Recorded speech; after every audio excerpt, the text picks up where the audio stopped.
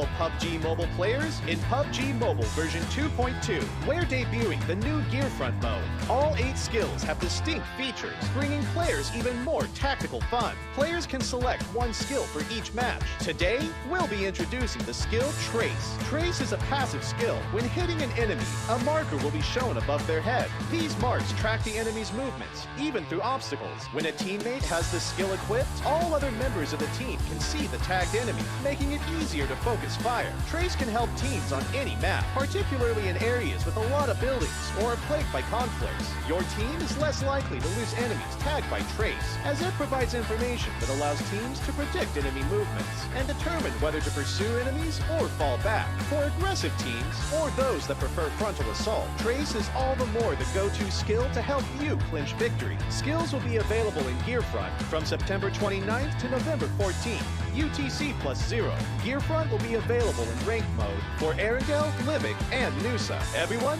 be sure to make haste to try out different skill combinations to see what works. We'll also be bringing you more skill introductions, so don't forget to follow the official PUBG Mobile community. See you next time!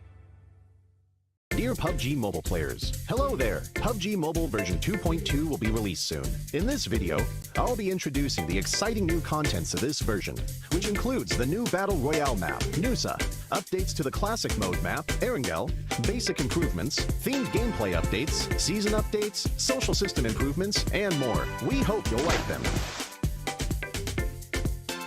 Nusa is a 1 kilometer by 1 kilometer tropical island. Nusa is the smallest map PUBG Mobile has released to date.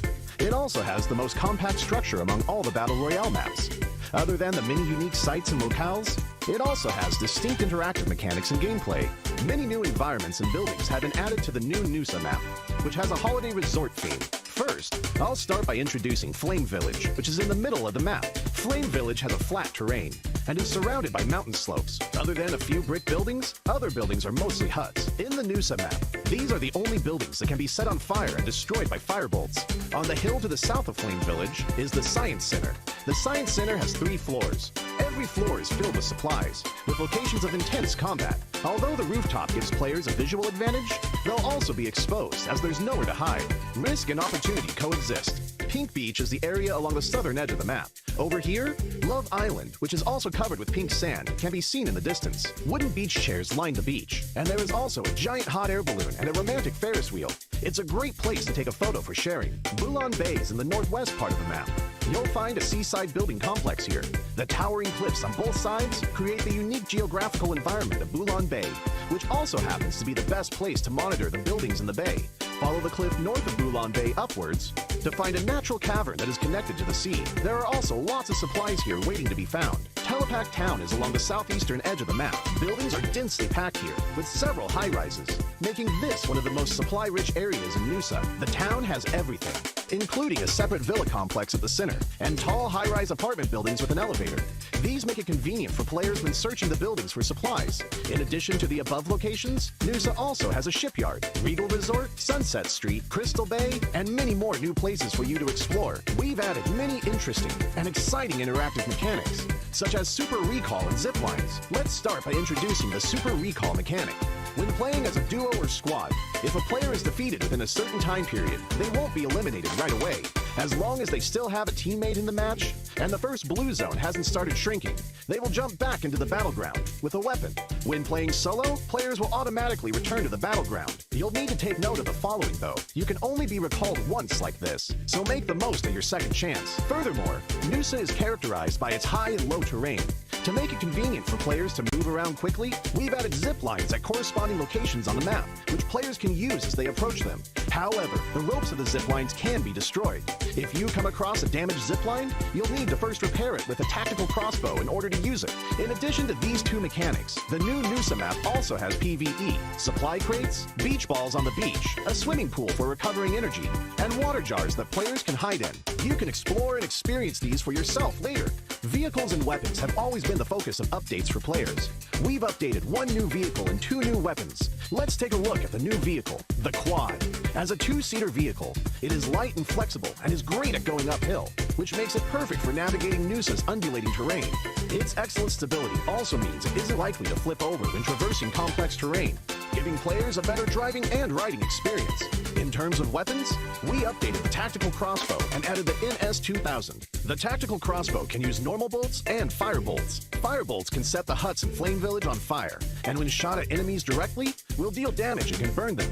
The new NS2000 is accurate and powerful. Hip firing uses 12-gauge shotgun shells, while slugs are used when aiming down the sights. Whether it is used in melee or mid-range combat, it is still a powerful weapon. Stay tuned.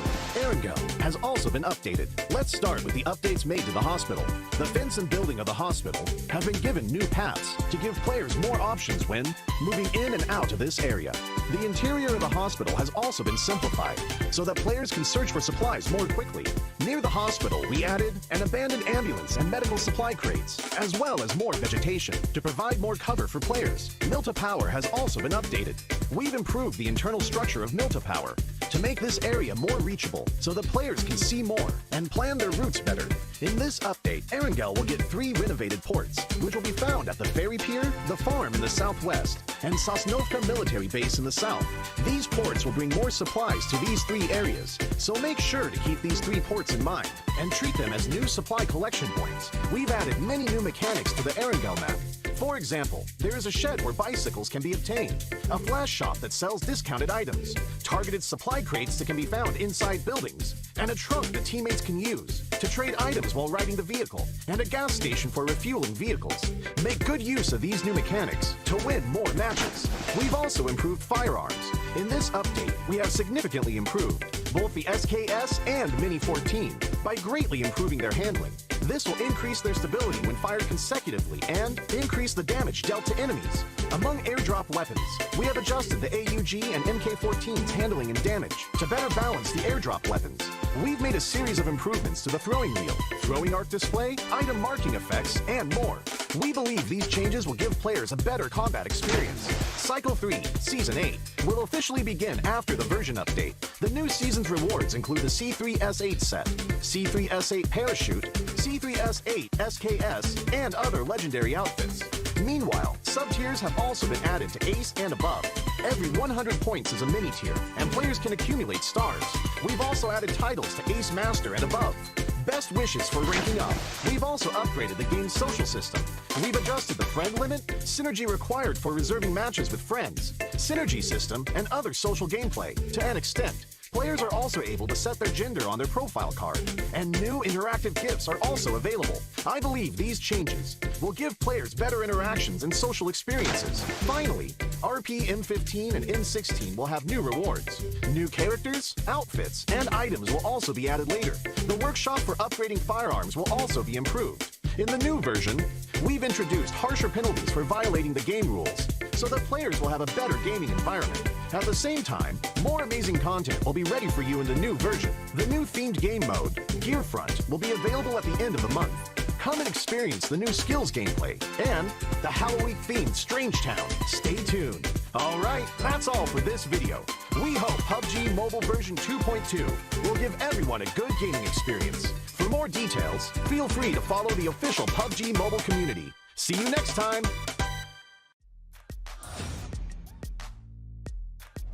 Hi everyone! PUBG Mobile version 2.2 is now officially available. This version update includes a new map, Nusa. Besides its beautiful scenery, Nusa also contains many new interactive mechanics. Use these interactive mechanics well, and you'll be well on your way to ranking up and stacking those wins.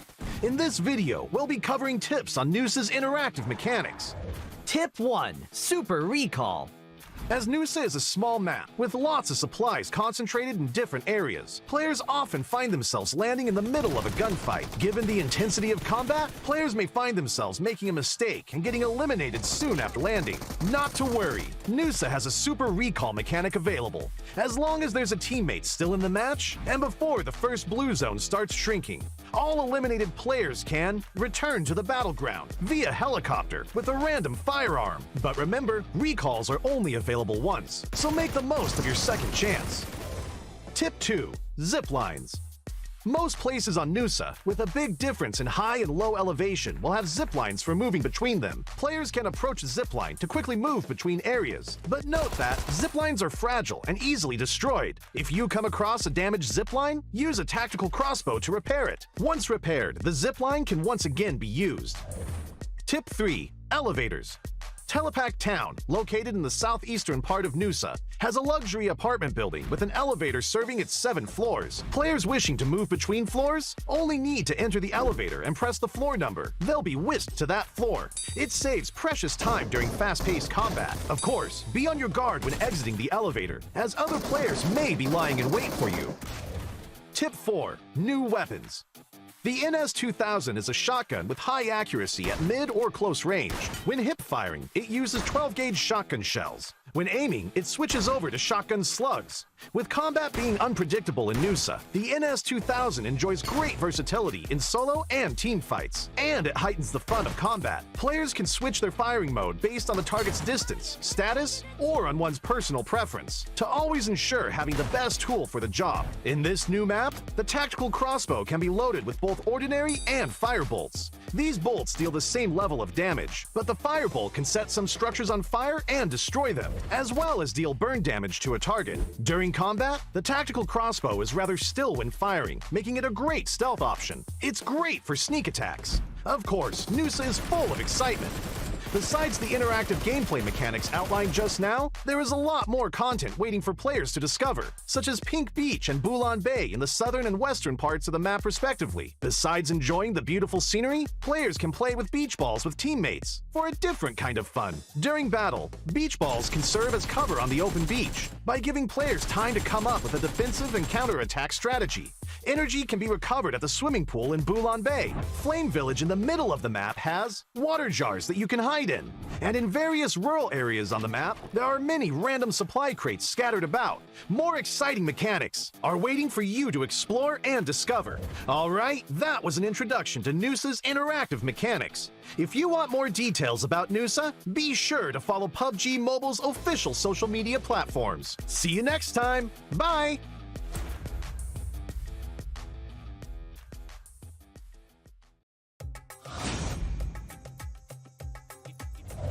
Hi everyone! In PUBG Mobile version 2.2, we'll officially release a new Battle Royale map, Nusa. Nusa is a 1 kilometer by 1 kilometer tropical island. The island is bright and sunny and has beautiful beaches, rolling hills, and dense vegetation. In addition to the natural scenery, it also has many areas that have a unique style and combat characteristics. Without further ado, let's take a closer look now. As a whole, being a 1 kilometer by 1 kilometer map, Nusa is the smallest map PUBG Mobile has released to date. It also has the most compact structure among all the Battle Royale maps. We can make some comparisons by looking at the data. Erangel is 8 kilometers by 8 kilometers in size, and 100 players participate in each match. This means there is an average of 1.56 players per square kilometer. In Nusa, an average of 32 players fight in a 1 square kilometer area. Conflicts are intense, and players will start shooting right after landing. In the southern part of the map is a heart-shaped island. 2 paths connect this island with the gorgeous Pink Beach. The Ferris wheel and hot air balloon are both located on Pink Beach, which highlight the romantic atmosphere of the beach. But keep in mind that the terrain of Pink Beach is rather open and has little cover within a certain area. If players want to move around Pink Beach, they can do so with the help of smoke grenades to obscure enemies' vision, or push the beach balls on the beach and use them as moving cover. But if you do so, remember to keep an eye on their durability. In short, Pink Beach is beautiful and romantic, but you must take care if you plan to spend some time there. Bulan Bay is located in the northwest part of the island, and the coast is quite low there. The cliffs on both sides have a large height difference, and players can move between them with a zip line, utilizing the advantages of high ground. Players at the top can observe where enemies are moving in the bay. Meanwhile, players in the bay need to move around covertly. There is also a cavern connected to the sea in the northern part of Bulan Bay. Players can jump there directly. The cavern extends in all directions, and players can explore this area. In addition to the natural scenery, Nusa also has many urban areas, of which the largest is Telepak Town, which is located in the southeastern part of the map. Buildings are scattered everywhere in the urban area, and close-range street fights can break out at any time. There are premium apartment buildings in Telepak Town. These buildings have elevators that can be used, which adds another dynamic to searching, attacking, and defending in the building. For example, players can set up an ambush in the elevator. By getting in and not selecting a floor, they can then give enemies a surprise when they enter to use the elevator. The rooftops of buildings in Telepak Town are also connected by zip lines, which gives players more flexibility in urban battles. If the zip line is destroyed, it can be repaired with a tactical crossbow. I believe Telepak Town will give players a unique 3D alley combat experience. If you like fast-paced battles and enjoy thrilling shootouts right after landing, you can land at the Science Center at the heart of the map. The design of the modern orbital satellite roof feels really high-tech. The Science Center has 3 floors. Each floor is spacious and contains lots of supplies, which attracts many players to loot this area. As you can imagine, very intense battles will break out between these floors. At the top of the Science Center is a rooftop with a multi-layer structure. Players can look far into the distance from here for a great visual advantage. However, they'll also be exposed as there's nowhere to hide. If you want to land directly on the rooftop, you must check if there are enemies nearby to ensure your own safety. In short, if you're confident in your close-range shooting skills, you're welcome to land at the Science Center.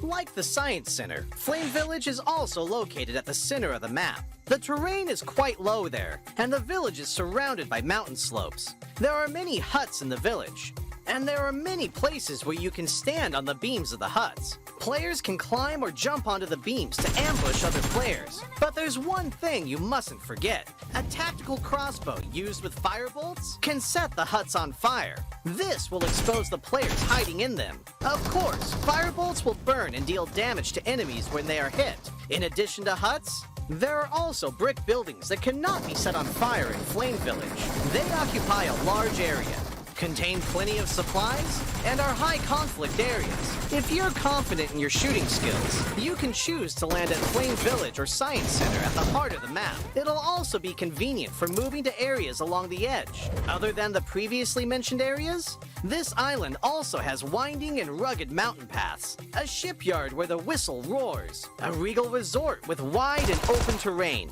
Sunset Street, which is planted with mini banana trees, Crystal Bay, which has secret rooms, and more. These are all gorgeous locales that can bring players different gaming experiences. After hearing the above introduction, I'm sure players already understand what makes Nusa so uniquely fun. Lots of supplies for fast looting. The verticality of the terrain increases the strategic depth of battles. And the 1 kilometer by 1 kilometer size makes firefights inevitable. What are you waiting for? Gather your friends and enjoy a rowdy vacation on Nusa. For more details, don't forget to follow the official PUBG mobile community. See you next time!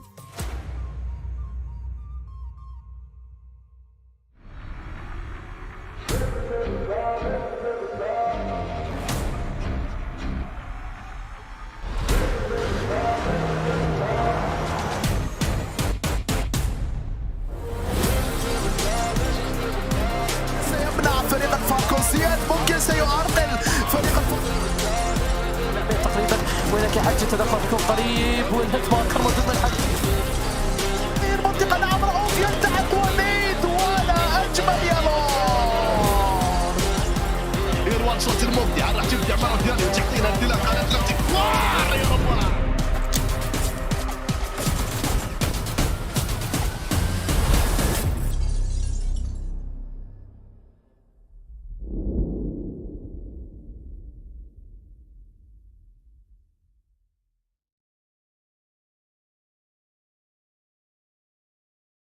Hello and welcome everyone to the PUBG Mobile MEA Fall 2022 Championship, and we're back with all the insane action the Middle East and Africa regions have to offer. Of course, it is going to be an absolutely exciting few days as we are going to be looking to see how the teams are going to be stepping up to the challenge. As we know, the teams from both the regions have been playing some absolutely phenomenal games throughout their respective PMPL. So it is going to be quite exciting to see what everyone will be bringing on forward. Of course, my name is GEEKAY and I'm joined by none other than Proxy. How you doing today?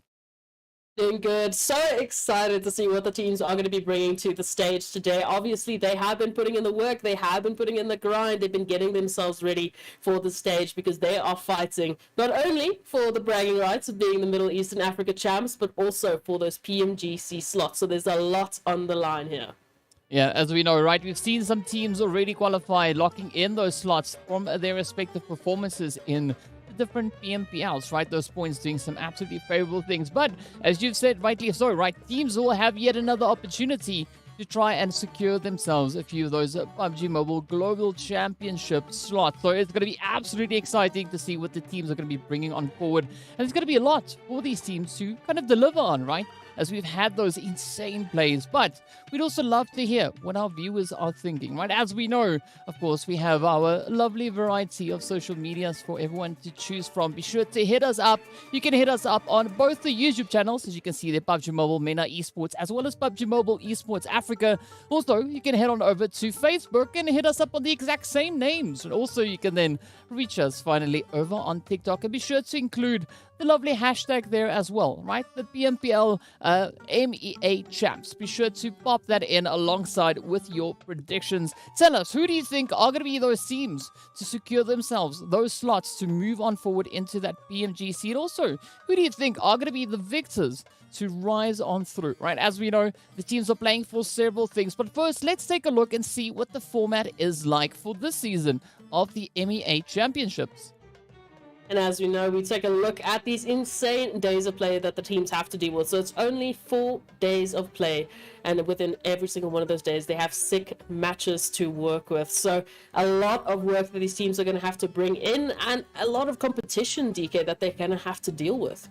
Yeah, I mean, 24 matches, it's going to be no joke, yes? Already they've come from playing over 70 games, right? From what we've seen come through. So I'm pretty sure the teams are still able to kind of push forward with that momentum. And as we know, at the end of the day, all the points are going to be adding up into the overall standings, right? There's not going to be any super weekends or league days or anything like that like we've seen over the previous PMPLs. Instead, in Championship, it is just 4 days of carnage, right? 6 matches a day in which these teams are going to be duking out to see who will be those teams to lock in the top positions and, of course, be those ones to find some absolute excitement once they move through to what comes next. But as we know, the teams also have to try and secure those positions. And the best way to do that is, of course, through utilizing our tried and tested point structure for them, as we've seen the point structure being utilized for quite some time now. Absolutely. It is the bread and butter of PUBG Mobile. It is those placements and eliminations that come to fruition here for the teams. And we've seen the different balances and focuses that these teams have been bringing to the various points. Some teams, obviously, we know they are absolutely phenomenal when it comes to picking up those elimination points. So they really do focus on an elimination-heavy play style. But the teams with the great rotations, with the early rotations, with the better stratagems in terms of those placements, they bring in those crazy placement points, as we know, that are awarded for your placement depending on where you've placed and how you've managed to hopefully grab that winner chicken dinner.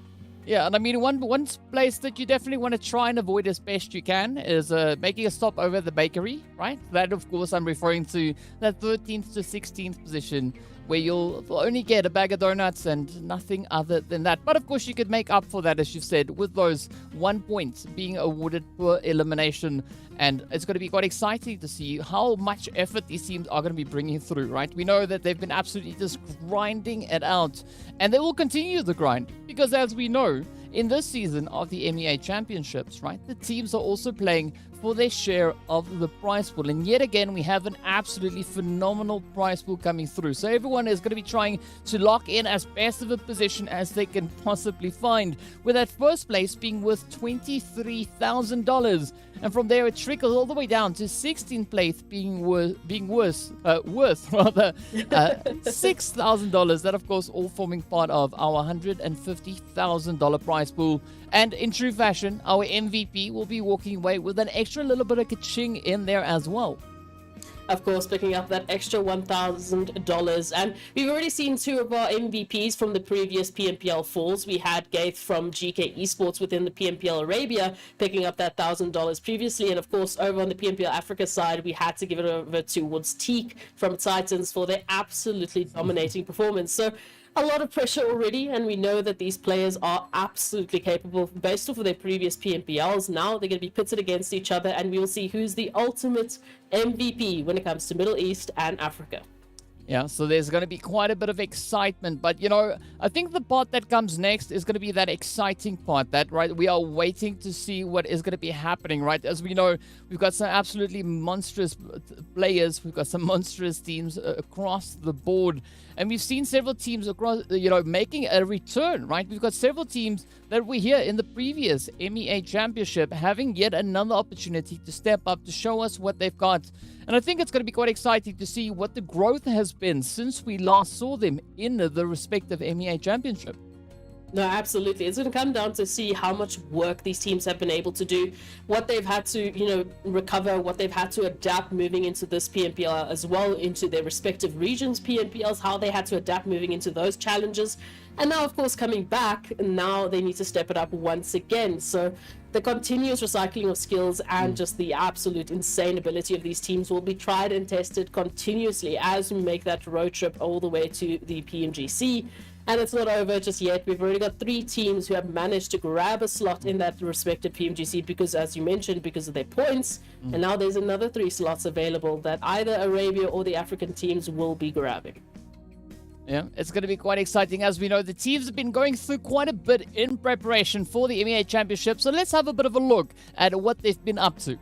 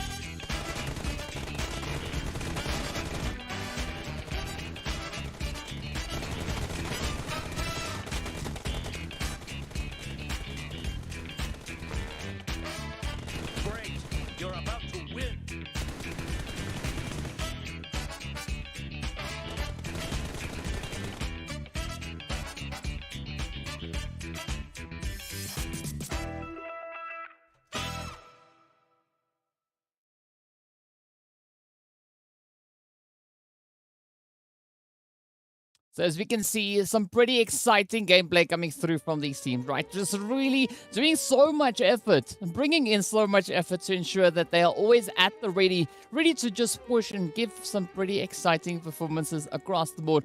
But of course, as we know, speaking about exciting performances, we need to take a look and see what our exciting map rotation is going to be for this entire event, right? As we know, it's going to be 6 matches a day. We're going to be having quite a few of the Erangels in there. A nice little side order of Miramars to come through as well. But of course, we are also then including that lone little Sanhok, right, in match number 4. So it is going to be quite a bit of excitement to see what the teams will bring out. But I love the way that they cycle the Erangel in between the Miramars and the Sanhoks as well.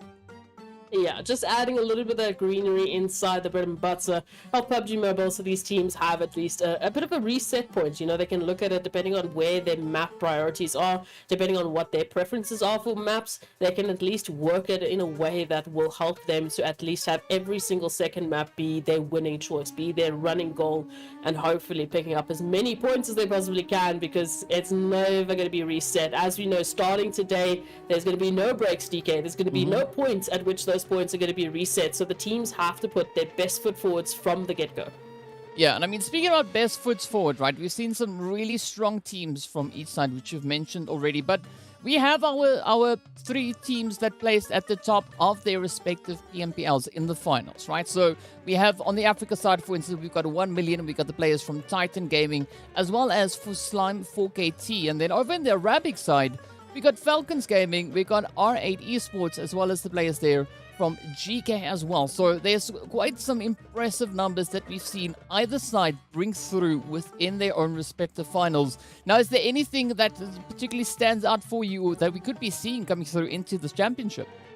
So Falcons was a standout team for me looking at the PMPL Arabia, because actually through the league stages, they were still using that Super Weekend format as well. For the viewers from PMPL Africa, they weren't using that new bonus point format. So they still had that, tried and tested Super Weekend move. But Falcons, finishing off with the league stages, actually finished in 13th position. And then when it came through to the finals, wow, well then it was a whole different beast that came out with Falcons, because that's where they actually won the entire thing. They came through the finals, picked up 118 eliminations or so, and managing to make sure that they were the PMPL Arabia Championship. So a lot of work that came through from them. On the Africa side, we have a more consistent viewing of our top 3.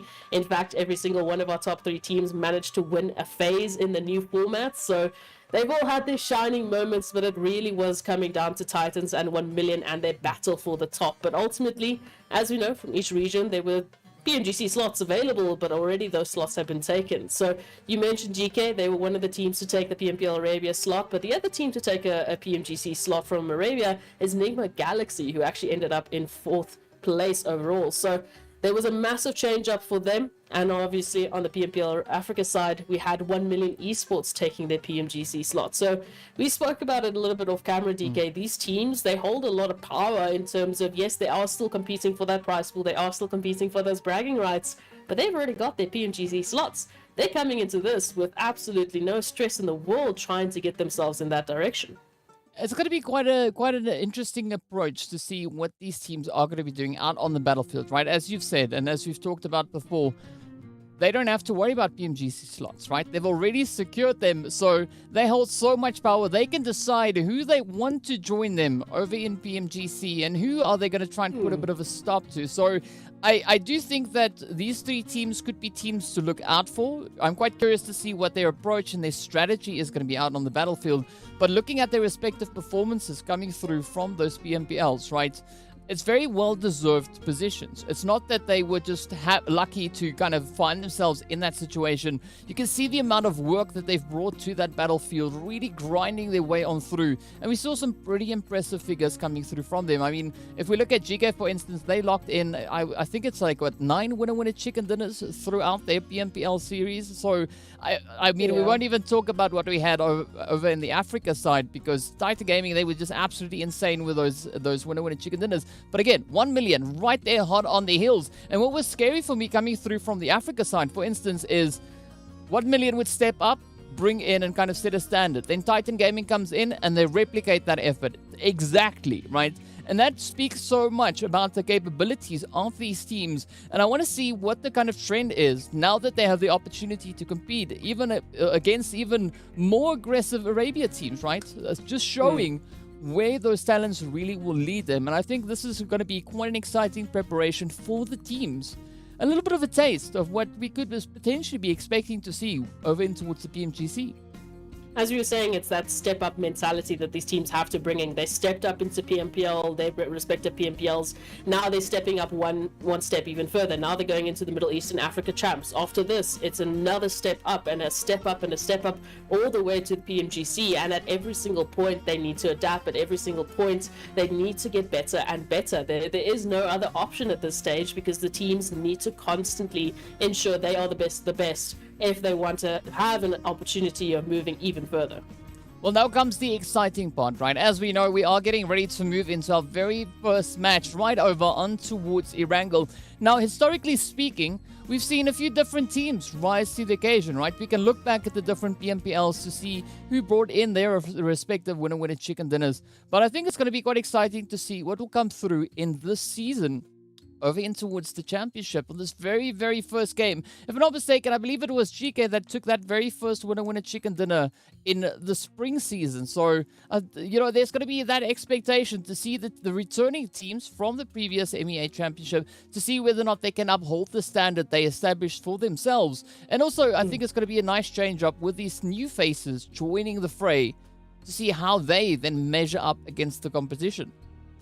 Yeah, the new teams from PMPL Arabia, the new teams from PMPL Africa, all of them are adding a different flavor, a different obstacle that the rest of the teams are going to have to deal with. And I mean, if you look at the PMPL Africa side, you know, we immediately had Titans, a new name, a new face, jumping up into the fray and suddenly taking names and trying to keep up with the likes of Titans, 1 million actually, who got a PMGC slot from Africa. So I mean, all of a sudden these teams are just jumping in and picking up massive points. Yeah, well, I have to correct myself. I said that it was the players there from GEEKAY. Instead, actually, I was mistaken. It was NIGMA Galaxy, right? How could I get that one wrong? It's not like we don't know who NIGMA Galaxy is. As we know, a very formidable force to be reckoned with. So it's going to be exciting to see what the teams will bring out, right? As we are getting the plane all warmed up and ready to go. All the trays have been put in their upright position. Everyone's seatbelts are on. I'm hoping the parachutes are on as well. But you know what? We're not going to be having to wait much longer as we jump straight on through to see what that flight path is going to be bringing in. We can see the lovely Stolber over on towards that right-hand side with a slight little bit of a side order of prison over to the left. So that means we're looking at a slightly more northern flight path coming in to this very first game. So a very interesting opportunity, and I mean, as we've seen for 1 million before, they're going to be very happy because they will be ending off right there close towards the southern point of Georgia Pool. Curious to see if they're going to still be sticking to their usual drop sites for the rest of the teams. Of course, this is going to be our first look at what kind of drop spots they're going to be bringing into Erangel this season. Yeah, well, we'll have to wait and see exactly where it is going to be going, right? So already we've got a few teams starting to make their way on down. We can see the players there for Kurdistan that first initial jump. They are going to be heading a little bit further down towards that Leporka position. So getting themselves already spread out. We do have a slight bit of congestion slightly further up ahead as well. But that is yet to be seen where exactly the teams are going to be looking to log into. Of course, Virtual Gaming, right? Those strangers pushing straight towards Savoni. I think this is where things could get quite exciting as the teams now start to make their way on down. Alright, so as we can see, the teams now still slow, steady spread, looking for a bit of a position to get themselves situated in that zone. Is going to be centering up right towards the ever lovely kind of Pachinki school area that we've got going there. And now this is where things are, you know, kind of building up towards, right? We got a few teams with a bit of that hot drop action coming in. So we could see quite a bit of those altercations already. NASR is going to be the first team to get hit. Oh, starting it off with a knock. That's not how you want to start your wrangle of the day, but of course it is against none other than Titans. Over there towards the northern portion of Shelter, NASR, unfortunately, with that current 2-2 split that they're going to be running, they're going to have to give up one of their players and regenerate themselves in for the next set of rotations. Of course, we know very close to the center currently, so they're not going to have to take any early rotations other than that initial engagement from Titans, but Titans, of course, they're going to be picking up our first elimination of the Middle East and Africa champs for the fall season. Yeah, and as we know, there's going to be quite a few exciting plays to come, right? As we can see, the spreads going about, and we did have a bit of a sneak peek. Of course, our list of teams there, right? As we can see, it is going to be Titan Gaming for Kurdistan. We've got Conqueror Iraq. We've got GEEKAY. We've got NIGMA Galaxy 1 million. The OOREDOO Thunders. We've got POWR as well as R8. Slime 4KT, Soul, Falcons. But then we see something different there, a different logo, right? As we know before, we had Leaders Esports, and from what we can see there, that is the UMBRA logo. So, who knows? Maybe we could see a little bit of that UMBRA action coming in. Of course, we got Twisted Minds as well as the players from Virtual Gaming. And then, of course, finally we have the players from NASR. So some very, very familiar names out on the battlefield. But, of course, we are going to be waiting for that familiar action with a beautiful bit of that vehicle action coming in from none other, as you said, from AXA. AXA just picking up that first elimination of the day. We get to see Ali just out in the distance. Will have spotted that opportunity. You know, in the vehicles, was looking for a little bit of that recovery action, but unfortunately there was no opportunity to actually make that happen.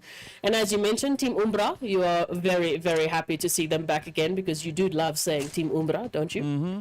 Oh yes, oh yes. I mean, I am so delighted to see the name back again. I'm loving myself a little bit of that UMBRA. But as we have it, right, the teams are making their way through this looting phase. We got NASR occupying the apartment building just towards that eastern side of school, with the players there from UMBRA holding on to school itself. So with regards to drop locations, nothing really out of the ordinary, right? Things still looking pretty familiar from what we are accustomed to seeing come through from these teams. But again, right, this very first match, my main attention is going to be on the newcomers, the teams that we've not really seen play in the MEA Championship. Yeah, so the teams that have those opportunities to come on in with a fresh face, with no real expectation from the rest of the teams, right? So there's no case of, well, oh, I remember playing at you in the last season, you know, I know how you're going to be playing. Now, well, it's a clean slate. It's a clean opportunity for these teams to now bring off a brand new standing. And I mean, Titans, they're one of those new teams, and they started us off with an elimination. So the bar's been set. The rest of the teams, they need to catch on up. Yeah, now what I'm quite curious to see is whether or not the teams are going to be looking to continue with that momentum forward. As we know, Falcons from the Arabia side, they finished off in the finals with an 80-point lead. Right now, that is pretty impressive to see. Take into consideration just how tough it is, right? Playing in these finals. But again, then also, I want to see what's going to happen with 1 Million and Titan, because they were also the monsters coming through from the Africa region. So all these teams now having to prove themselves once again. Yep, we're going to step on back up. It's like the champion returning with that belt. Returning and showcasing that, listen, it's our time. Once again, it is our turn to this time take that seat and take our rightful place. I mean, for the champions of previous season, like NIGMA Galaxy, like your team Falcons, right? They've got that pressure on their backs to perform once again, to showcase that they are the reigning champions, and that's not going to change anytime soon. For NIGMA Galaxy, we know they already have that PMGC slot, so they have that extra bit of pressure they can apply to the rest of the teams and say, look, we can take your number one seat away from you once again. We can decide who's going to be joining us in PMGC, like we mentioned in the pre-show. Yeah. So there's a lot of power for these teams, and a lot of powerful teams here as well. So, you know, it's going to be just a few moments until the teams start getting right down to business, right? It's just around the corner. We're going to be seeing who's going to be looking to rip it up. We already see the team starting to sort of get that mobilization ready, right? Falcons, they're locking in the vehicles, securing themselves for that initial rotation. I mean, they're really close to center zone, so they're not going to be having to travel all too far. But I'm quite interested to see what's going to be happening down towards that southwestern side, right? We got Conqueror there. We got the players then also coming through from the side of OOREDOO Thunder, and we are adding Seoul Esports into the mix as well. So there could be some congestion coming through from that southwestern side.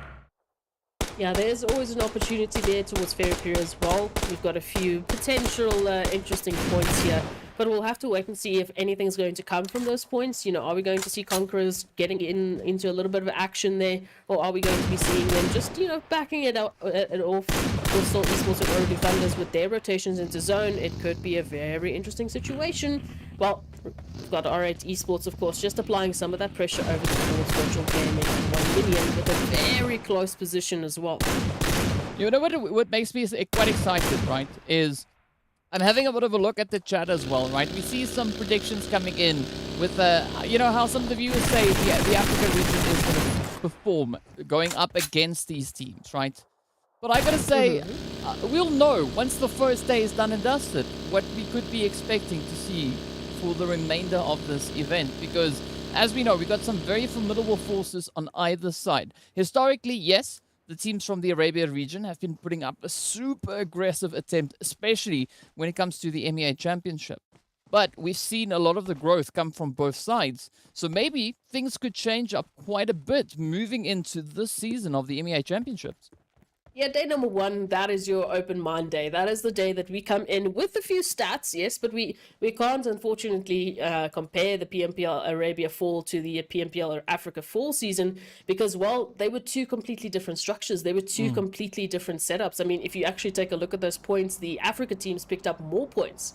But that has nothing to do with the actual teams, more so the structures themselves. It's like comparing apples to oranges, as you've mentioned before. So we can't actually pull any of those stats. So we have to jump into these 6 maps today with an open mind, ready to see what these teams have prepared for it. It's going to be up to the players, it's going to be up to the individuals and the teams and what action they will be bringing in today. So before we can make any sort of predictions or judgments. Yep, but of course, you know, we're not going to be having to wait too much longer to see what's going to happen right then and there. As the zone now takes a little bit of a move towards that western side, is going to be centering up even more towards that Pochinki area. And again, this will allow even more continuation for those rotations to come through. We can already see the players there from Twisted Mind holding on towards that Gatka kind of territory. POWR, of course, just alongside them. And now we have OOREDOO Thunder starting with that ascent or descent coming through from that southern side, also looking to find a little bit more of an opportune position to rotate in towards. But it is going to be a heavily defended territory, as we now see, thanks to the players there from Kurdistan, as they too come rotating up into the territory. Making their rotations in, trying to just find some sort of an angle here. And they are pulling up just alongside that 2v2 split here from 1 Million Esports. So they will be keeping that information to themselves for now. They're not going to be jumping at this opportunity just yet because, as we know, there's a lot more teams that need to rotate on in and they're not quite ready to expose themselves. We can see Marshall just keeping a nice keen-eyed strain on these rotations. But for now, it's all that wait is all to see where these teams will situate themselves. Yeah, and Headshot Hills slowly but surely is getting quite populated, as we can see, thanks to that lovely map on the side there. We've got 1 million over towards that western side. We've got the players from GEEKAY situated just towards the sunken city. Of course, now the team here from Kurdistan are going to be moving in on the eastern edge. But again, right, all the teams looking to occupy as much hard cover as they can find. And I do think once we get into this later stage, we'll have a lot more of the aggression then starting to roll on through. But speaking of that, of course, we do have a slight bit of a development towards the northern side of the zone, right in and around that shooting range area. We can see the players from Virtual Gaming and Slime4KT having a bit of a race, right? Looking to see who's going to be the first team to get themselves situated up into this next zone. And of course, we do see it's going to be Bronzer to find a little bit of a connection there over towards Alpha Luigi with an immediate confirmation as well. So, unfortunately, Virtual Gaming, they will lose out on a player here just with that little bit of a race they had here towards the northern side. And now you can see the disengagement happening as they are trying to favor more of that western approach, that northwestern approach moving into the zone and rather, you know, leave this Slime4KT team to their own devices because they've already taken one of their members. Yeah, I mean, it's a good start, right? Titan, Slime, both teams already sitting with 1 elimination to their name. And I'm curious to see what is going to happen now as that blue zone will start to make its way on through. It's nearly halfway closed on up, and that is going to be restricting the playable area once more.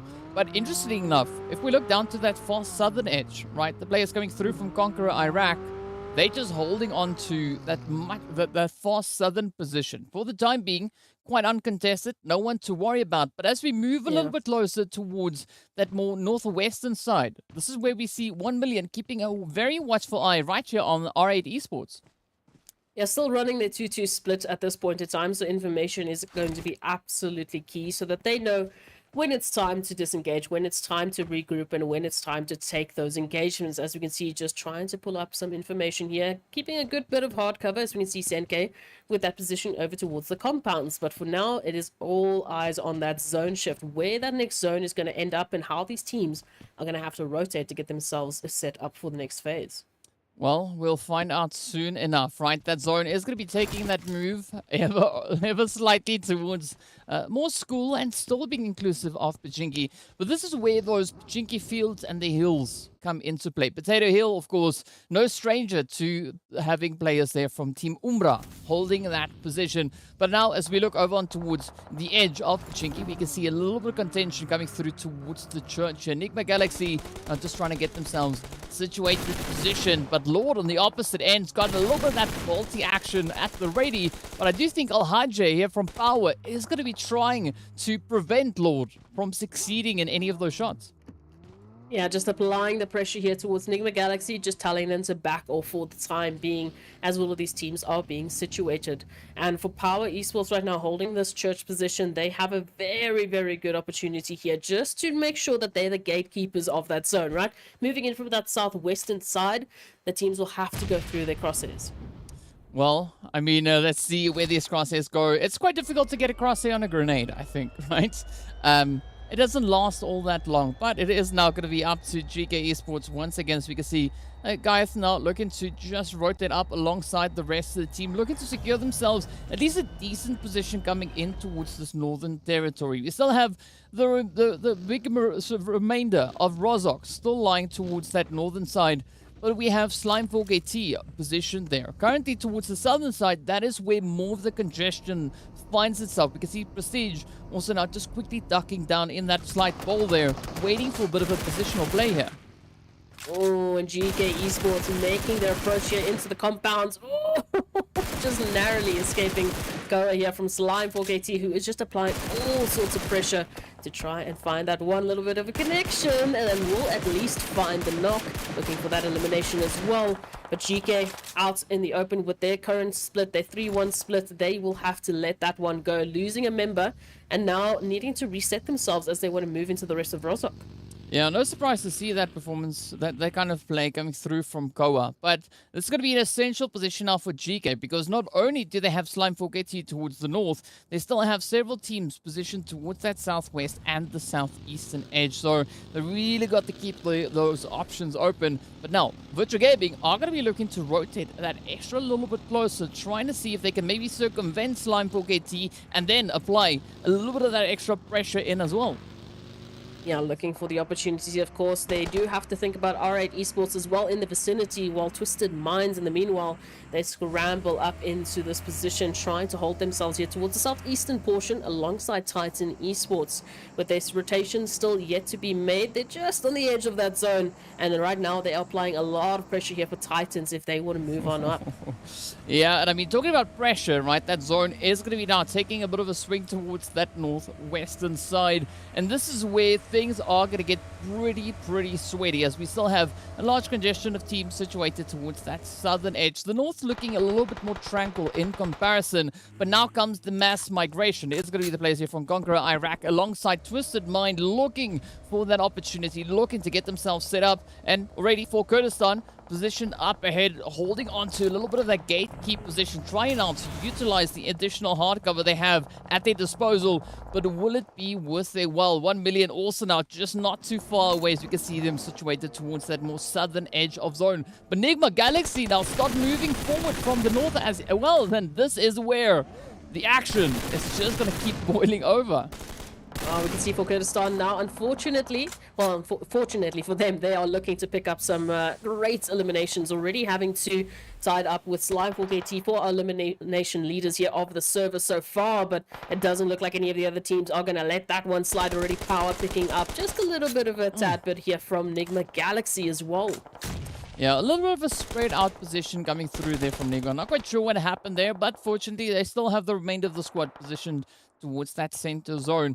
But again, the edges of zone, especially towards the western side, is going to be a little bit more of a comfortable position to be had, as we now look over on towards this eastern side. Still, the congestion being held up between the players here from For Kurdistan and Twisted Minds. But they're not in any immediate danger. Aside from facing off against each other, the rest of the lobby is situated elsewhere. As we can see now in the feed, the action really starting to come through, as we have Titan and the players here from R8 also now finding each other. And of course, GEEKAY right there to welcome them in towards Rozok. Surprise, surprise. Welcome to the party. As we can see, Titans moving on up here, trying to find a great position into the center portion of the zone. Already a massive opportunity for them to get involved with any of the surrounding teams within the vicinity, but it's going to be R8 Esports that are going to be their first immediate threat, literally just around the edge line, and looks like R8's already going to be welcoming them with a few nades. Oh, nothing wrong with a nice warm welcome, but let's see how far this goes. This is going to be that proving opportunity now for Titan to show us what their approach is. And of course, as we know, our MVP from the Africa region coming through them, Mr. Teak, going to be looking for a little bit of that extra additional excitement. But now, Prestige riding on the edge, keeping their options open. They know that there's so many teams held up in the vicinity, and it all comes down to prioritizing and capitalizing on those opportunities as they present themselves. Of course, now OOREDOO Thunder's also caught in a little bit of an interesting position. As we can see, they've got 1 million to the one side, NIGMA Galaxy on the other, and then the players there from Kurdistan just lasering it on towards them. Oh, and they are literally just getting hit after hit after hit as they try and set themselves up here within the zone.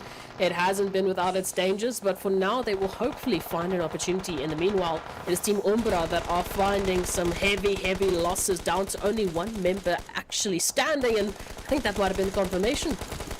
Oh, yep. It is slowly making its way on in. But for Kurdistan, they're trying to lock down at least the southeastern side. Now spotting Riva up on the ridge. Gets the confirmation.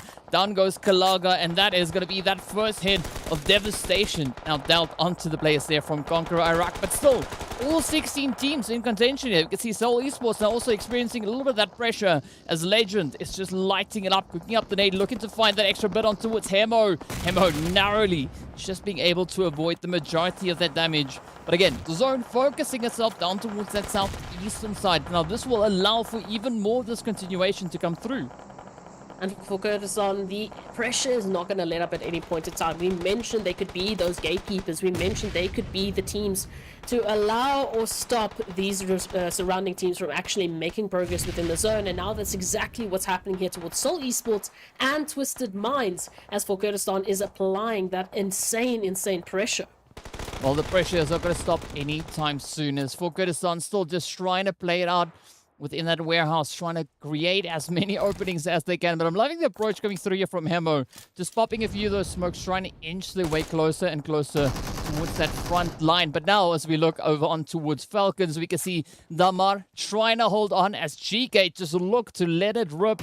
But Yusuf also still alive. Just have them slightly towards that eastern edge, just huddled up behind the vehicle, and all they can do is but look on as their teammate will continue to lose health, and there's nothing they can do. But up comes the rush now. Slime4KT pushes right into Titan, finding several hits already. Storm will also then get knocked on out, but an absolute aggressive showing coming through here from Slime4KT.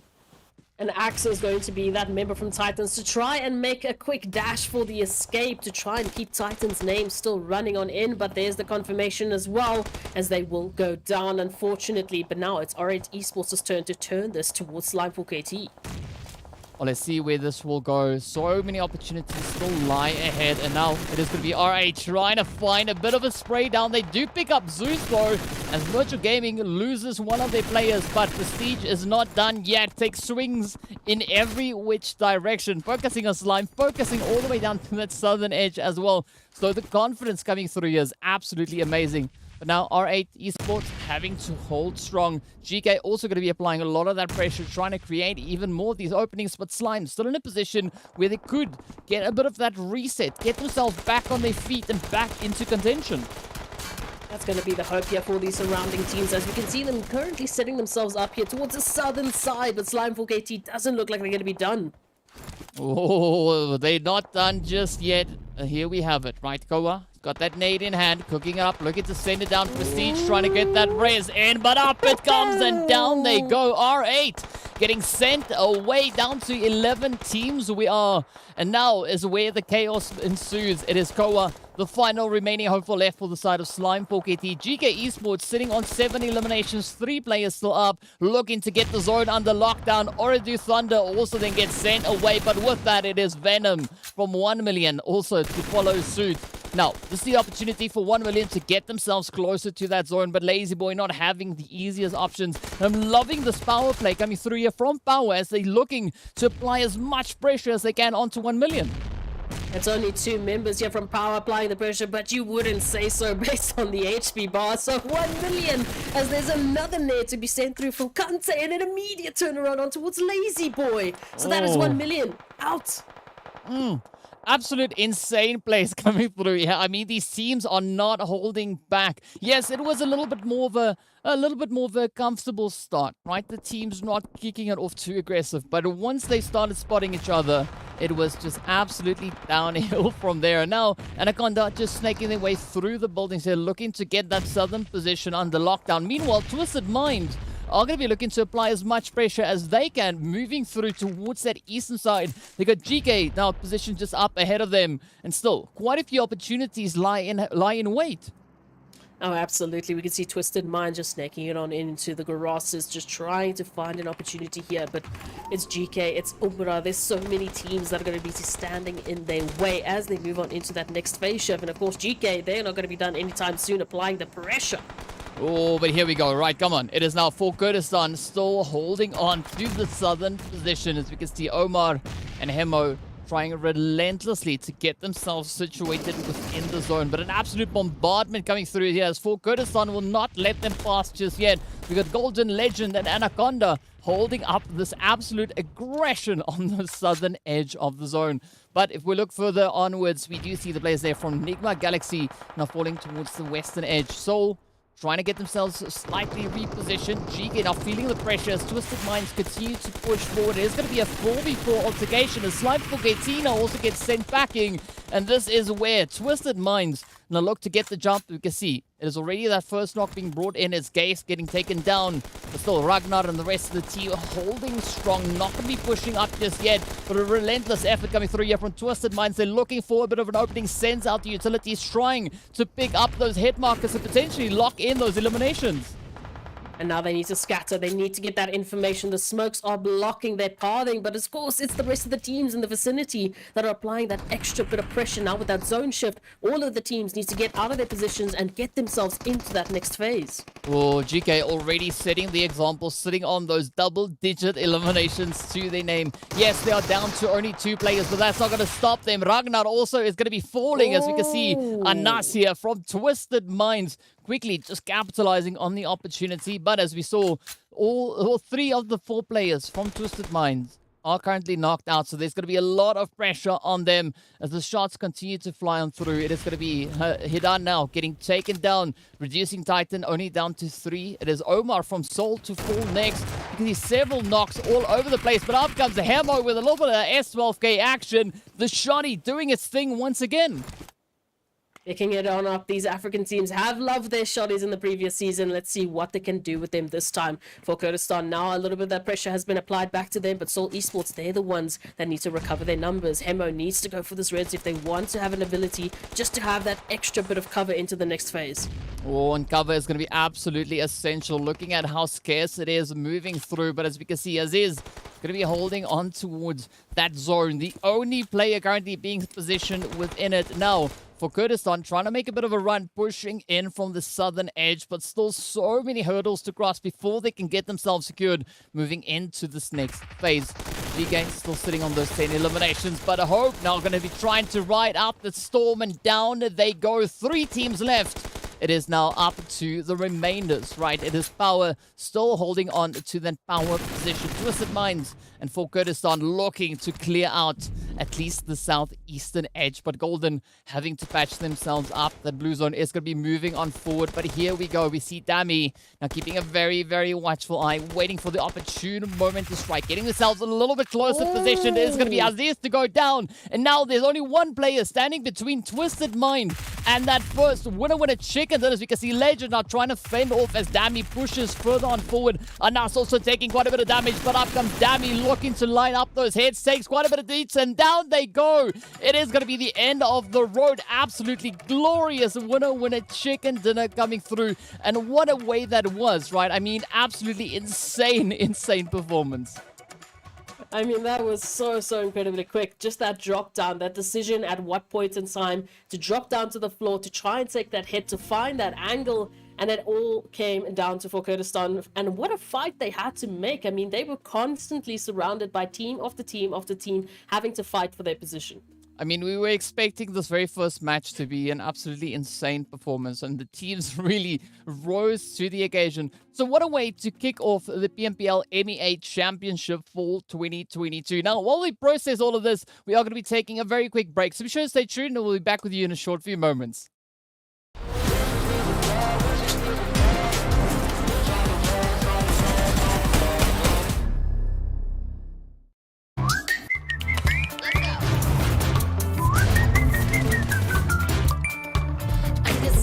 They wanna buy me, baby, I'm too pricey.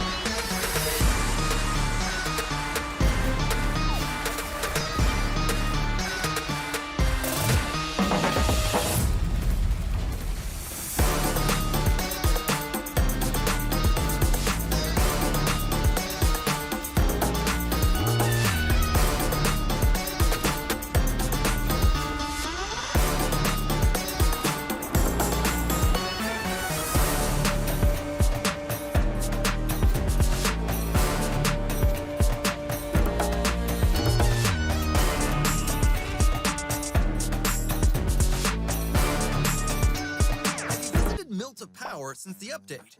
This area might be remote, but there are a ton of supplies to be found here.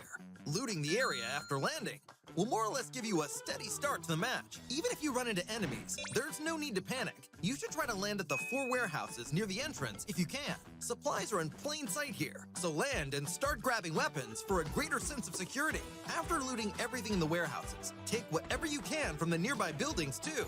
The red brick building inside has complex terrain. Although it has abundant supplies, it's confusing and takes time to find them, so it's easy to get ambushed. The red brick building only has a few doors, but there are plenty of places for players to hide inside it. We can camp at the entrance and eliminate anyone who wanders over. If you've been waiting...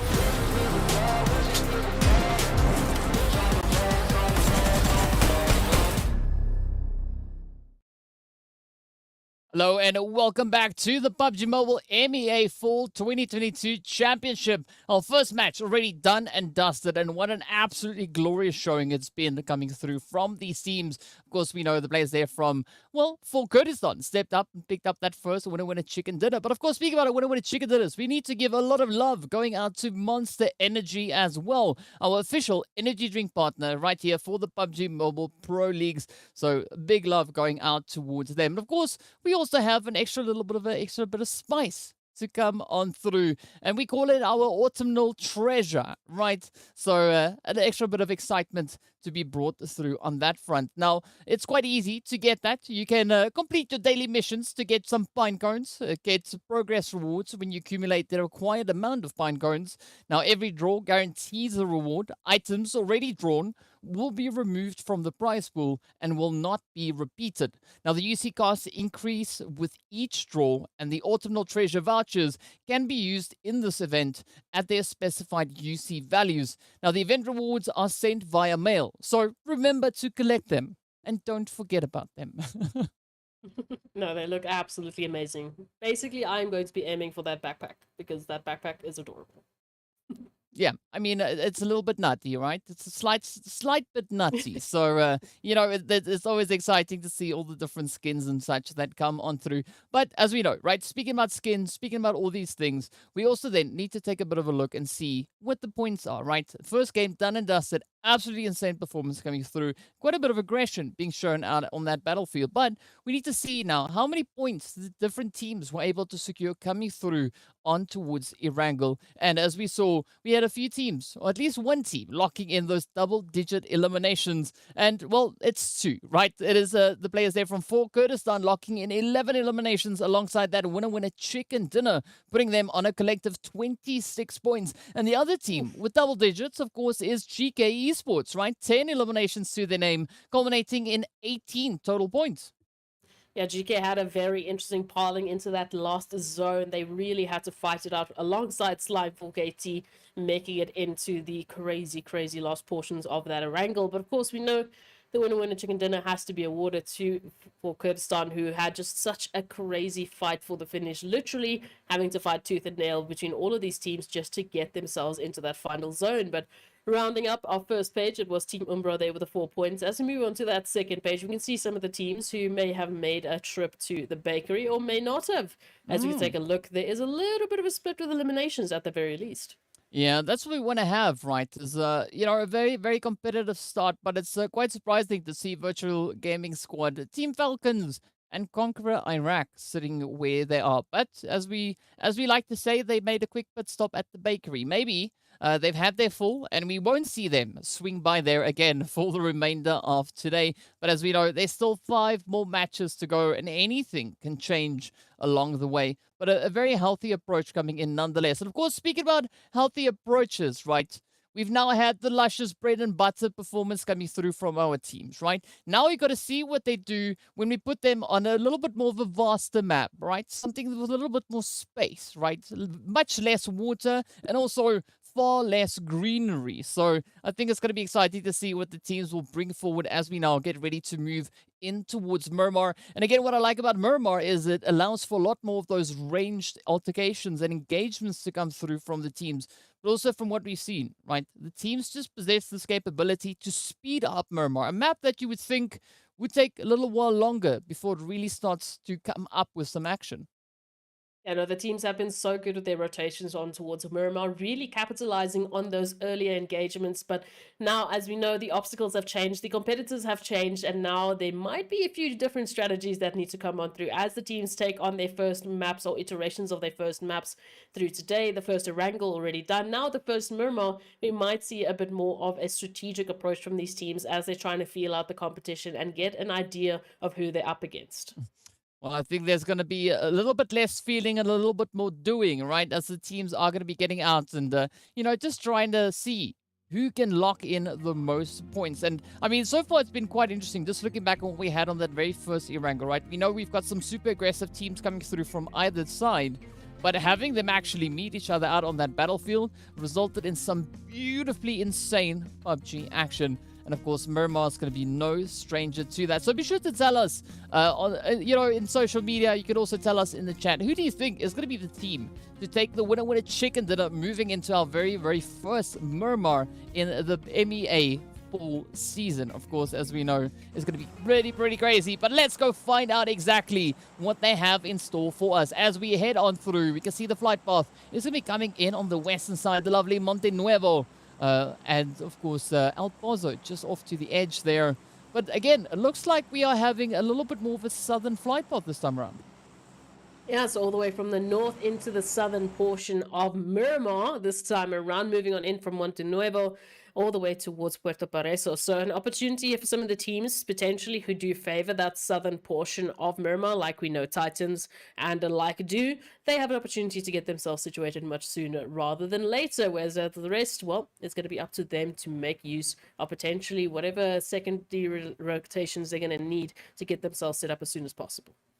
Well, let's see where those setups are going to be going. Of course, Slime is going to be one of the first teams off the plane as they head up towards the north. They are going to, of course, be followed then by the players from NIGMA Galaxy.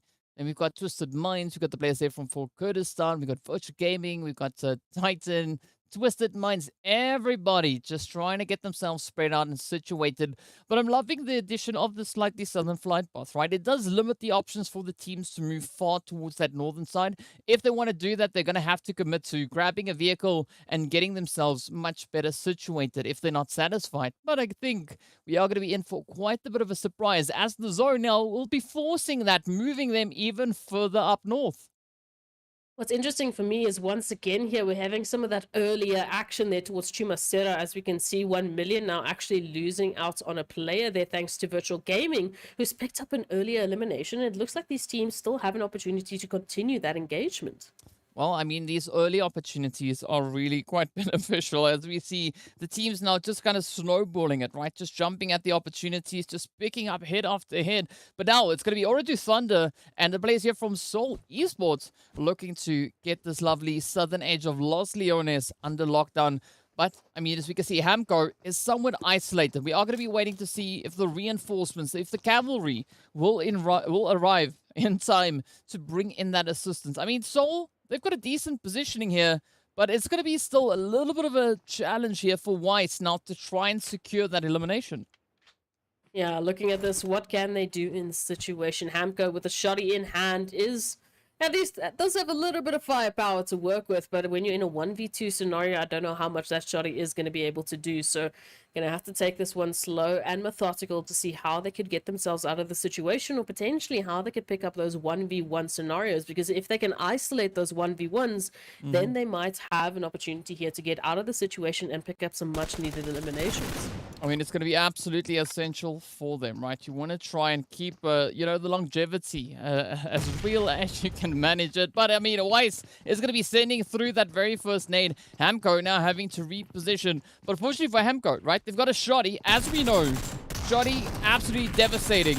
Oh, especially at close quarters. And now Rauf just trying to ride the edge, not wanting to fall victim to that shotty straight on. But Hamco now going to be using this opportunity to get themselves out of the slightly sticky situation. But essentially, Hemo says, you know what, thanks.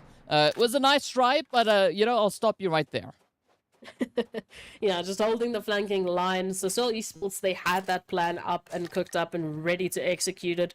They were just waiting for Hamco to make their move, and whether they stayed in the building or they took that disengagement, they unfortunately were destined to fall. So now, here for Seoul Esports, that is going to be a great first initial elimination to join the likes of Virtual Gaming in the early stages of this Miramar. And now the question is, how far will Seoul Esports take this with OOREDOO Thunders, or if OOREDOO will be able to disengage and just regroup their numbers? Well, only time will reveal what they have in store for us. Meanwhile, as we now continue a little bit further west, we are jumping straight up into towards Chumasera. You can see the players here from Virtual Gaming and 1 million. Two very familiar names to each other, right? They know how and kind of what to be expecting looking at the situation. But it's quite interesting to see the players here from 1 million situated so far towards the southern edge. It's not really what we saw come through from them all too often, but, you know, I think it's a healthy positioning. Yeah, it's a bit of a change up from PMPL Africa, but as you've mentioned, 1 million very, very accustomed to seeing the likes of Virtual Gaming, and so they're not really surprised. But I actually was keeping a cheeky eye out on El Chapo's Instagram, and they did make a little bit of a sneaky peek that they were going to be dropping towards this Chumasera side for PMPL Middle Eastern Africa champs. So they knew what they're doing, and now it seems like Virtual Gaming has taken up the challenge to just fight them out for that position towards Chumasera.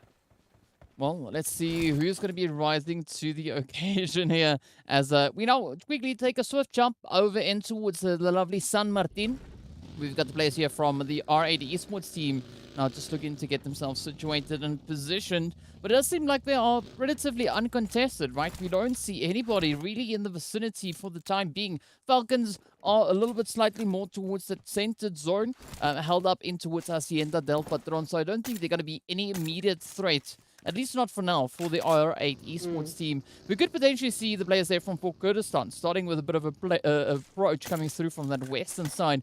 But now as we move on to center zone, it is going to be Team UMBRA and Falcon keeping a very watchful eye on each other. Yeah, absolutely. Just having a bit of a staring contest, as we can see Caraboy just keeping an eye out on the Falcon members, making their rotations out there towards the edge, maybe getting a little bit closer towards water treatment, as we'll have to wait and see if that's going to be their final destination. But for the time being, UMBRA, they're going to be keeping their fingers on the trigger because they might have spotted out a little bit of an opportunity here, but they need to be cautious. Well, I mean, caution could be key at some point in time, right? But who knows where exactly it is going to be going. For the time being, Falcons going to be looking to maybe capitalize on the openness towards the northern territories, right? Cruz del Val, Torre Ahumada, water treatment is going to be pretty open. But Slime, they're close, right? Not yet established within the region, but they are starting to spread out their feelers here. Of course, you can see the players there from Fur Kurdistan looking to meet them halfway. And now, NIGMA Galaxy still positioned all the way up in towards that El Pozo position, pretty close to the edge of zone. So I don't think they're going to be too worried about their rotation forward. And you mentioned for Kurdistan, and now they're actually finding those two from Slime for KT who are currently running that 2-2 split. So if Storm and Plaza, if they take this engagement with for Kurdistan, which, I mean, they have an ability to do, then they unfortunately would be left alone to, you know, take on the fight, take on that engagement. So they might be laying low just for the time being and just keeping a good eye on their numbers, but that means they have a very good line of sight as to where exactly for Kurdistan will be setting up. Yeah, so positioning is going to be quite essential, as we know, but looking across the area, right? We got the players here from GEEKAY Esports now starting to move in towards that southern edge. UMBRA, of course, just up ahead of them. But we also yet to see what the players there from CONQUEROR Iraq are going to be bringing through. We see them just a little bit further south, relatively close to Minas Generales. But again, right, the teams holding their positions, not going to be looking to rotate up too aggressively. The first want to try, as you said before, want to try and get just a feel of what to expect coming into today's matches.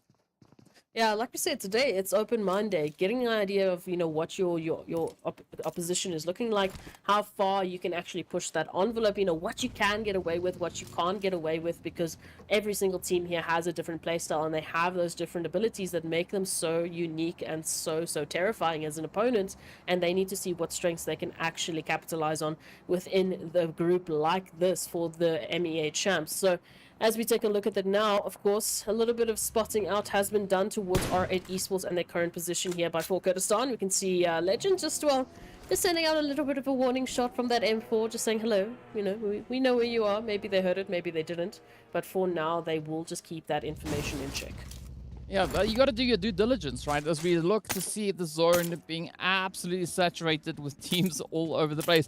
We still, of course, see Titans all the way down towards that southern edge, and this is no different approach coming through from them, right? We know Titans like to sip on a little bit of that blue juice before starting to roll in towards the zone. And looking at where the zone is going to be taking us, it will allow even more of a continuation for that center zone congestion to come to some form of a conclusion, right? As we have still several other teams yet to not only catch up to the zone, but also get themselves out of the blue.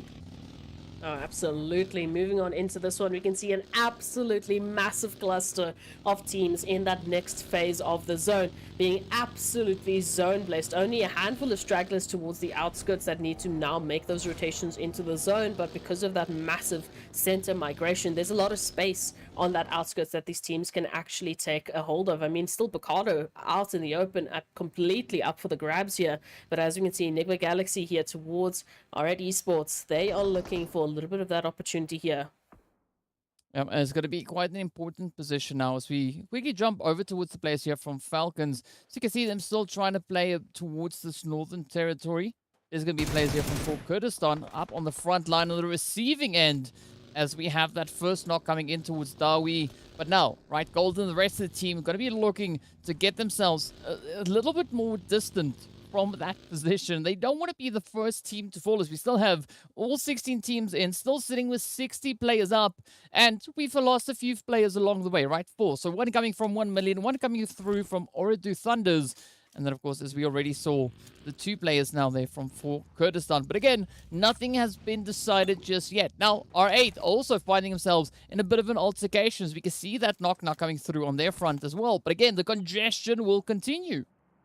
Oh, absolutely. And all of our teams so beautifully well represented here still towards the first Miramar of the day, the first Miramar of this entire series. So a massive opportunity for the teams to get their feet wet, to get themselves a good bit of information moving on, not only into the rest of today, but also the rest of this week.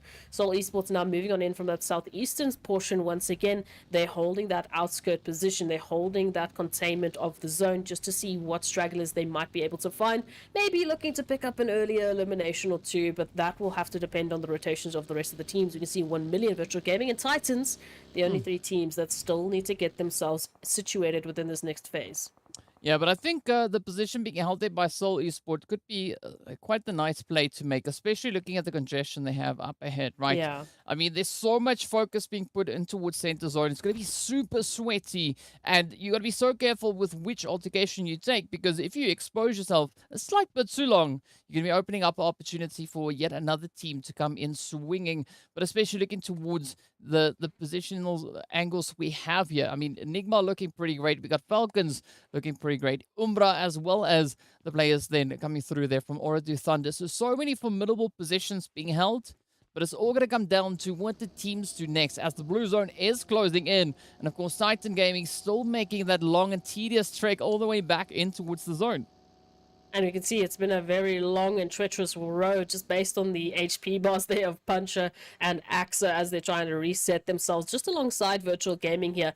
Now we do see 1 million just up towards the northern portion of Picado have set themselves up in a very interesting position, because if Titans keep taking the pathing that they're going to be taking, we could be seeing that altercation there. But it looks like 1 million will be moving on, and a good reason to, with that zone shift towards that northern position.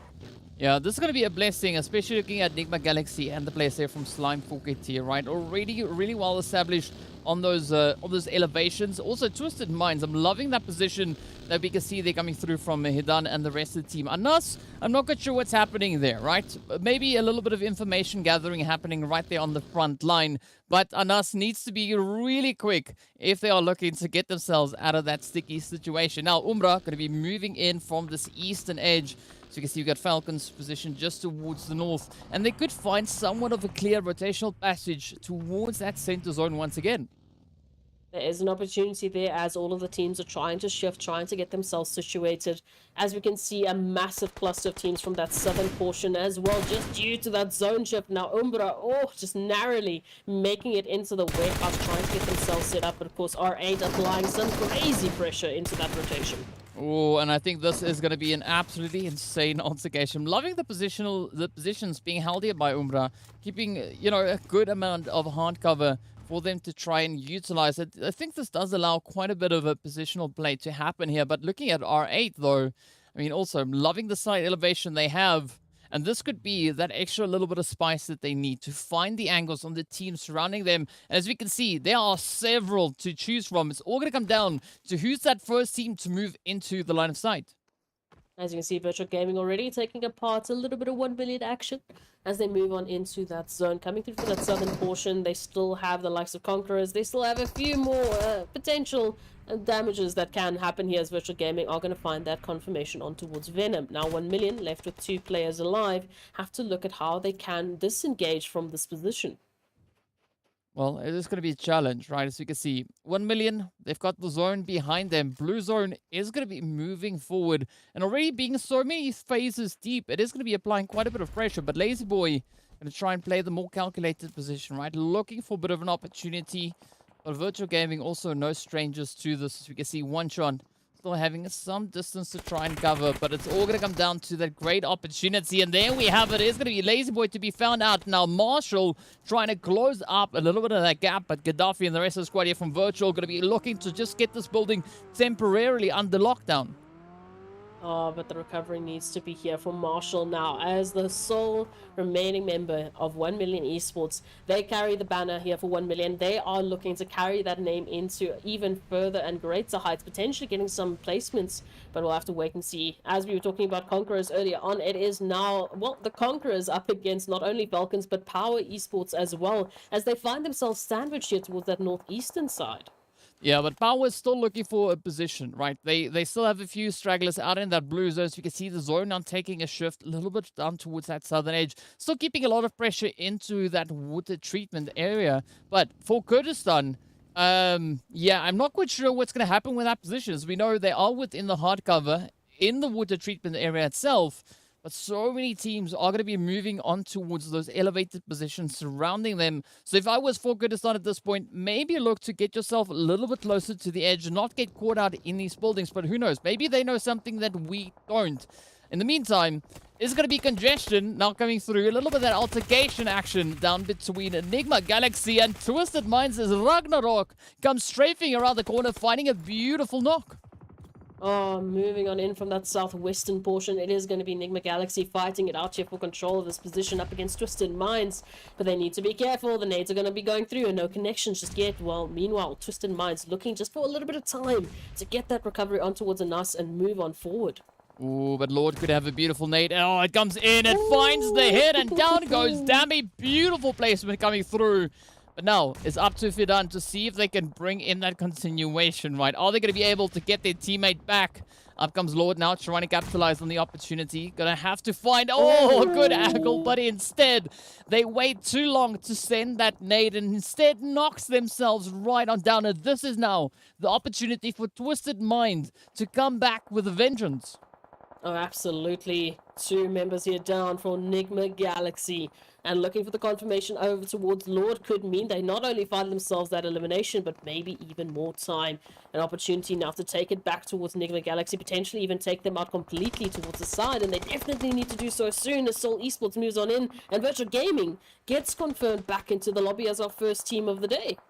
Oh, that is unfortunate. But as we know, still 15 teams left to duke it out, right? And this is where the continuation will now come through as the teams continue to look to build those positions, look to try and capitalize on whatever opportunities they can find. But still a lot of fighting. And we see the teams now, instead of focusing in towards center zone, playing a lot more of that edge position. The players there from For Kurdistan also going to be the next one to fall. And with that, we are down to only 13 teams as 1 million, I believe, yes, follow suit. Oh, for Kurdistan, they got overpowered there by the POWR squad, but now it is Enigma Galaxy that are looking to be the next ones up. Now looking for those recoveries. It is going to be Twisted Minds to take this push on forward. Okay, let's see. Oh, there we go. Ragnarok comes through, swinging, picking up a double knock. Absolutely insane, and that is going to be the end of Enigma Galaxy right then and there. Twisted Mind now riding on absolute adrenaline. But just a little bit further away, we do see the players here from Seoul Esports and, of course, R8 Esports looking to prep themselves for a bit of an exchange here, right? The nades are going to be cooked up, as we can see SK Ton trying to find a good angle here to send it out. But as we can see, right, there's teams all over the place. But again, not so heavily congested, even though it's been a pretty tough fight. Yeah, not just those immediate drops of teams. We have seen such an array of teams now making space for themselves. I mean, POWR taking that position there towards water treatment into the compounds. They've set themselves up. At least they would have if the zone didn't take the shift that it did. Now it's Seoul Esports, UMBRA, and Slime 4KT alongside R8 that hold such a beautiful blessing into this next phase. But it's quite a bit of a shift coming through. I mean, POWR just working so hard to get themselves situated, and the zone's like, you know what, thanks, but... so sorry. Yeah, you're going to have to try that again, right? We are going to be moving you to that southern edge. And I think especially this ridge line towards the northern edge of this current zone, where we see Slime kind of positioned, I think that is going to be quite the treacherous hill to get up to. But now Titan Gaming are going to come rolling on through, looking to apply the pressure, and there's a warm welcome being sent in. As you can see, Puncher going down. It is also then Koa who gets knocked out. Now Plaza and the rest of the side here from Slime looking to contest against the onslaught going through from Titan Gaming. As you can see, there's going to be Teak out in the open, but they get found out. Down they go. It's now all riding on Axel, the final hopeful alongside P6. But will this be enough now? Will P6 be able to bring in that extra bit of assistance?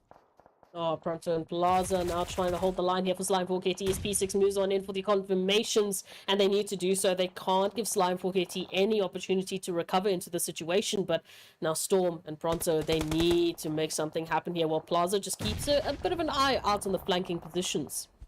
It's all going to come down to timing, placement. Here we go. The nade is out. Could that be enough? Ooh, a little bit of damage has been found. But now up comes Storm trying to capitalize on it. Finds that additional damage onto its P6, but it's not going to be sufficient just yet. Bunch now about to get raised. Up comes the nade. Could this be it? Yes. There we go. P6 now almost in so much trouble. But Slime almost on the money as they now just need one more player to try and push on through. And with that, they should be able to take out Titan Gaming. It's going to be up to P6 now, trying to put up a bit of a defensive play. Up comes the angles, the push on forward, and it is Blaza to lock in those angles. Down they go. Titan Gaming getting sent on their merry way. And down to our final 10 teams we are. Oh, what a disgusting but so sweet little turnaround here from Slime for KT just to recover from that situation and now take themselves even further. Moving on in from that full control of the northwestern side of the zone, they have a massive opportunity to apply some pressure not only to Twisted Minds but even towards the Power squad. Moving on in from that northern side. Now, as we can see, Power just applying some pressure towards NASR and actually getting that confirmation. We're down to our 9 remaining teams. Yeah, a bit of an unfortunate play coming through there for NASR, but now R8 Esports still going to be looking to keep that southern edge under lockdown. As we can see, GEEKAY now being some of the visitors they have here. But let's see what's going to be happening as the zone will move up once again, forcing the teams into yet another sticky situation. It moves further towards that northern edge, and of course, it is up into limbo, where we don't see anybody currently in position. But look at this. It is going to be POWR and Falcon going toe-to-toe, looking to see who will be the one to get it sorted out. Kante now coming in with a bit of the utility spray down.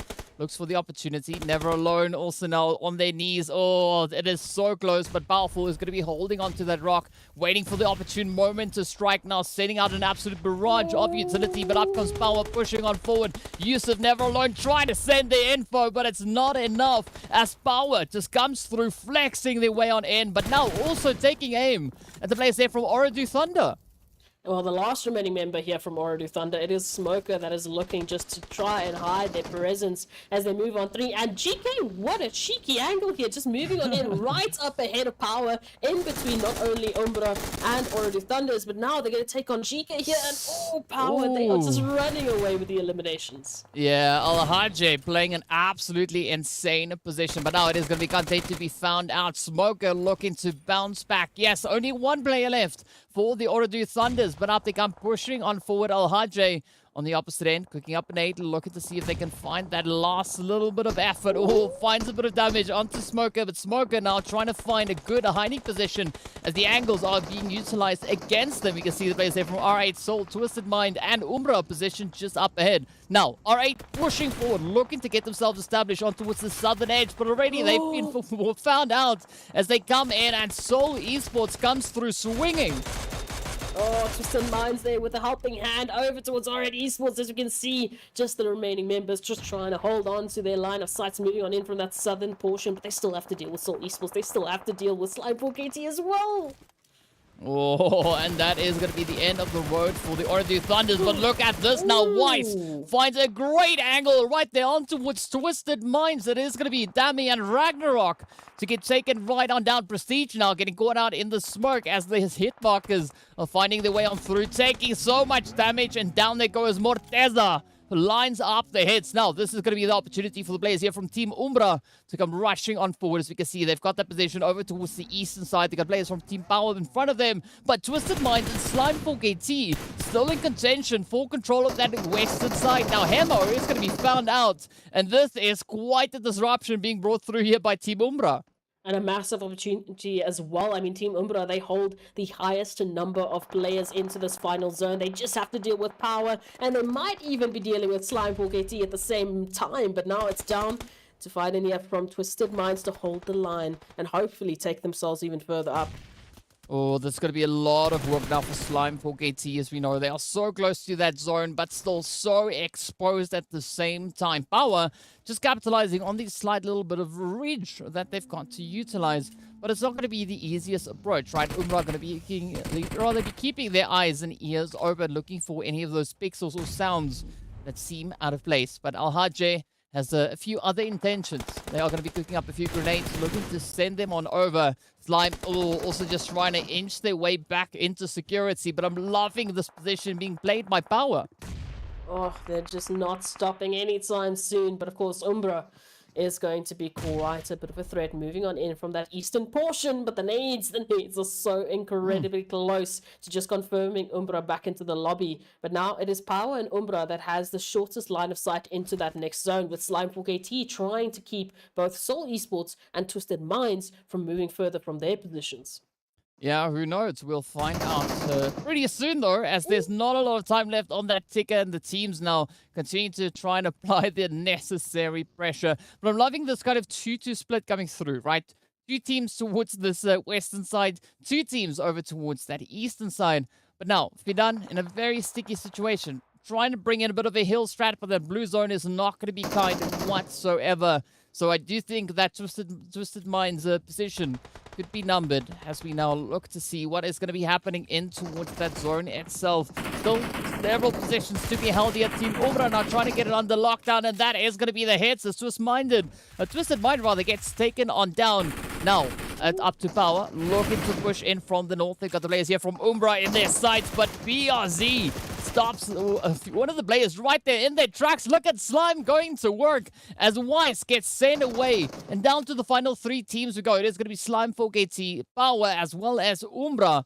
Now all in contention for this winner chicken dinner. But UMBRA definitely having a slight advantage at this point, right? It's still got 3 players up. Slime still to bring their third one back. And there we go. It is going to be Plaza now back in contention. But again, a slightly exposed position being at play here. Yeah, Slime4KT moving on in. They're unfortunately exposing themselves here to not only UMBRA, but they have to be careful towards POWR as well, just on the side of them, looking now for those angles, as all of these teams are just looking for that one member, that one pixel to stand out.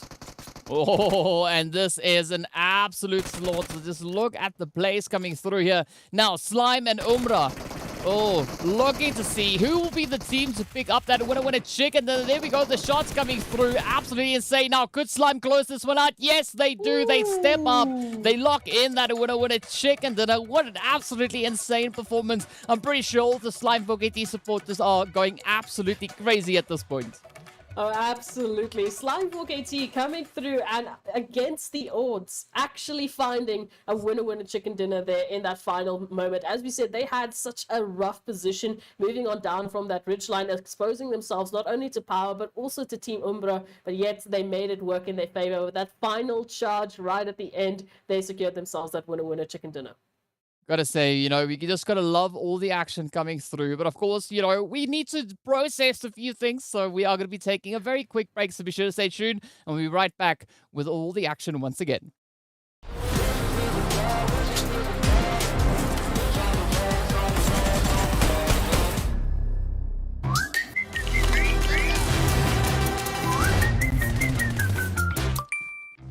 Design, they wanna buy me, baby, I'm too pricey.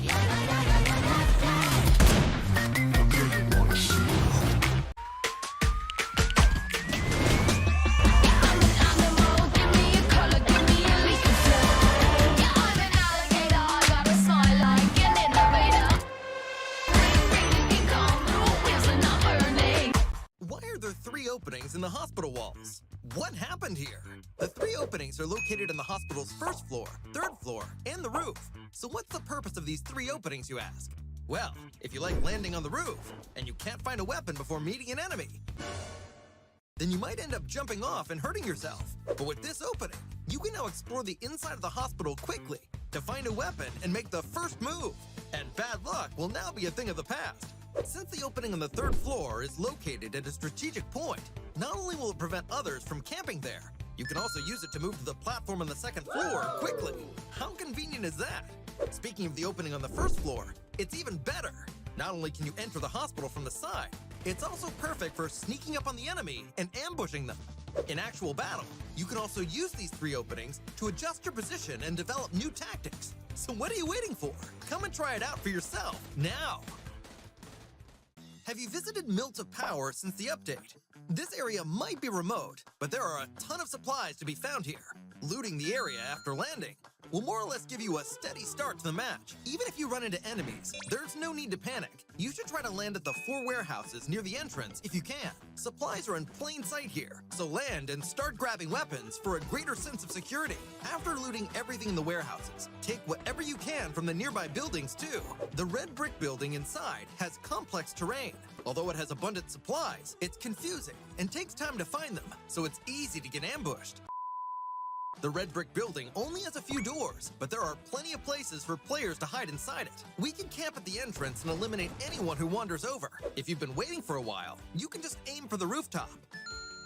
Most players like to find high ground to observe other players, so you can take out whoever you find there. You'll feel amazing and rich after taking out everyone there. Did you get all that?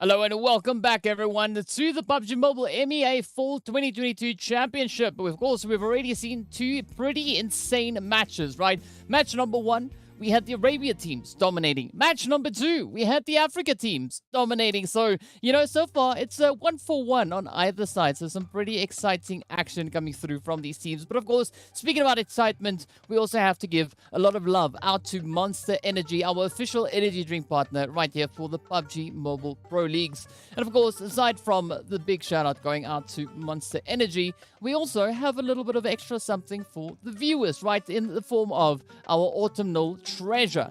So you can get this in game, so be sure to head on over. Now it's quite easy, right? All you got to do is complete daily missions to get some pine cones. You get those rewards when you accumulate the required amount of pine cones. Now every draw guarantees a reward, and the items already drawn will be removed from the prize pool and will not be repeated. Now, the UC costs increase with each draw, as they always do. And of course, the autumnal treasure vouchers can be used in this event at their specified UC values. Now, the event rewards are sent via in-game mail, so remember to collect them and don't forget about them. It's those lovely red dots that you have on the screen, so be sure to click on them and claim your rewards. And as you said, as a pretty nutty backpack that we can see right there. Yeah, the jacket's pretty cool as well, but I would be aiming for the backpack 100%. Any day of the week, that backpack was mine. But of course, we know the teams, they have just performed a fantastic bout of brilliance over towards that first Miramar of this weekend. And of course, that second map of the day. So we have to take a look at the match rankings to see how the teams actually managed to pick up those points. But it was a spicy one, DK, towards the end there. Oh, yes. I mean, if you want to talk about spice, there's quite a bit of that came through. And, you know, this is just a reminder of what we had over in match 1, right? With the players there from for Kurdistan finishing on those 26 points. But as we know, coming through in this one, we had the players from Slime 4KT locking in that pole position. And they did so with 12 eliminations to their name, putting them on a grand total of 27 points. We haven't seen that 30 bomb being dropped just yet. But the teams are building up that momentum, right? We're getting closer and closer to the action. So far, the first 2 matches absolutely on fire. As we know, let's take a look and see what those points are. Let's see whether or not we've got the right ones coming through with the players there from Slime sitting up in pole position. Of course, it is going to be POWR Esports, then locked into second position with 22 points. Also, 12 eliminations to their name. So some heavy hitting players coming through here. Absolutely, the double elimination set up here from our top 2 teams. And again, a massive shout out to POWR Esports. They had a very difficult position alongside Slime 4KT to hold on, especially towards that final phase. But UMBRA alongside R8 Esports also picking up a beautiful amount of eliminations. So a very good spread out approach in terms of the points that we see here. I mean, top 6 teams picking up double-digit points that they're going to be adding to their tally. That is a great start onto the first Miramar of this week. but as we know, we have to take a look at that second page just to see who maybe took a trip to the bakery and who had at least a little bit of success in terms of those eliminations, like Virtual Gaming, picking up 3 points. Well, I mean, this is quite the turn of events, right? The players there from Port Kurdistan had quite a bit of success over on Erangel, and as we can see this time. But let's take a look at a few of the highlights from this past.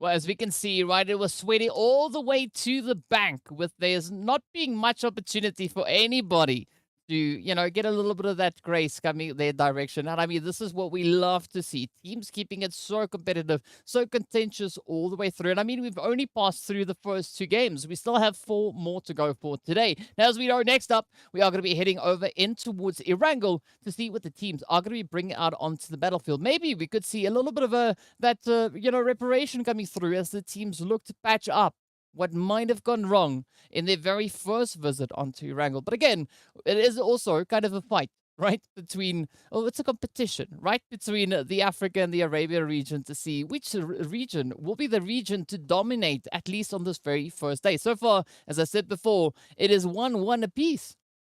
Yeah, absolutely. We've got the first map going to the PMPL Arabian squads, and of course the second map going towards our PMPL Africa squads. So now it is a fight for that third map winner chicken dinner to see, as you've mentioned, who's going to be reigning supreme on the first day and making the biggest statements. But of course we know back to the second dose of Erangel provides an opportunity for the teams, especially the teams who found themselves in those hot drop positions, like with what we saw Titans up against, I believe it was Twisted Minds that might have lost that player earlier on. Now they have an opportunity to reset themselves, moving on to this one to ensure that that doesn't happen again, or potentially for the turnaround there to pick up the eliminations this time around. I mean, it could happen either which way, but I definitely have to agree with you. I'd love to see a little bit of an evolution on those hot drops, right? I mean, don't get me wrong, I enjoy a good hot drop. Oh, yeah. Every now and again, like right? it. But especially coming into the championship, we want to see the teams get themselves sorted out throughout that very first initial stage. And then from there on, just bring on the onslaught of aggression. But who knows, right? Maybe the teams are actually opting for a little bit of an overly aggressive approach. And that could be the result of these hot drops that we are seeing come through. No, absolutely. Maybe they are going for that very aggressive point. I mean, towards the end of Miramar, it was a very aggressive bout of action. So I wouldn't be surprised if that's what they're going to be bringing into such a short week. I mean, I don't blame them. They've only got 4 days of play to pick up as many points as they possibly can. Why not be aggressive? Why not pick up those eliminations? But every single engagement comes with its own risks and tribulations that these teams need to consider, because as we know, they're fighting for that end goal. They're fighting for those top 3 slots, get themselves into PMGC, and of course all the prize money that follows with it. Yeah, well, as we know, we aren't going to have to wait too long to see what the teams are going to be bringing through as they head into match number 3, but also our second Erangel for the day. And what's going to be exciting, right? After we finish up with a bit of that Erangel, it means Sanhok is not too far away, right? So we are going to be bringing in a little bit of that lovely jungle action. But first, we need to work our way through Erangel to see what the teams are going to be bringing in. We know the first round, we had quite an interesting flight path coming through, slightly more towards that northern position. And that leads me to wonder what we are going to be having coming into this very next Erangel, right? Are we going to see a similar flight path coming through? Could it change its position entirely? Or could it be just another comfortable zone to find its way out onto the battlefield? Any suggestions that you would like to see here is? Well, we had the north on Erangel, we had the south on Miramar, so let's just go for a nice center location. Let's just go for a nice center horizontal flight path for these teams to really get their teeth sunk into Erangel on the second round ago. Well, we're going to have to wait, right? It's just around the corner. Of course, those engines are getting warmed up. Everyone ensuring that they are nice and buckled up. The parachutes also have to be packed up quite nicely. I mean, you don't want to jump and head straight down. I don't think there's much wrong with that, right? You're going to be the first player on the ground.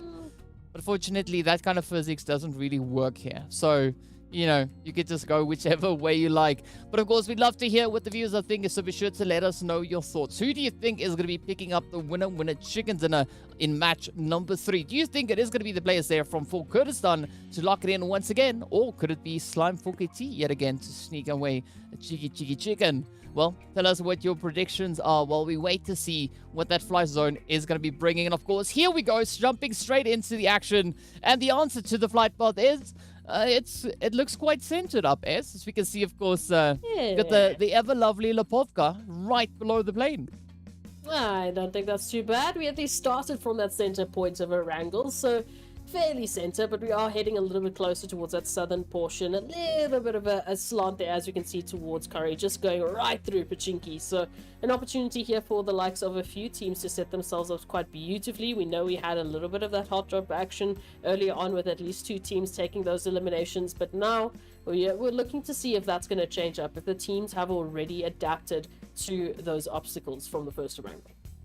Well, I mean, there's definitely still going to be quite a few obstacles to come through. As we know, the teams will still get to try and position themselves in a little bit more of an optimal position. Again, it is going to be the players now from the side of Virtual Gaming and for Kurdistan to be our first disembarkers, right? For Kurdistan getting themselves situated in and around that kind of Lipovka, with Golden trying to drift a little bit further away. But it does look like a healthy spread. I mean, I'm curious to see where the players there from Titan are going to be looking to move in towards. But also, we want to see the OOREDOO Thunders step up and just bring in that extra bit of excitement as well. And it looks like OOREDOO, they're heading a little bit towards that military base island. One of our first teams to actually make it towards that southern island. So a very interesting opportunity and a very interesting zone. I mean, look how much water is included in the zone, DK.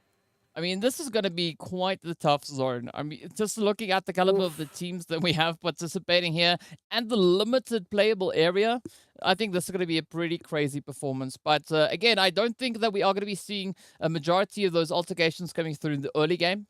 I do suspect somewhere around about that second, maybe even the third phase. But already we have the players there from Slime 4KT and Falcon getting into a bit of an altercation, of course, right there in the Slime home turf. Oh, and Falcons immediately going to be losing out to that home base advantage here from Slime 4KT as they drop 1 member, and 1 million actually find a little bit of action there towards R8 as well. Oh my goodness, what is happening? I thought we were going to be limiting those early engagements, but now we are just jumping into the action straight away. Yeah, everybody just getting right down to business. Already 1 million also trying to find a bit of that revenge play, as we did see Senkei falling. Now it's going to be Prestige moving on forward. Already got a few weapons at the ready. Venom just trying to keep them at bay, putting a little bit of distance, but also just waiting for that opportune moment to strike. I'm loving the approach coming through here from the players of R8. But is Prestige going to be able to find that angle on towards Venom? The shotty in hand, not quite sure if it's going to reach over that distance. But, well, they might be able to bring in some form of improvement here. Opportunities are lying in wait. You can see Venom making that initial push here on towards Prestige. We're just trying to delay the time so that the rest of the cavalry can move on in for the backup. Oh, now Venom. Oh, gets found out on the edge. Bandar comes rushing on through with a very sneaky hit, and that is going to be Venom send away 1 million. Now down to only 2 remaining hopefuls. That is going to be Marshall and Lazyboy, still positioned up towards those northern positions. But Koa also trying to lock in a bit of an elimination as well, taking a bit of a swing here at Falcons. As you can see, never alone, getting taken down. I mean, that's quite the ammo-saving approach. Yeah, no, absolutely. I mean, they're already knocked. You can just finish them off in style, in peace of mind. But as we know, unfortunately here for Slime 4KT, for Falcons, for Virtual Gaming, you know, for Kurdistan, Titans, all of those squads mentioned are towards our northeastern side of the zone of the map currently, and they need to make a rotation into that zone, which is moved towards that crazy southwestern portion. And the pathing that they're going to take into that zone, DK, it is still heavily contested. If we just take a look at that line there between Pachinki and Rozok, I mean, we've got teams stacked after stack after stack. There is not a lot of space for them to work with. Yeah, I definitely do think that a slightly southern approach could be more optimal, especially trying to wrap around the southern edge of Potato Hill, right? I think that could be a little bit more of a saving grace. We see UMBRA Morteza already trying to sneak their way along that exact approach, but I do think the faster the teams can get themselves set up, the more favorable it could be, because once the teams on those outlying eastern sides start pushing forward, that is where it's really going to get super congested. Yeah, no, then there's not going to be a lot of space to work with here. We can already see, as you mentioned, Morteza from UMBRA, they're taking that 3-1 split approach, which I absolutely love. Just sending out that scout. Yes, it has its risks, but it provides your team with so much information to take a safe pathing into the next zone, which, as we know, is absolutely crucial, especially in an absolutely stacked, scenario that they currently find themselves. But what is not great for the rest of the teams, as you said, moving in from that northeastern side, if UMBRA take that position, they once again, they really limit the options that the rest of the outlying teams have to take away into the zone. Yeah, it's quite a controlling position, but I'm loving the spread coming out here from UMBRA, right? Not only do we see PRZ and the teammate now just trying to get themselves into a few of those vehicles, but Wasted and Morteza also moving much further down towards that southern edge, already looking for a bit of an opportunity to play out. And speaking about southern edges, right? The players here from OOREDOO Thunder are having the entire military island for themselves, right? Absolutely uncontested, no one to be bothered about. So I'm expecting them to be pretty well looted before they start moving a little bit closer. But I think it's going to take a little bit of time until we really see a super aggressive push coming through from them, right? Because they don't have any necessity just yet. There's no reason for them to look to move to that main island. Yeah, they can take their time, leisurely loot yourselves up, get yourself set up for this next battle. We know it's been absolutely stacked. As we move into the later portions, and also the longer that they wait, the more likely there's an opportunity for Conquerors or Umbra from that western bridge to actually move on off on the main island and maybe head on into the center zone, which is what they need as the team of OOREDOO Thunders to move on out of that military base island completely uncontested. At least that's the hope. Of course, we don't know if there's going to be some bridge camping happening here, or if the other teams actually have information that there's a team actually lurking about on the military base island. Well, I'm loving the approach coming through here from Team UMBRA as well, right? Creeping ever closer to Conqueror Iraq. Conqueror Iraq, of course, keeping a very close position towards that western bridge. But when UMBRA starts venturing in there, yeah, it's going to be a pretty tough position to defend. As we can see, of course, UMBRA just towards the north. Up comes that first little bit of information gathering on the approach. And it's Riva now going to be looking to get themselves maybe a little bit more focused towards that very position, right? These hard cover positions could be quite favorable, especially looking at where the zone could be leading. Oh, absolutely. Just getting yourself some hard cover and helping the team to actually set up with a really good set of information is going to be crucial. As we can see, those teams that we mentioned in the northeastern side, they are making their movement towards that zone. Titan's going to be one of the first alongside Falcons to actually reach the edge of the zone. Now, whether or not they stick around there towards the edge, looking and waiting for teams to make their rotation, maybe pick up some earlier eliminations, that will be up to them. As we can see for Falcons in particular, it is not without its danger. NASR here coming through from that school position will be laying down some fire, just a warning shot or two as Falcons make their approach. Yeah, and of course, NASR still looking to try and find a little bit of a bounce back here, right? As we know, NASR not finding the greatest amount of success so far. It's still been a little bit of a challenging play. I do think they're sitting on, still those single-digit points, so situated on towards that second page. So any additional points they can find will definitely benefit them. And of course, speaking about benefits, right, it is going to be one of the aggressive teams, or actually two of the aggressive teams coming through from PMPL Arabia now, looking to push on forward from this northeastern side with, Santa trying to take a little bit of an aim there, trying to find a bit of an opportunity down on towards Falcon, but not landing the necessary hits. It is unfortunate. You're always just looking for those, those earlier stragglers, maybe getting a bit of a surprise. An early elimination or two will never not be welcomed here by these teams. And as we know, it's only R8 and Slime for KT currently that have managed to pick up either one or two respectively. So now an opportunity for them to take it even further, as we can see. Moving on into that eastern side, Titans. Oh, what an approach right alongside Conqueror Iraq here. Yeah, this is going to be quite an exciting dash to that zone, as we did see the zone just moving even further on towards that western side. But a team like Twisted Mind are going to be sitting quite comfortable, already situated within that center zone, so they don't have too much to worry about. Instead, we look toward this eastern side, right? Not only do we have Titan and Conqueror, but we got UMBRA as well as the players here from OOREDOO Thunder, of course, NIGMA Galaxy just towards the northern edge with the players there from NASR pretty hot on their heels. So I think there's going to be quite a few interesting plays coming through as the teams now start to progress in towards this eastern side of the zone. Now, the eastern side is going to be stacked, but at least with that center migration, as we mentioned earlier, with the teams now moving into that next phase, it provides that space towards the east, towards that northward side for the teams to actually find a pathing into the zone. As we can see, though, UMBRA not going to stop at that just yet. They're not going to be happy just with setting themselves earlier up. They want to find those early eliminations, and this time towards NIGMA Galaxy. I mean, what an opponent to take on up. Yeah, definitely quite a formidable force to go toe-to-toe with, but it's going to be NIGMA now looking for a bit of an opportunity here, while POWR is still trying to line up those heads, finding quite a few shots actually right up into with the vehicle. Hamori taking a little bit of a drift, connecting up to that tree, and this opens up the opportunity now for not only the players from POWR, but also Twisted Mind to come pushing even further on forward. Now, GEEKAY looking on as NIGMA Galaxy are inching further and further closer. It is going to be Freak to be found out next. Ragnar just lining up the defensive line. GEEKAY Esports, and you can see why they were such a formidable opponent. I mean, they moved on into the league phases of PMPL Arabia as the team to pick up the most amount of points. With 495, they made a statement, and now looking to potentially do the same here for the Middle Eastern Africa champs. It's going to be up to their positioning and up to how quick they can be with those triggers to keep this position, because it's NIGMA, it's Falcons, it's maybe even Twisted Minds towards that southern position that can get involved and fight them for this control.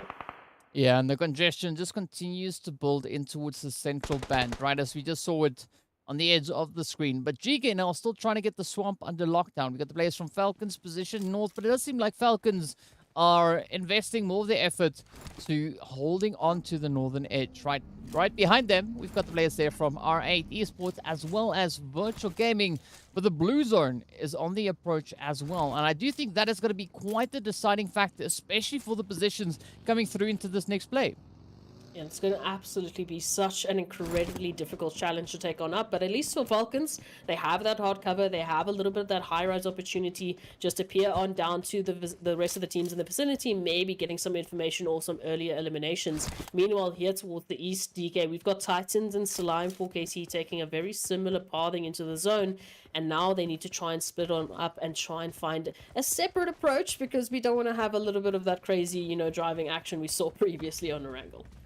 Yeah, I mean, well, I'm not going to shy away from crazy driving action, right? That also adds and that extra bit of something to the map, especially now with the zone moving even further towards this northern edge. But again, it's quite a limiting area for these teams to try and play at, as there's only a few random, you know, buildings and compounds scattered throughout.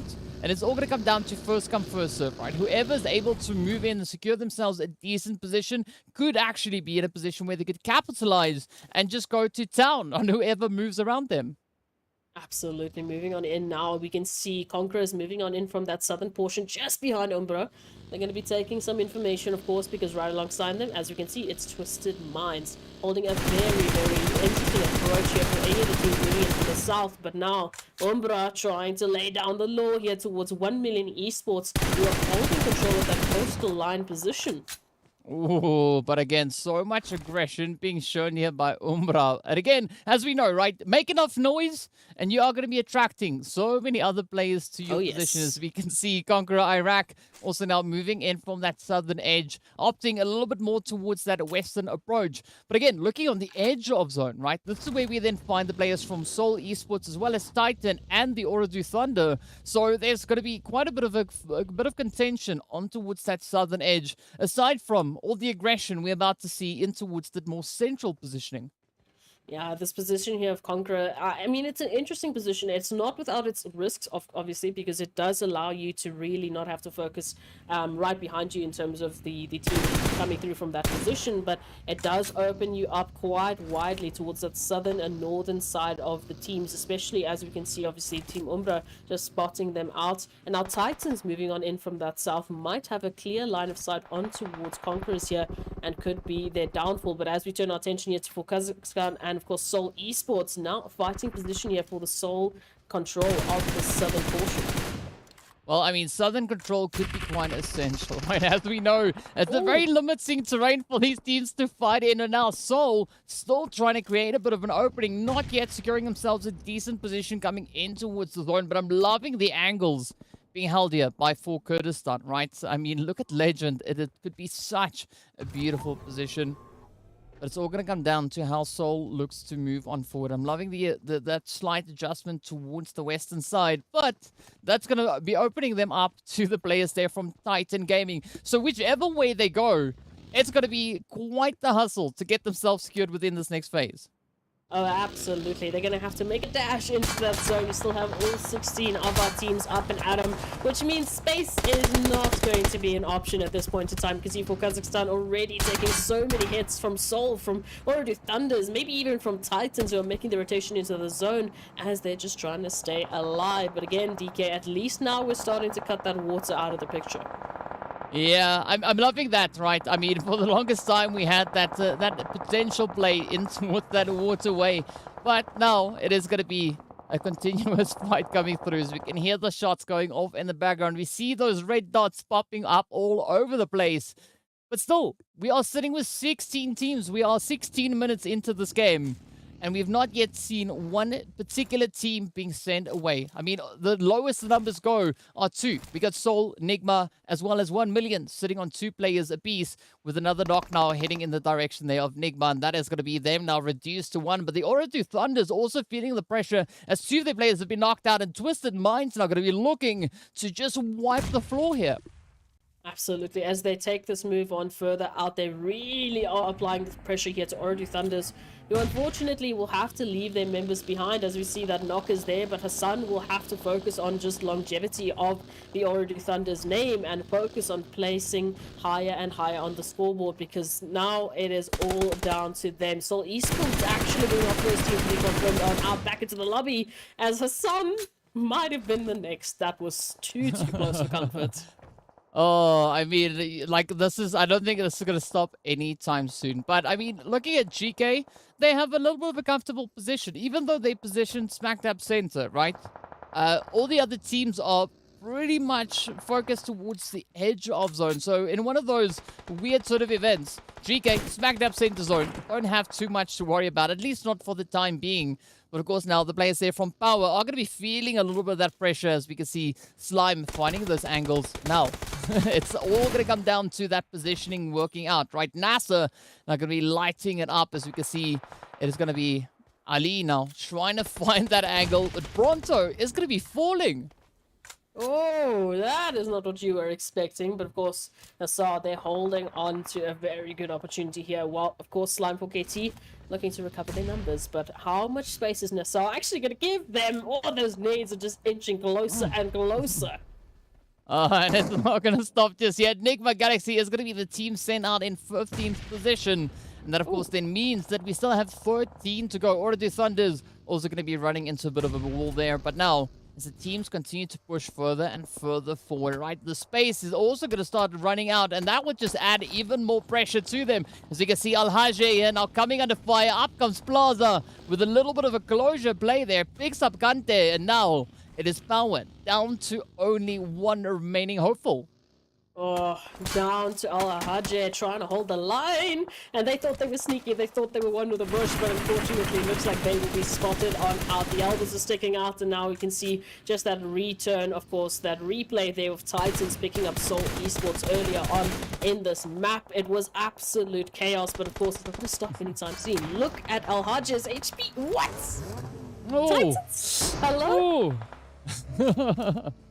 I mean, this is the kind of play that we want to see, right? Teams just coming out of nowhere with some pretty insane performances. But now, Anas, oh, about to try and patch that up as the blue zone pushes on forward. But I'm loving the approach coming through here from Twisted Mind, right? Not going to be backing off out of any opportunity they can find. But again, now they have to put in so much work because the zone has taken that swing up towards the north.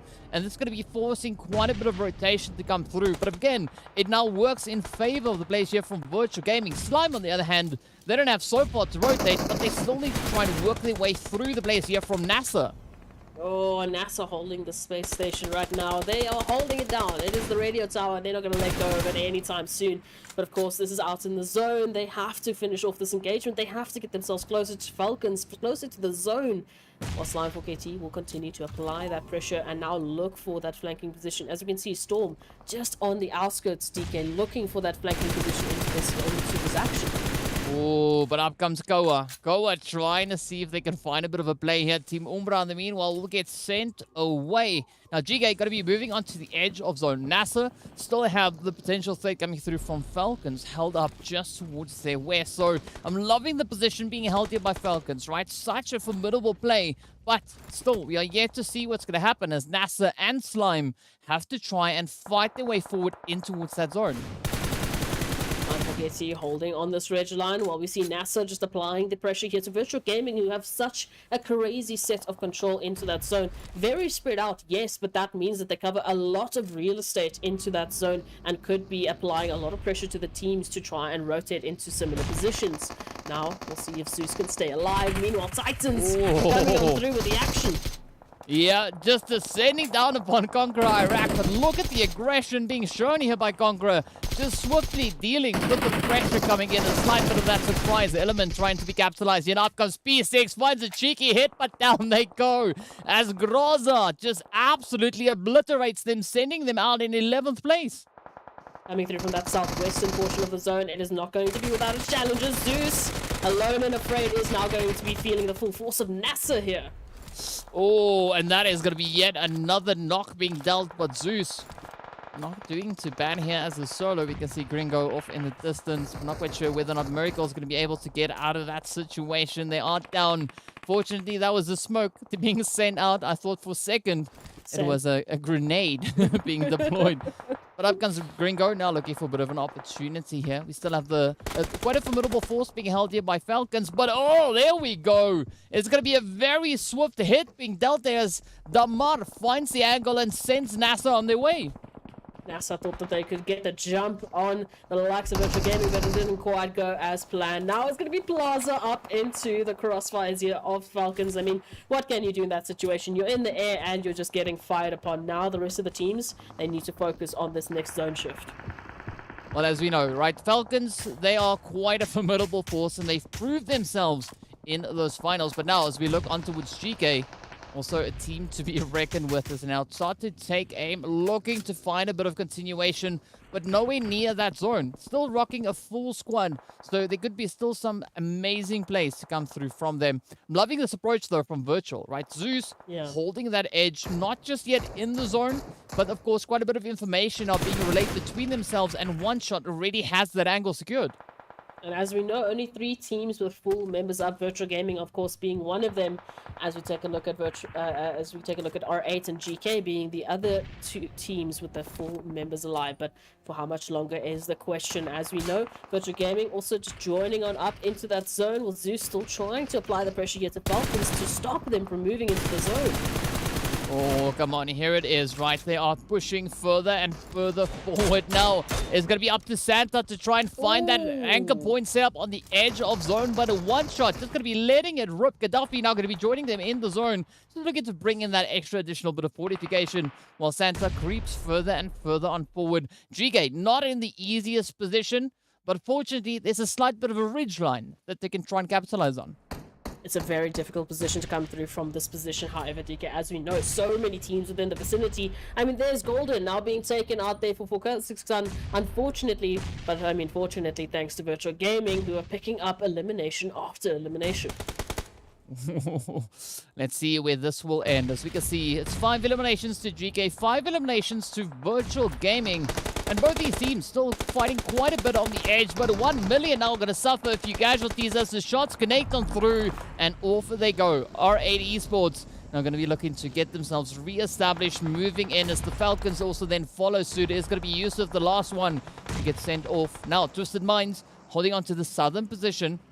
You can see the players here just up ahead, right? R8 Esports looking to come through with an absolutely banger of a performance here as Bandar and the rest of the crew now looks to get themselves established. But again, there's not a lot of options for them to get themselves positioned into. No, in Virtual Gaming, they still hold massive control of that northeastern portion of the zone, and with a little bit of hard cover, it can go a long way. But of course, GK, as one of the teams that are leading with those eliminations, they are looking to take their competitors out, looking to apply the pressure here to Virtual Gaming. While Virtual Gaming, they follow suit with R8. Oh, I mean, we want to talk about excitement. This is what we've got. It's a 4v4v3 as we move in to the 6th phase, almost the 7th phase. But again, right, not a lot of positions left for these teams to fight from. As you can see, GK, guys, now sending out a bit of that utility, trying to find these angles over on towards one shot. And the essential part here is, like, the faster you can get that opening, the more aggressively the teams can try to push on forward. But as we know, right, this is the late stages. The teams could potentially just let their player go and not be too phased about that just yet. You're talking about letting players go, but what these teams have made a blunder is they have let Virtual Gaming take full control of that next zone shift. They have all of their players within that zone holding the rest of the teams and keeping the rest of the teams out of that zone, as they now need to fight their way into safety, as GK might be the first or might be the second as hope goes down. Yeah, great hit coming through there from one shot, but still, the rest of the GK team lying in wait. Now that zone just tightening the whole position on towards them, as we can see Zeus now getting traded off. It is now riding on one shot, at least on this front line. We can see Alpha Luigi trying to take on that northern position, so very spread out approach coming through here from Virtual Gaming. And I mean, they've got to have a lot of confidence to take such a wide spread this late in the game. Yeah, a lot of confidence moving into a very difficult situation, but the teams from Africa, they have made a statement. They're looking to take the second one, DK. But now, is it going to happen? Is Virtual Gaming going to be able to take up that winner chicken dinner, or will GK Esports have something to say about it? Already 8 eliminations to their name, and we can already see the sneak up on this position is coming through.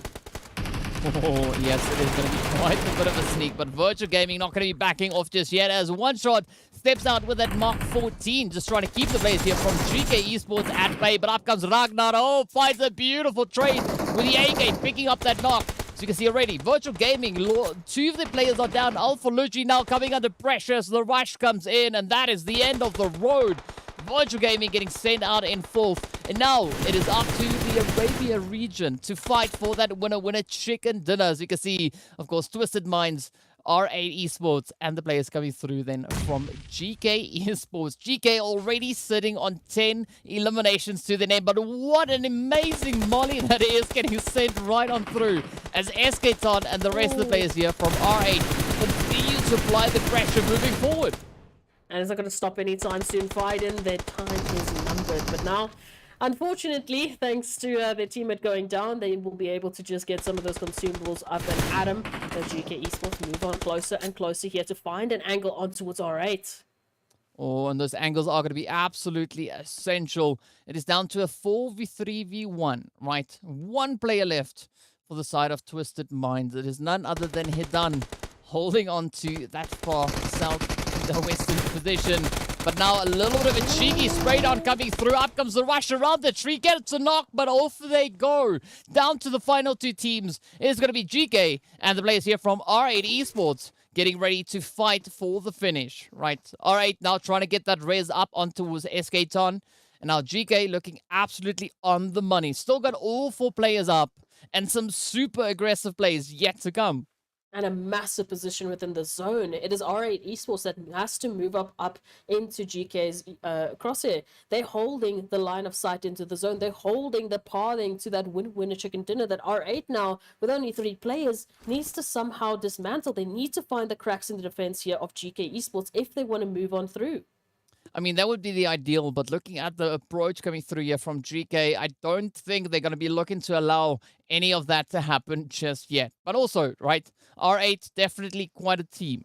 definitely not a team to discount at this point. So it could still swing either which way. We're starting to see a few pans finding their way across the map. But Ragnar now just trying to peer out on this ridge line. Definitely GK are holding the more opportune position here. So I wouldn't be surprised if it worked out in their favor. But they got to be quite watchful of that blue zone, as it could still swing in for that extra surprise element. But now comes the rush. It is Prestige down. It's the next one down. It all now turns to the final player, and it's none other than GK to lock in that winner chicken dinner, walking away with those double-digit eliminations to their name. And what a chicken dinner that was. Yeah, alright, Esports, they were done. They were done hiding. They were going for that winner chicken dinner one way or another. But what a fantastic turnaround here from such an incredible teams towards that final zone. It was an incredibly difficult battle, especially for GK, who had to fight up against Virtual Gaming to get themselves closer. Well, of course, as we know, right? Match number 3 done and dusted. So we are going to be hopping into a very quick break. So be sure to enjoy the few moments here. And we'll be right back afterwards with a match breakdown.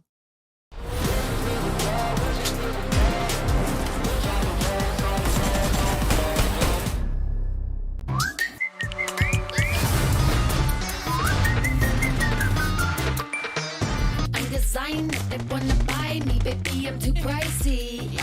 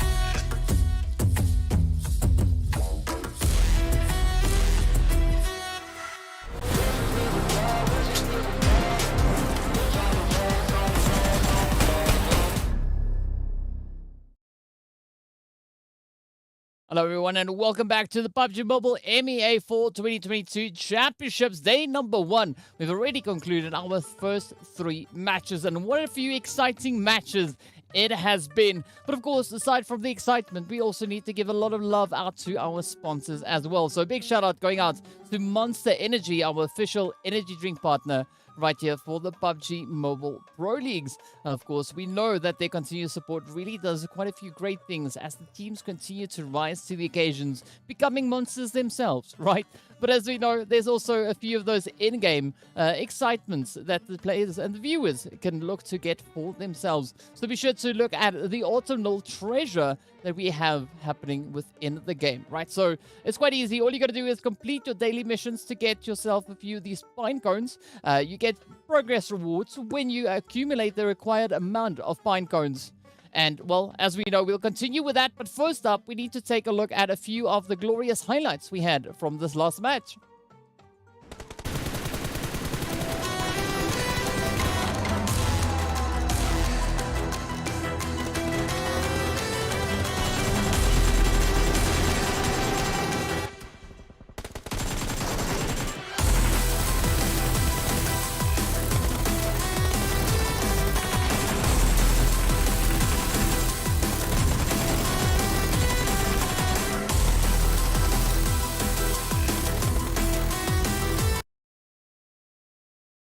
Absolutely insane once again. But like as we were saying before, the teams are absolutely crazy with their performances and quite a bit of excitement coming through.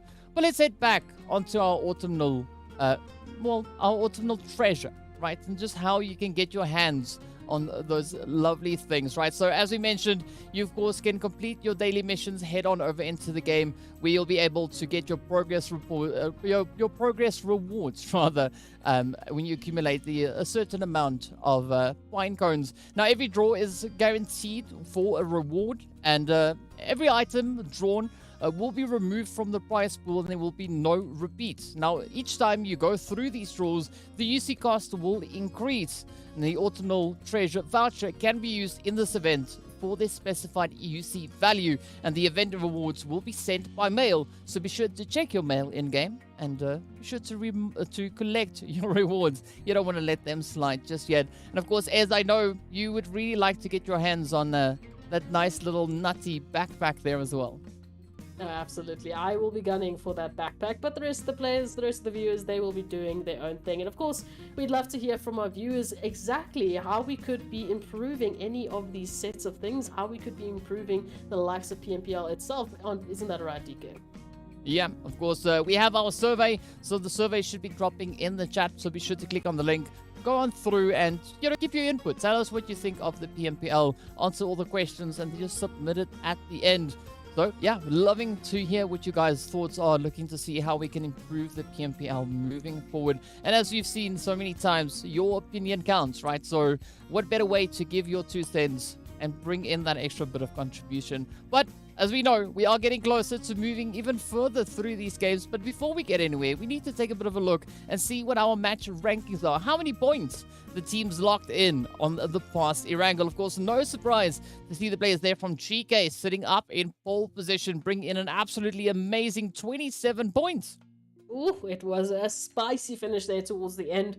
And we saw so much action, honestly. The entire highlight reel was just that end bit, right? Those top 4 teams just going absolutely crazy. As we can see, moving on further down, we have at least our top 5 picking up those double digits. But even towards the 6th and 7th position, we have the likes of Conquerors and Titans picking up 6 eliminations to bolster their standings. So an absolutely phenomenal work coming through from these teams. As we take a look at the second page, of course, we know some teams didn't pick up the crazy points, but they made a consistent effort, and that's what counts.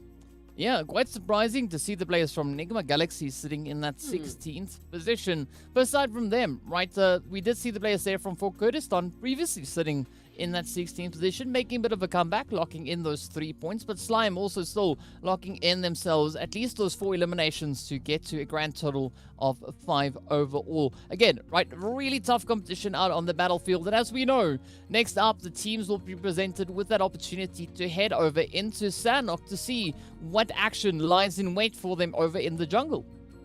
I'm very excited to see a little bit of that Sanhok action, because we've had the teams being incredibly active. I mean, with the early round eliminations, those hot drops that we've been seeing, the teams have really been stepping up the aggression to a whole different level. And again, we mentioned this, we won't be too surprised about it, because we know the teams have a very limited amount of time and games to pick up as many points as they possibly can. Yeah, and I mean, this is why we're seeing such an aggressive effort being brought through, right? The teams really trying to make everything count. And, you know, we see a few comments coming through here and there with, you know, a lot of shout-outs going out to, you know, a few teams. But we'll have to see what the support is coming through for all these teams. So be sure to let us know in the chat who you are here to support, right? Who do you think is going to be team to pick up the winner chicken dinner once we get over in towards that lovely, lovely Sanhok? But as we know, the teams are also playing for those culminated points. So we'll be taking a look to see what the overall standings are a little bit later on. But so far, a really strong effort being brought in. And now, as we are getting ready to move into that extra bit of Sanhok, we know flight path not going to be all too important, right? What is going to be more important is where that first initial zone is going to be forming. Right now, we've seen several surprises come through from this. But where would you like the surprise to be dropping this time around? Trifecta. Definitely include that trifecta action, because we always know as soon as those trifecta islands are involved, there was absolute chaos towards the end bits. Well, I have to be right there with you, right? Trifecta is always quite a bit of exciting position for these teams to really try and fight their way on through. But I guess I won't shy away from maybe is this a complete northwestern position, right? That northwestern island is also sometimes quite a formidable angle to be playing towards. But as we know, we are going to be finding out momentarily, so be sure to let us know. You can hit us up in the chat, but also be sure to reach us on the social medias. If you reach us on social media, be sure to include the hashtag, right? As we know, PMPL MEA Champs, you can see right above us over there, right? So some pretty exciting plays. I pointed the wrong way, but either which way. That happens when cameras are flipped. You get lost as to where you are. But, you know, of course, we'll be making our way towards that plane, looking to see what's going to happen and whether or not we are going to be finding ourselves that glorious zone that we are hoping for. But again, right now, we've seen the Arabia region lock in the first winner chicken dinner. Africa coming back in match number 2. Arabia coming back in match number 3. So if the trend is something to be followed, this next match could be an Africa team locking in that winner chicken dinner. Over towards the PMPL Africa side, we do generally, you know, really talk about Sanhok being the Slime 4KT territory map. So if it is going to happen, it definitely is going to be placing a lot of focus there towards Slime 4KT to see if they can win this one out, or if some other Africa teams will be making their debut. But as we talk about it, it is finally time to jump on into the jungle. Yeah, it is time to rumble in the jungle. A very centralized flight path, as you can see, thanks to this lovely plane and those 2 helicopters accompanying it across the way. But there we have it, right? A very comfortable flight path. Not going to be impacting anything at this point. It's all going to come down to the deciding factor, which will be that zone. So maybe we still get that zone to come through. But I mean, looking at the teams across the board, right? I think we could be expecting the players here from 1 million to try and aim for that second place again. Yeah, as in moving in from that previous season of PMPL Africa, we did see them really going for, not intentionally going for the heal-off strat, but making sure that Senke was in a position where they could continue the heal-off strat should things for the rest of the 1 million squad not necessarily go their way. So for those viewers coming through from PMPL Arabia, that's what we talk about when we think that, you know, 1 million is going to be aiming for those placement points. It is because they're going to keep that availability for heal-off in check. But now, Titans... what's happening over here? Yeah, it's going to be Soul on the welcoming committee there, just lining up their heads, popping off the shots, and already now it all is down to only P6 as the push comes through, but P6 not going to let that come in just yet. But of course, Omar with the lovely DBS will be putting a very quick end to the side of Titan Gaming. We haven't even been here for 2 minutes. It hasn't even been 2 minutes, and we've already lost a team. Oh my goodness. Okay, no, so the African teams, they are stepping up, but against each other. So Esports will be sending Titans back into the lobby. They don't get any Sanhok action today. They just briefly saw some ruins, and well, that was enough for them. They will be now contemplating that on the sidelines. Meanwhile, of course, we do see NIGMA Galaxy with a little bit of an inkling, specifically coming through here from Raouf, that something is happening towards ruins. Of course, Hamidi is close by as well, where the rest of NIGMA are closer towards that southern portion. So I don't expect that they're going to jump into the action just yet. They're just looking for information. Yeah, I think that is a very, very calculated approach coming through there from, you know, Raouf and Hamodi. You know, you don't want to follow the kind of trend that this happened there to Titan Gaming. Instead, you want to look to try and play a little bit more for that continuation. So I think a very worthwhile decision being made there. Instead, focusing on longevity instead of, looking to get aggressive just for the sake of getting aggressive. But as we know, right, these teams, they play with calculated approaches, right? They've got strategies, they've got angles that they're looking to play at. Unless, of course, it's a little bit of that hot drop action and things, unfortunately, just go the way they go. But we are also then going to be looking at that blue zone that will be moving on forward. And moving on into a very interesting zone. Of course, Trifecta still in play, but unfortunately, we don't have that northeastern side involved this time around. Sorry about that, DK. But hey, at least we know there's going to be some crazy action, especially looking towards some of those outskirt positions. I mean, you've got NASR very close in contention there for Kazakhstan. A potential for them to get involved, but again, I'm not likely going to expect that just yet because the teams are still busy with their loots. Yeah, I mean, for Kurdistan, definitely in an interesting position, right? But I mean, they've got the entirety of Camp Charlie to go about their business, right? NASR, they're still exploring cave, exploring the surrounding buildings. So I don't think that we are going to be seeing any altercations come through, at least not on that front. But if we look a little bit further, we do see the players now all just trying to get themselves established, right? We do have a smoker there from OOREDOO Thunder starting to venture a little bit closer in towards ruins. As we can see now, this is just a beautiful replay of what we had happen to the players there from Titan Gaming right out of the gate, right? As we can see, not even 2 minutes into this match, and it's already the end of Titan Gaming. So Seoul Esports really just rising up and doubling down on the efforts. But again, speaking about efforts, it is now going to be all down to the players here from POWR looking to hold up a bit of an angle. Oh, that nade was just primed and ready, finding that connection towards the players here from POWR. And now, as you can see, a little bit of a return from D7H here potentially to try and get the flanking position, get that recovery. But time is ticking, and at this moment in time, you have to make that decision. Is it worthwhile? Is there an opportunity I can go for to get that res, or is it just going to land me in some trouble? Yeah, I mean, it could land you in a little bit of trouble. But of course, speaking about trouble, right? Seoul now has that by the bucket load at this point in time. As we can see, OOREDOO Thunders now just pushing on forward. We got a White now trying to hold up this defensive line. But I do think this is going to be, one of those plays where Seoul are going to be stopped right here. They've already had quite a successful rush, but now up comes Hassan moving on forward. Weiss comes out with a DBS, but down they go as the OOREDOO Thunders just push on forward, and they, of course, then get eliminated as Seoul Esports make their way on back.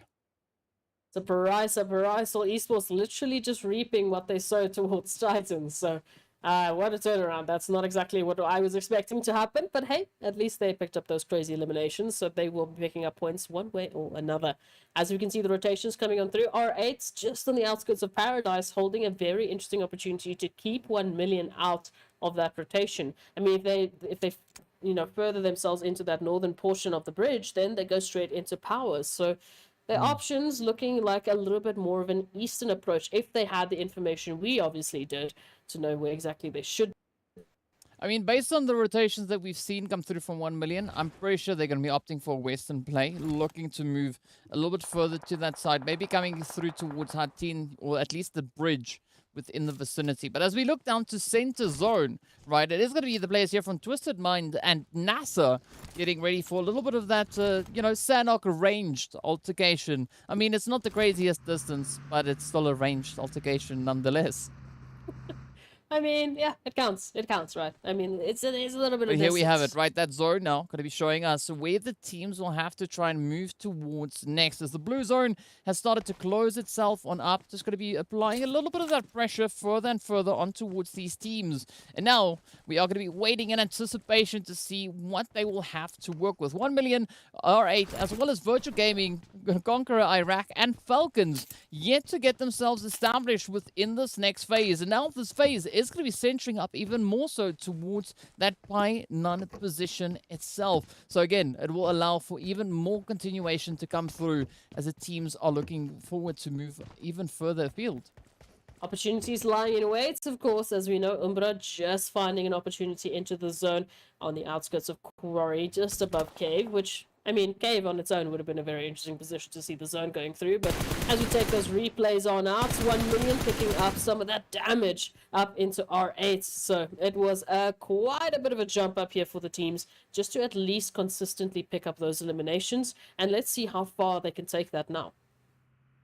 Yeah, I mean, maybe they could take it all the way to the bank, right? As we now wait to see what NASR is going to be doing in a very centralized position. They've got the OOREDOO Thunders moving in from the north. They got Twisted Mind moving in on towards that northeastern approach. And right behind them is going to be NIGMA Galaxy. So if you want to talk about a sticky situation, this is definitely one that NASR could find themselves in. But it's all going to come down to how these positions play themselves out. It's going to come down to those crucial decisions, those last-second decisions that really can make or break the plays here for the teams. NASR in particular, what a sandwich they find themselves in. It's NIGMA Galaxy to their south, it is Twisted Minds to their northeast, and of course, it is OOREDOO Thunders here towards their northwestern position. So within the vicinity, they find themselves quite a bit of a sandwich. But they have an opportunity to take this further. They have a good ridgeline to work with, and if they can keep this cover in check, they have an opportunity to move on further. Yeah, and I think that ridgeline is going to be absolutely essential, especially in their current positioning. But of course, you know, there is that potential threat of the players from Slime Forgetty sneaking in from that northern approach. For the time being, the immediate threat will be presented by NASR. So let's see whether or not OOREDOO Thunder is going to look to contest against them. Now, as you take a look at it, this is going to be an interesting opportunity. Conqueror Thunder, the Conqueror Iraq, of course, they're holding an interesting position, but how long is going to be the question with so many teams moving on in. We've got Sly moving on in from that bridge line, just making that crossing line. Could find themselves just behind Conquerors, and then we could be seeing a little bit of that action starting. Oh, yep, we could definitely see quite a bit of that then coming on through. But it's going to be a race to get themselves situated within the zone. Not only are Conqueror trying to get themselves established, but we also have the players there from R8 just up ahead. So this could be quite a bit of a gatekeep now being applied as the players here from Conqueror Iraq are trying relentlessly to get themselves ahead of that blue zone closure. And the only thing that's really looking like it's set in stone is the position that 1 million is holding, running a very similar approach to what we've seen in PMPL Africa. So I would say that your earlier guesstimation of them running that potential heel-off is still in play. But we'll have to wait and see how the rest of the members will make their approach. With Virtual Gaming, yeah, this is a bit of an interesting one because you've got Conquerors up towards the ridgeline, but Virtual Gaming have to go past them to get into the zone.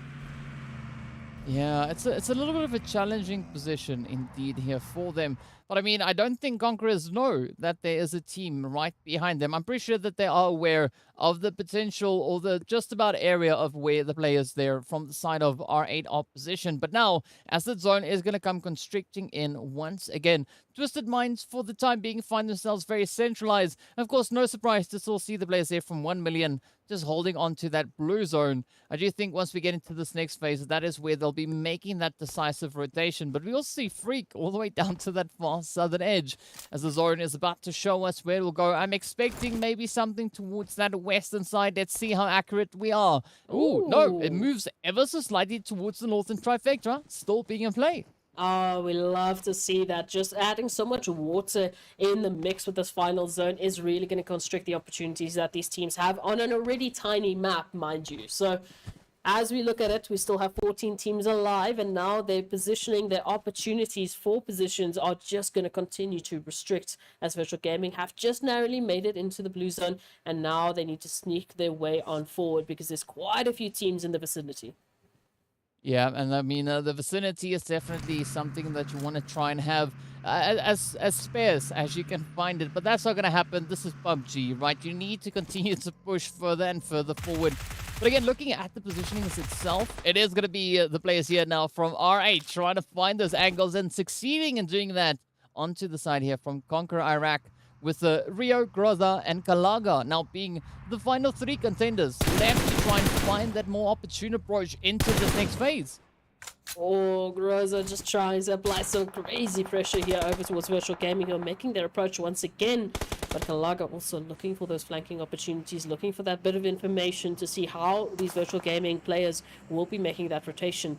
It is going to be a tough one running down from that ridge line right in the crosshairs of not only Conquerors, but also R8. Well, let's see whether or not they're going to be able to maybe have something happen that could be favoring them here. But again, right, so many teams still do lock in those positions. We are seeing a lot of that congestion towards that western side. The Slime, the players there from OOREDOO Thunder, as well as the addition of POWR, holding a pretty tough line in and around the ruins. So once this next zone really starts to tighten up, I think this is where you're going to see a lot of that aggression now being brought through from these teams. Massive opportunity to have that happen as well. As we do see, 1 million, even though they are just a few numbers, just down to 1 or 2 that have made it into the zone, they will still be applying the pressure as Alpha Luigi goes down. But now, where's the confirmations? It's going to be up to these teams to try and make these rotations out. Ooh, up comes the hits, right? 1 million. They're going to be trying to drive it all the way through. But I mean, it's quite surprising. Virtual Gaming, they kind of know what to expect looking at a team like 1 million, but yet they are getting found out, the shots connecting on through. And Zeus in one shot in a much less than favorable angle here, but the blue zone will be fighting its way on up as well. So let's see, maybe this could be the shot that's on the money now for Lazy Boy. Oh, it's going to be the opportunity here. Alpha Luigi still, well, bleeding on out, is knocked, but it looks like Zeus is actually going for that raise opportunity. Hopefully they will be able to get it. And then Virtual Gaming will be back to 3 to try and take on the likes of 1 million, who's also moved 3 into the zone. As we can see, Senke is still out in the blue there towards Tatmok, you know, taking their sweet time. They're relaxing out in the blue juice, while the rest of the teams are constricting here towards the center of the zone. Well, I mean, yeah, as you said, right? No surprise to see the strategy coming through here from 1 million. But now we get to turn our attention on towards the teams within the zone, right? As we see NIGMA Galaxy still trying to get themselves situated within this next phase. Falcon also going to be pushing in from that southeastern edge. But UMBRA, they have a little bit of a saving grace just up ahead of them. And now as the zone moves, it is going to be moving just to those outskirts of Painan. So Twisted Minds being absolutely zone blessed at this point in time. Oh, they are going to be feeling so good moving into this next phase. But of course, the rest of the teams looking to constrict onto that position. Twisted Minds is going to have a lot of pressure to deal with. Well, the pressure not going to be stopping anytime soon. As we can see, the teams are just starting to line themselves up on that very edge. Up comes players there from R8 Esports, so looking to make a quick dash forward, moving closer towards Painan. But they are going to be finding themselves a beautiful serving of UMBRA right there alongside them. And of course, still to that more eastern edge, it is still the players here from CONQUEROR Iraq and Virtual Gaming trying to fight it out for a potential rotational pathway back in towards this next zone. Oh, we can also see for Kyrgyzstan actually finding a little bit of damage there over towards NIGMA Galaxy. And this is happening towards the southern portion of that zone. One shot! It's a little bit more than one shot, but they definitely got their rewards. Finding 2 knocks on towards Conquerors here. Well, now it's going to be on the money, right? One shot needs to push in and try and get it under lockdown. It is going to be Groza position just up ahead, but one nade could end this whole position here. Oh, that gets scary close, but now Groza still trying to play a little bit on the staircases. Is trying to find that opportune approach. But Zeus bring in that extra bit of a backup here. This could be what one shot needs. Now the nade finds its way across. You got to be so watchful of these lower positions. Now, back and forth, up and down, all over the place. The blue zone adding onto the spice. Here up comes one shot with a little bit of a rush on the outside. Oh, and that is going to be the end as Groza gets sent off alongside with the rest of the players here from CONQUEROR Iraq. Oh, what a massive step up here for Virtual Gaming to find the opportunities. But unfortunately, with all the time that they've spent, they will have delayed their rotation into the zone. You can see Alpha Luigi making a dash into the zone right alongside 1 million, trying to give the rest of their team information as to how they can rotate. But it is not going to be without its challenges, of course. And as you can see, Venom already spotting out the scout there. Virtual Gaming is going to make it so much harder. Yeah, and of course, we are seeing quite a few teams now starting to fall as we are down to only 12 remaining hopeful teams looking to push and get themselves secured. But still, the players there from Twisted Minds not going to be flinching whatsoever. Still holding on to center zone as the blue zone now is forcing the teams further and further forward. NIGMA Galaxy still trying to get themselves secured on towards the southern edge. Now going to be looking to take aim towards the place here from Falcon. Out goes the nades, not reaching all the way across. But Falcon's still going to be trying to play a slight bit of this elevation. NASR now also going to be suffering a few knocks, so we can see just off in the distance there. but a slow, steady approach coming through here from Rauf. Absolutely, and they're going to have to continue that as they do have at least a member out into the blue, but now facing off against NIGMA Galaxy. Finding Lord is going to provide them that opportunity to continue applying that pressure. Well, let's see where this goes now. It's going to be Never Alone creeping ever closer. Just within range distance of that nade. Finds a little bit of a cheeky trade onto Rauf. Fortunately, not dealing the necessary damage. But this Vector could be quite a devastating weapon at close range. Let's see where it's going to go. Out goes the nade. Trying to just overshoot and create a bit of an opening. But there's going to be NIGMA Galaxy holding strong. Up comes Rauf. Beautiful trade. Gets the hit. And those nades from Falcon just dealing absolute devastation. Oh, Yusuf now up close and personal. The push is going to be here around the corner. And here comes the SMGs. Falcons will actually close this one out, picking up their 6th elimination. And what a closer. This is going to provide them massive space moving on into the south. Yeah, Falcons just shutting the door right then and there. But UMBRA also now looking for a slice of the pie, right? They also want to step up and have some form of contribution here, as they're yet to get themselves secured. Now, moving forward, they could maybe line themselves off a few beautiful hits. Instead, it is powerful just to rain down with an absolute barrage of hits. Now, as we can see, Never Alone, Yusuf already getting that slight anchor point secured. But the blue zone is not going to be stopping just yet. It will continue to apply the pressure, and Wasted going to be waiting just up ahead. But now, Twisted Minds right behind them. So I think this is going to be quite an uncomfortable sandwich coming through. Oh, and Umbra is just going to make it even worse. Moving on in for the closer. Already finding one here from Falcons, looking for the 6. Now look at Powerful just holding back that flanking line. An opportunity for them to get involved, but that blue zone is eating away at the HP. Well, I mean, definitely not the most opportune approach that they were thinking of, but it is going to be forcing them to adopt a little bit of that blue zone heal strat. It's going to be none other than Damar and Powerful, the 2 remaining hopefuls now for the side here of Falcons. But it is going to be that push, right? That relentless push still coming towards the zone. Twisted Minds now on Overwatch, looking to see if they can maybe spot a few of the players on the approach. As we look towards that western side of the zone, we see the OOREDOO Thunders holding strong, but up north it is none other than 1 million and GEEKAY going toe-to-toe with Gaith and Santa positioned just up ahead, and of course Hope just riding on the hill, now pushing towards the players there from POWR. And it's only Marshall here from 1 million to make any statement whatsoever. Sid is out in the blue, holding the line, making sure that 1 million will still be in this, even though Marshall will be going down. As we take a look at GEEKAY, they're not done just yet. They're looking at POWR now. Yeah, Santa not going to be stopping there just yet. But now Al-Hajj now still having to push on forward. Gets spotted as the shots connect on through there from the OOREDOO Thunders. And that will be the end, right? That is all she wrote. So Osama with an absolutely beautiful ranged attempt. But now NASR looking to get themselves secured over on towards this western side. Of course, they have to go up against the OOREDOO Thunders team. Now, as we saw there, the players from Falcons also getting sent away. And down to the final few we are, right? 4 teams within the zone. That means the other 3, 1 million, UMBRA, and of course the players from Virtual Gaming, still positioned out in the blue, adopting those heal strats. And OOREDOO, as you can see, one of the few teams with that hard cover, but looking at the ridge line that they have to take and that zone centering on up on itself does mean that OOREDOO Thunders, this opportunity, this position they hold is going to be all for naught, but maybe they can find some space over towards NASR. If they can take NASR out, they only need to focus on the remainers of GEEKAY and Twisted Minds in that final zone. Oh, it's going to be a lot of pressure now coming through on towards them. As we see, you know, the team's kind of separating the zone up, but there's going to be a smoker to be found out as Ali sends that nade in. Now looking to find that extra bit of continuation, looking for those final few hits. And NASR now trying to get at least this western side under lockdown, but it's not going to be easy. As you can see, Gaith now reaching in, applying the pressure and reducing the side of NASR to only 2. It is now all down to the lonesome Miracle and Batika trying to hold on to that western position.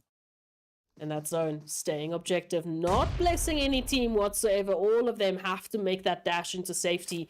And right now, that zone is just applying that extra bit of pressure. It's going to be NASR to snake it on up into the grasses just alongside OOREDOO Thunders and GEEKAY Esports, who are sending out the nades after the nades. Oh, what will NASR do? I mean, there's not much hope left for NASR here, as we can see Miracle now hoping for a miracle of their very own.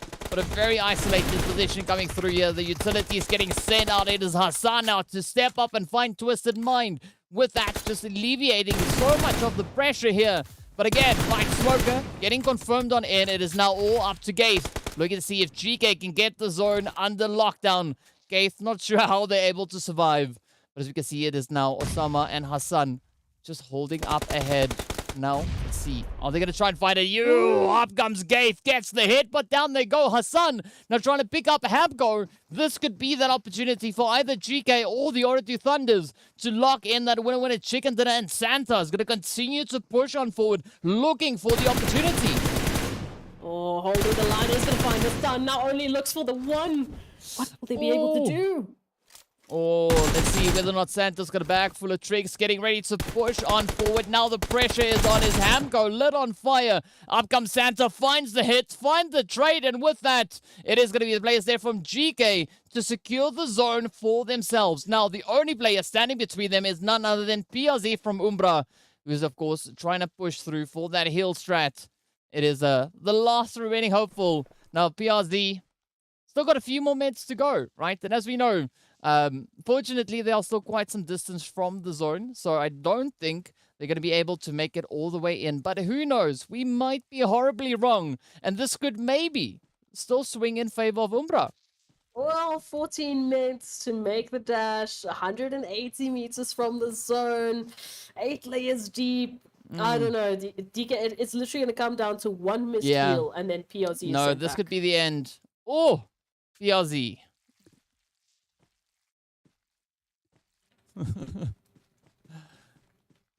Starting to push a little bit further forward. I mean, this is such a crazy position, right? I mean, PLZ, essentially gets taken right on down as they don't have sufficient meds to make it all the way to that zone and apply that extra bit of pressure. But of course, a well-deserved winner chicken dinner going out right there. And what an aggressive fight this was. I mean, no surprise to see the teams right here on Sanhok just absolutely lighting it up.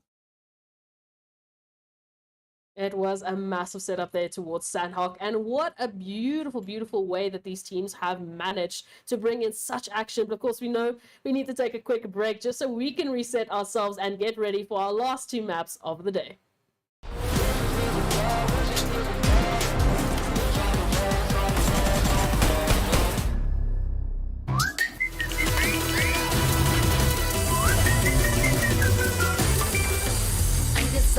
They wanna buy me, baby, I'm too pricey.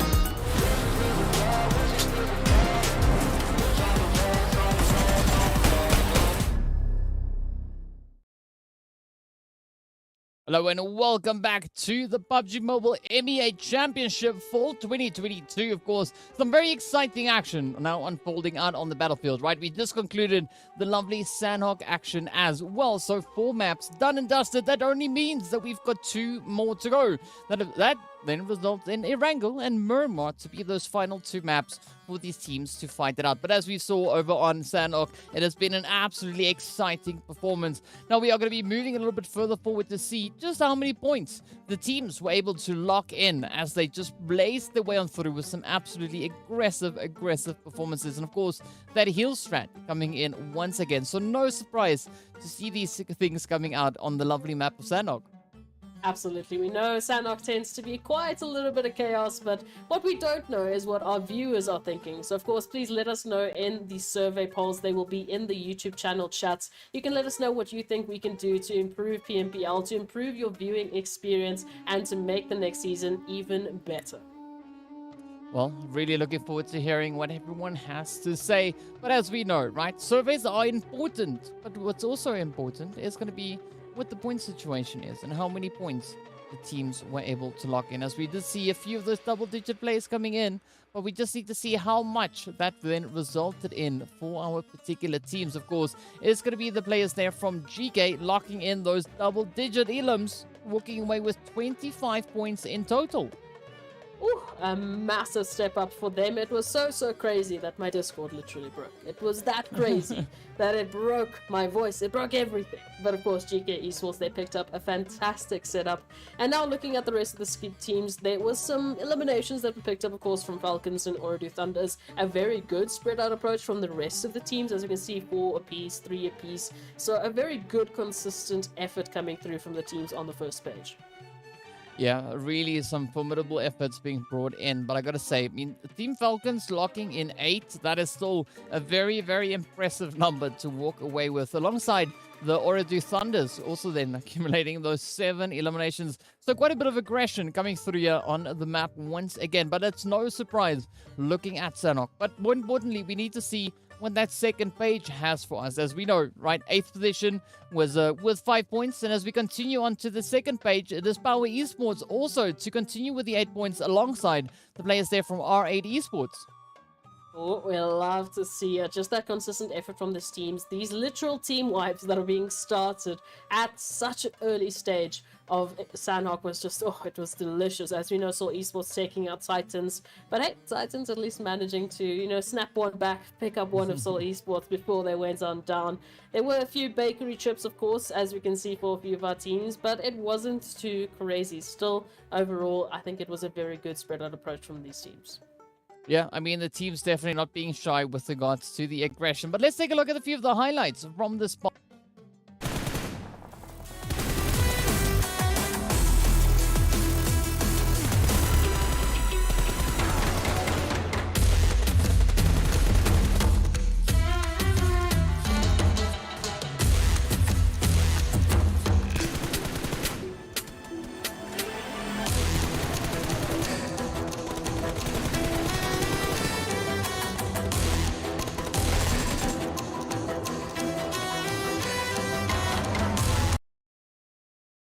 Some pretty crazy plays once again. But as we know, right, all this craziness then results into something. And of course, we know the teams are fighting their way to get themselves established on those overall rankings, right? We've had the regions now stepping up. Unfortunately, match number 4 didn't go to Africa. It went to Arabia once again. But who knows? Maybe that's a little bit of a different trend. A trend that we're not really finding the gist of just yet. So still 2 matches to go to see what these teams will have in store for us. And, well, of course, we know that the overall rankings are also about to make their way on through as well. Absolutely. So far these teams have been putting in those efforts consistently, because as we know, they only have those 4 days of play. The points will not get reset at any single point, so they need to bring through their best performances from the first map right up until the last map. And looking at it today, there has been a good spread of winner chicken dinner winners, so we've already had a good bit of competition towards those top rankings. When we later do take a look at those over rankings, I think they'll be quite surprising. Yeah, I mean, but of course, as we know, right, these teams really keeping up such a strong effort. GEEKAY already sitting on those two winner chicken dinners. And that leaves me to wonder, right, what is going to happen as we move into our remaining two games. So, as we mentioned before, next one up is going to be Erangel once again, before we close off the day with our final Miramar to see what the desert will have in store for us. But be sure to let us know in the chat, right, what are your predictions coming into match number 5? Who do you think is going to be team to lock that in? But let's take a look now at the overall rankings to see where these teams are currently situated. Oh, so GEEKAY, as you mentioned, with those two winner chicken dinner winners, riding right at the top. They were 71 total points, and they were massive in PMPL Arabia, so not surprised to see this consistency moving on through. But Twisted Minds hot on their pursuit as well, with POWR as well, moving on into that third position with 48 points. So overall, DK, a very consistent effort from these teams. Yeah, and we can of course see that distribution of the winner chicken dinners, right? One being towards Slime 4KT, the other one to the players there from 4 Kurdistan who picked up the very first one. But let's see now what is going to happen as we still have 2 more to go. But a very contentious approach, I have to agree with you on this one. I mean, the aggression just looking so phenomenal. I mean, GEEKAY sitting on 32, the same amount of placement points that Twisted Mind has. So already, I think GEEKAY is starting to set the bar up, right? And that they're going to be quite a formidable force as we move on forward. But now, let's take a look at that second page before we get right into the action, of course. In 9th place, we got the race there from Team FALCONS sitting on 24, and then it slowly trickles down. But surprisingly, we see NIGMA, Galaxy, and Titan Gaming sitting towards that lower end.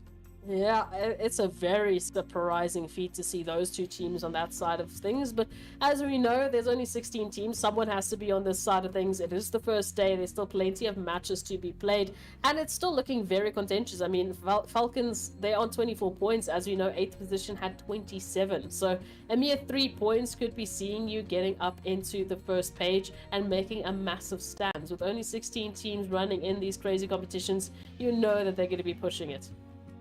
Well, I mean, talking about pushing it, right? They are going to be pushing those efforts even further now, moving into match number 5. Of course, Erangel is where it's at. Now, we've seen our fair distribution of interesting flight paths come in. But again, right, this time around are we looking at a center zone or something a little bit more on towards those off angles?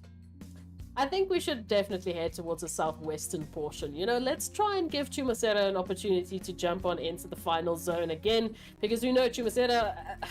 crazy terrain that these teams have to deal with. So I think it would be quite a bit of a surprise, other than heading all the way to Oasis. I mean, that would be the biggest surprise of all. Yeah, that would be quite surprising, especially when we get over on towards Miramar. But now for Erangel, I mean, if we go in towards that same similar kind of direction, we could be looking at a little bit of that Ferry Pier kind of Quarry Primorsk play. So let's see where that flight path is going to be taking us as we move straight on forward. Is of course starting down towards the southwestern side, right? You can see the lovely Sosnovka Island just off to the edge, and the main island over on towards that left-hand side, with Primorsk being right there where the helicopter currently is. But again, a very centralized flight path, so I think the teams are going to be quite satisfied with the reach they have coming off of this flight path. Yeah, massive opportunity to go to your favorite positions, to get yourself set up, and maybe we'll see how this Erangel will be changing things up. Already 2 helpings that these teams have had, so they know what they need to adjust. They know what they maybe don't need to adjust. You know, if it's not broke, don't fix it. Maybe just bring a little bit more of that action into this Erangel, and then we could be seeing a really contentious Erangel. Of course, we know we had a double helping of teams towards school, so interested to see if that's going to stay the case, or if we're already going to be seeing a few adjustments in drop locations.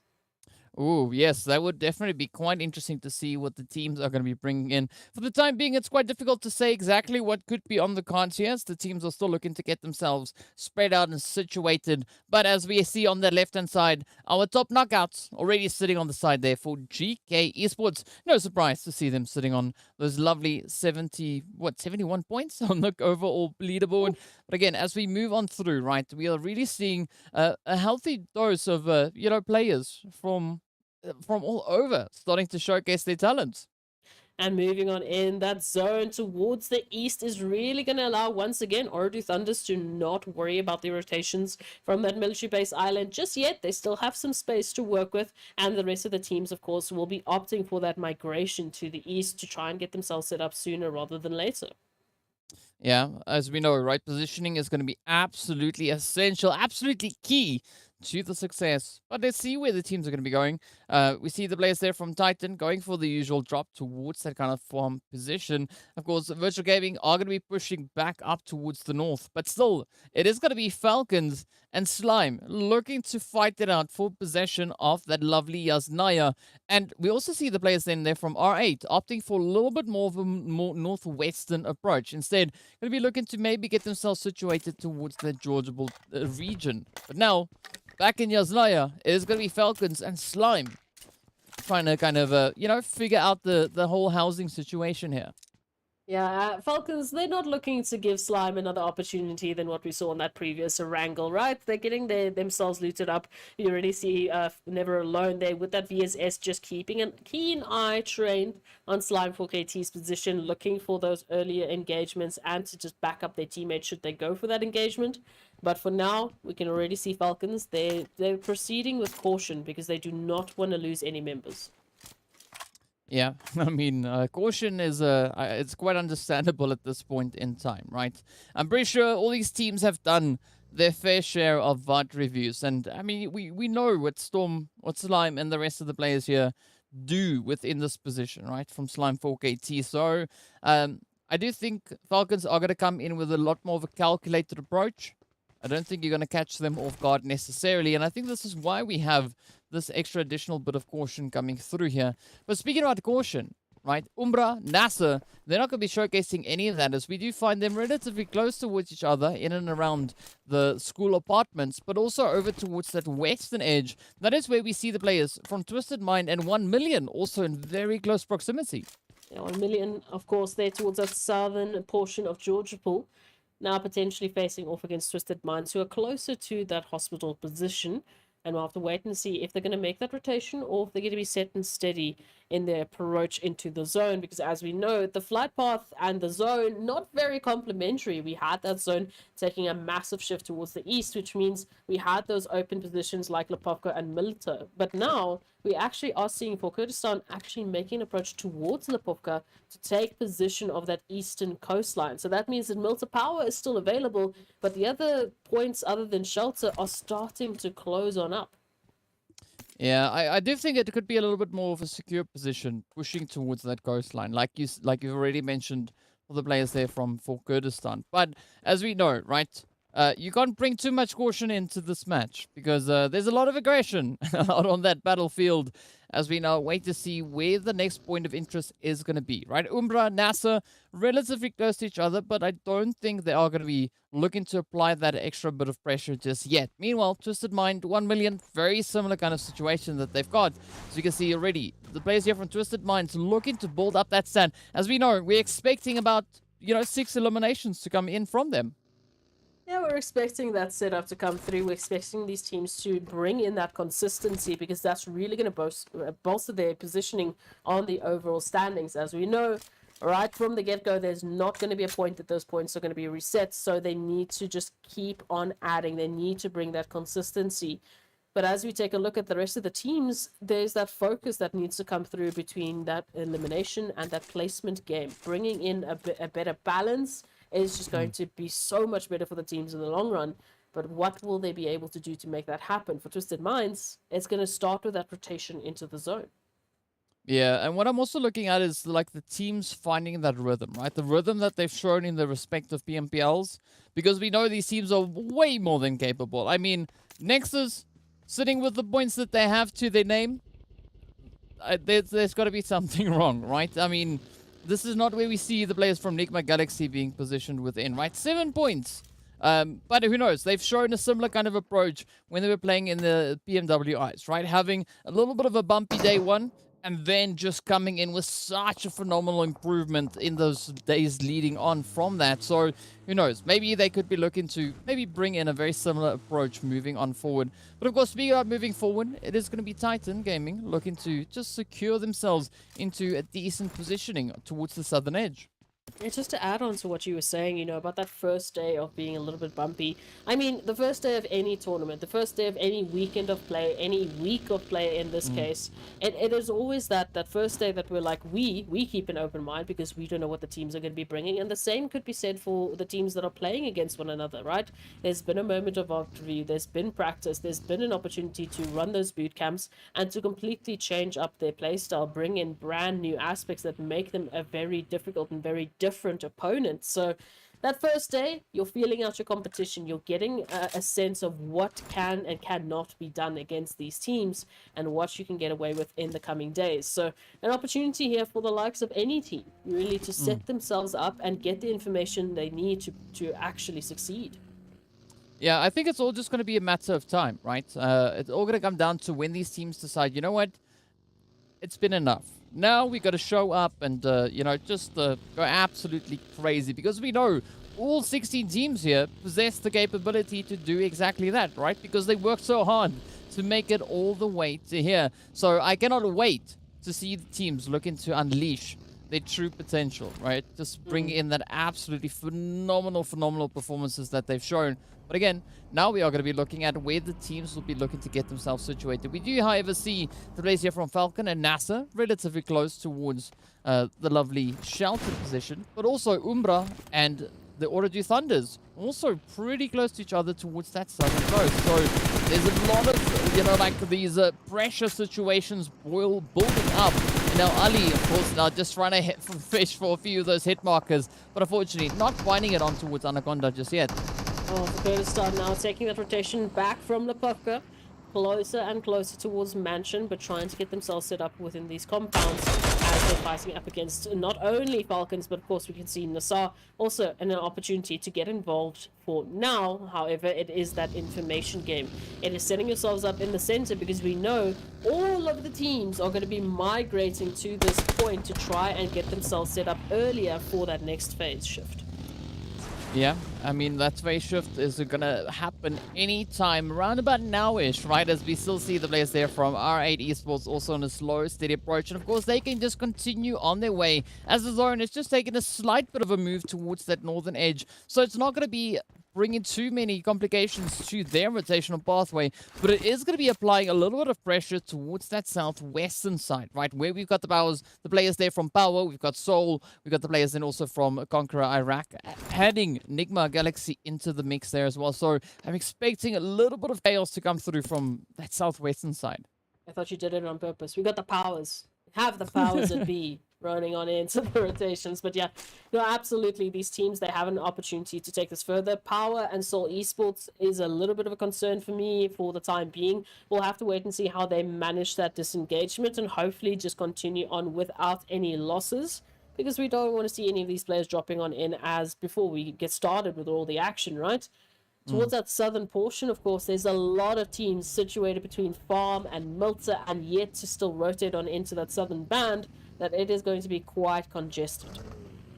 Yeah, and I mean, like, congestion is what we like to see, not necessarily what the teams like to have to deal with, but, you know, it results in some pretty exciting PUBG action to come on through. And already we see a few of those angles now being played out. And also, it's going to be UMBRA to push straight on forward on towards NASR.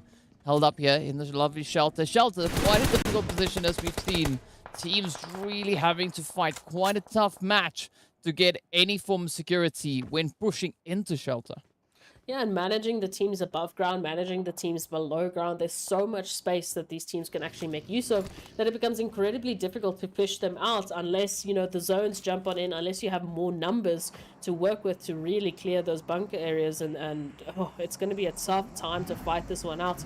As we can see for Kazakhstan, in rotation, they could get themselves involved here towards shelter as well. So NASR and understandably UMBRA are going to be scrambling to try and just give themselves space between one another to make sure that they've got their own rotation, they've got their own location to keep track of, and hopefully that cover will help them move on further into the zone.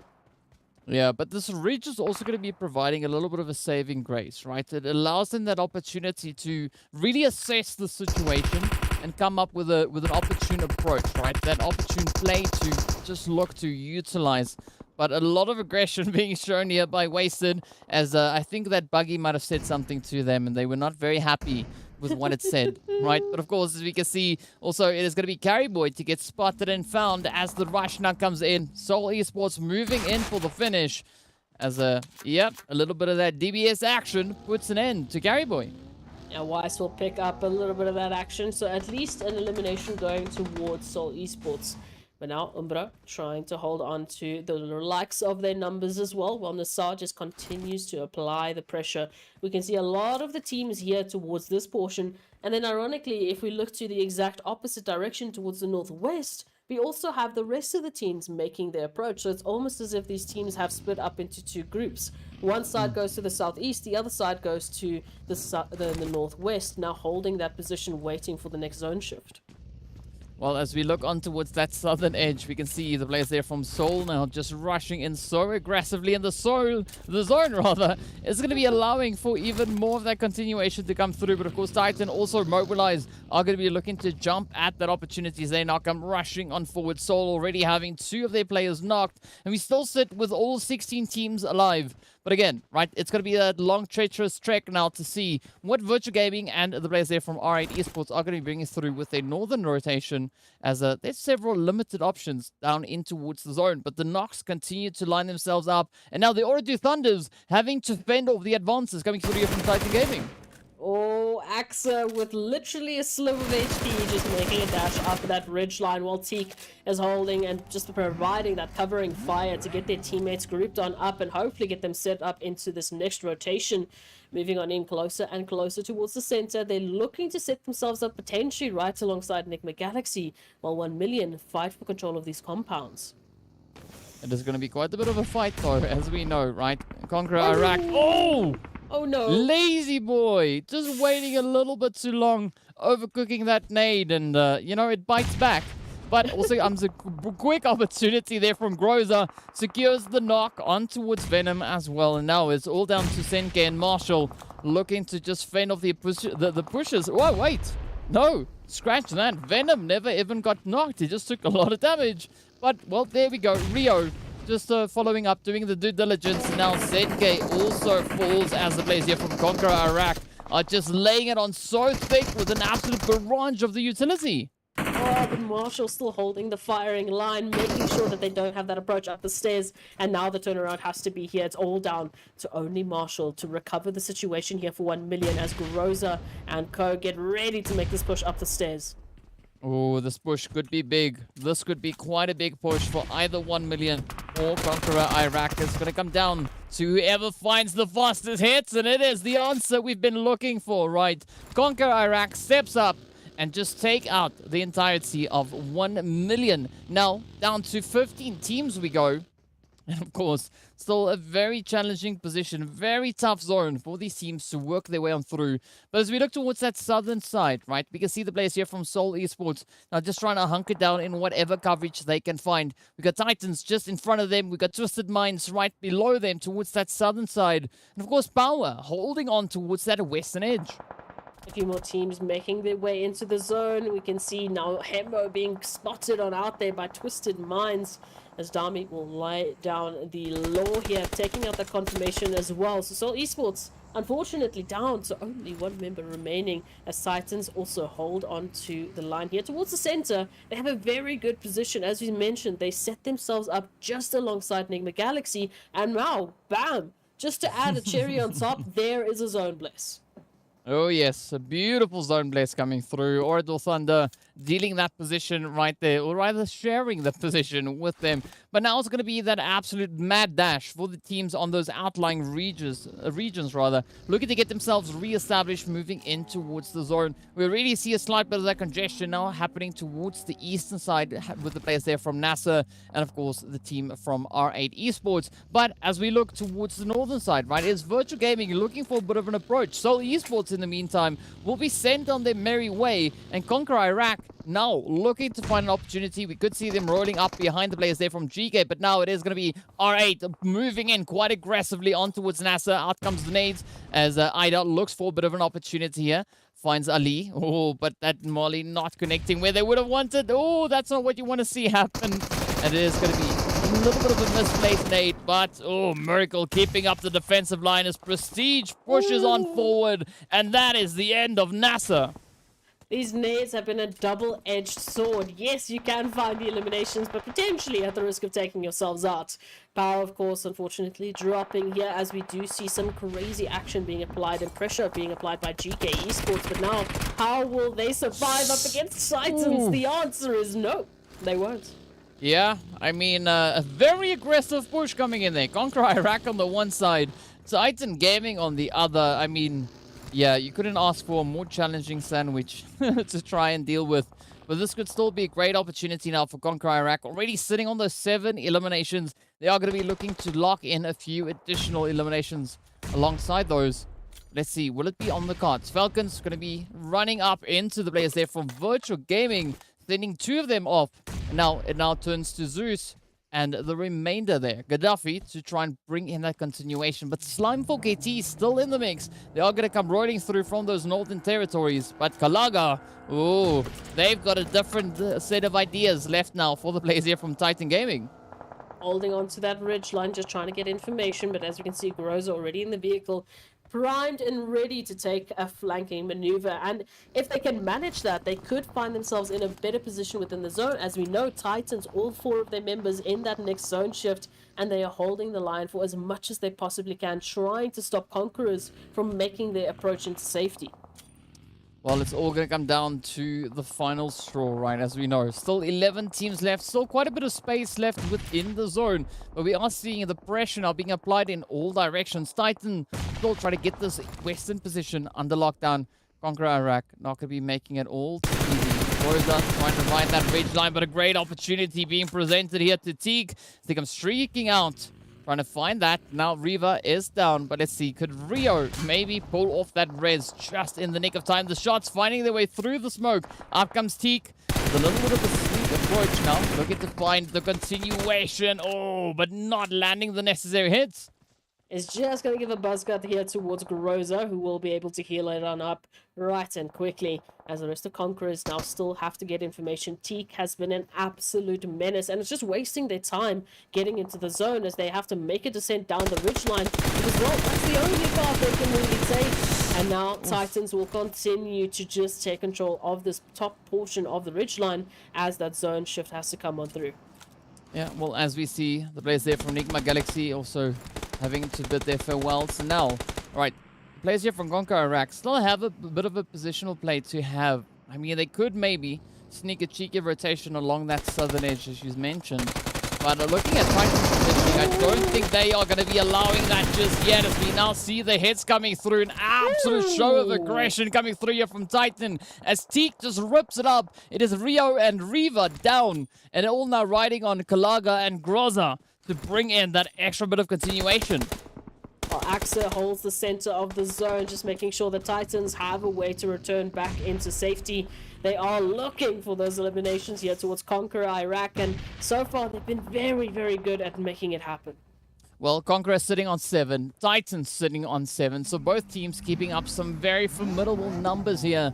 But as we did see, right, CONQUEROR are going to be down to only 2 hopefuls, so that is going to limit their reach ever so slightly. But as we now jump over to that eastern side, it is going to be the players here from R8 looking to turn their focus onto the players here from full Kurdistan. We've got Golden and Anaconda out in the open, very exposed position to try and play from, and that is going to be quite tough angle for them to try and secure. S gets on, of course, right there on the front line, but there's no need as Prestige steps up and locks it in. Prestige didn't even see them. He was just firing through the smoke, knew exactly where the rotation was coming from, and oh, what a connection to find those eliminations. As we can see, Slime4KT will be joining for Kurdistan out in the lobby, while we are down to our top 7 teams remaining. As with that action now being applied, here comes basically what you've sown has now been reaped, as R8 Esports are feeling the brunt of the action here from UMBRA. Yeah, I mean, UMBRA showing up quite aggressively so far, right? Really trying to hold on all these positions. Not succeeding in finding a crazy amount of eliminations just yet, but definitely a strong effort being brought in. Now, the OOREDOO Thunders are going to be experiencing that aggression coming through here from the R8 Esports team.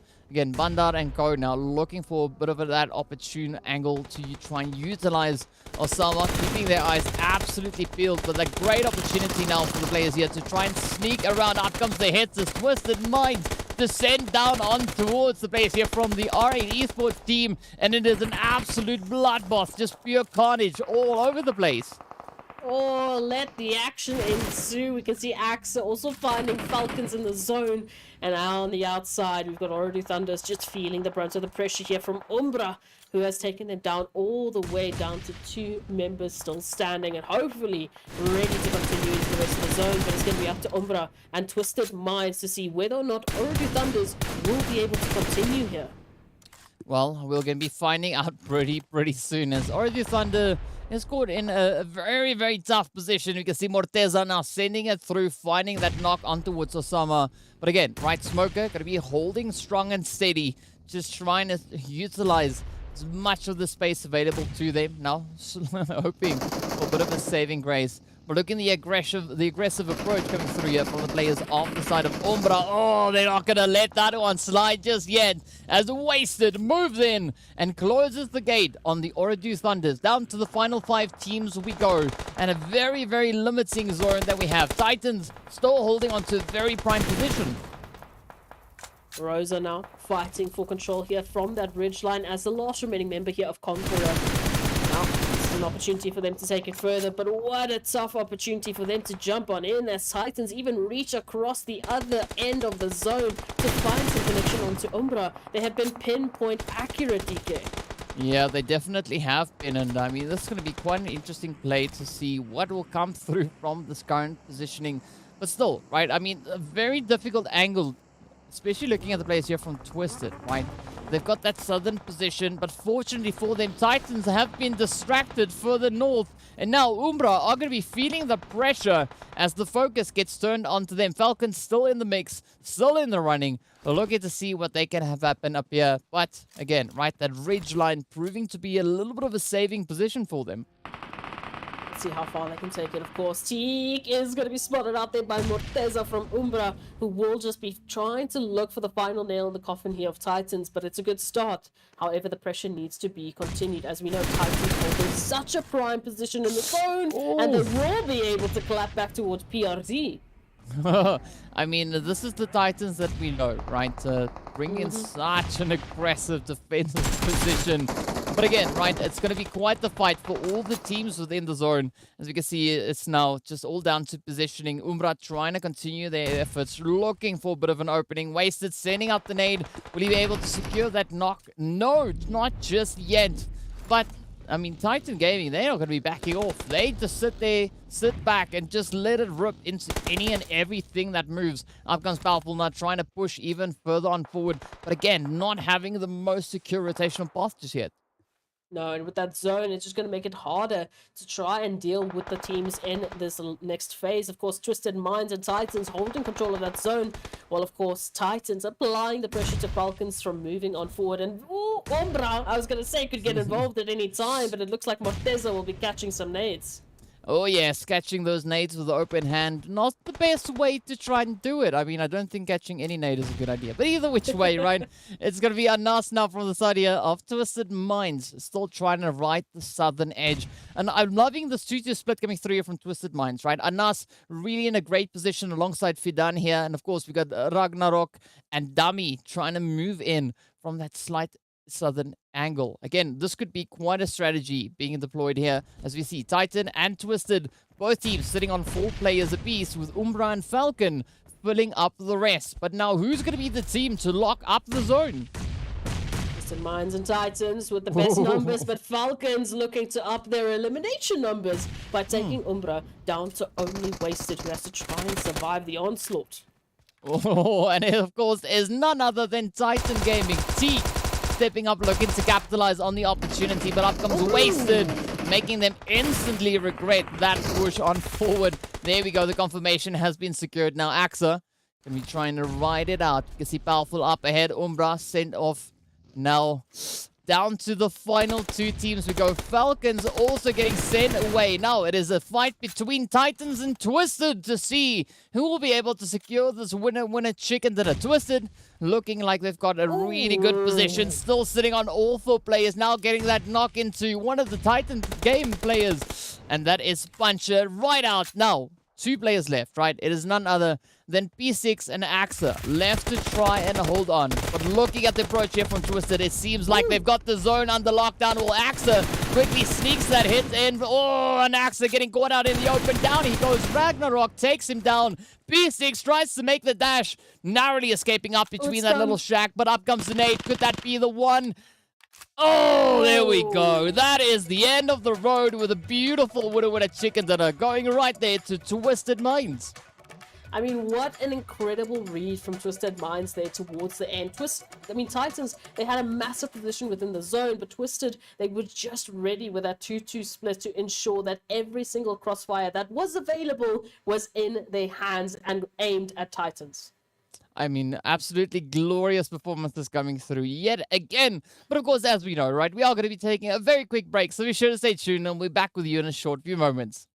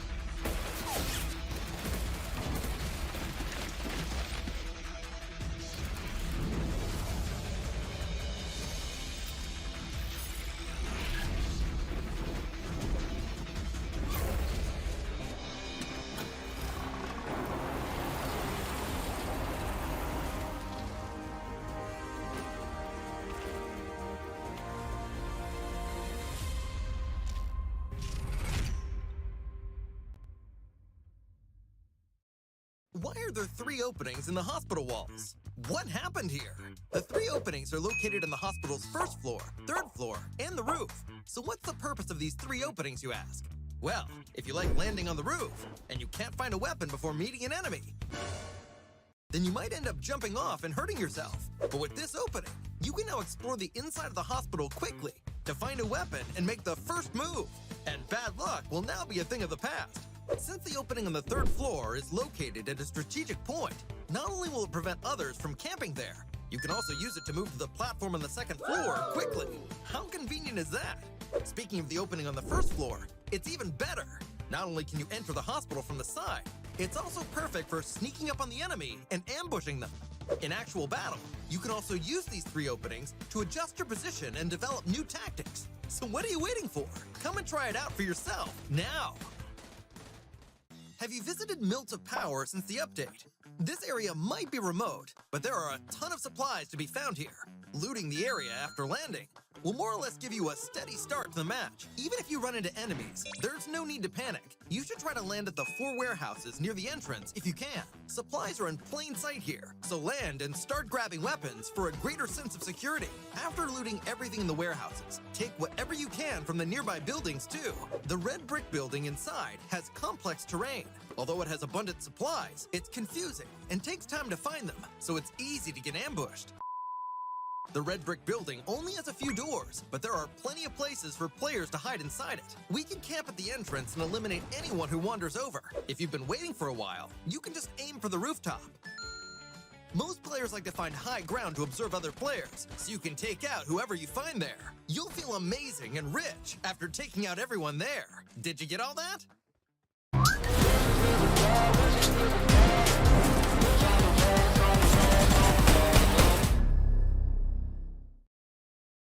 Hello and welcome back everyone to the PUBG Mobile MEA Fall 2022 Championship. 5 matches done and dusted, and what an exciting past 5 matches it has been. I mean, these teams just stepping up with an insane amount of aggression all over the place, just finding hit after hit. I mean, it has been so amazing to see them. But so far, it's been exciting. Just to show you how exciting it was, let's take a look at a few of the highlights.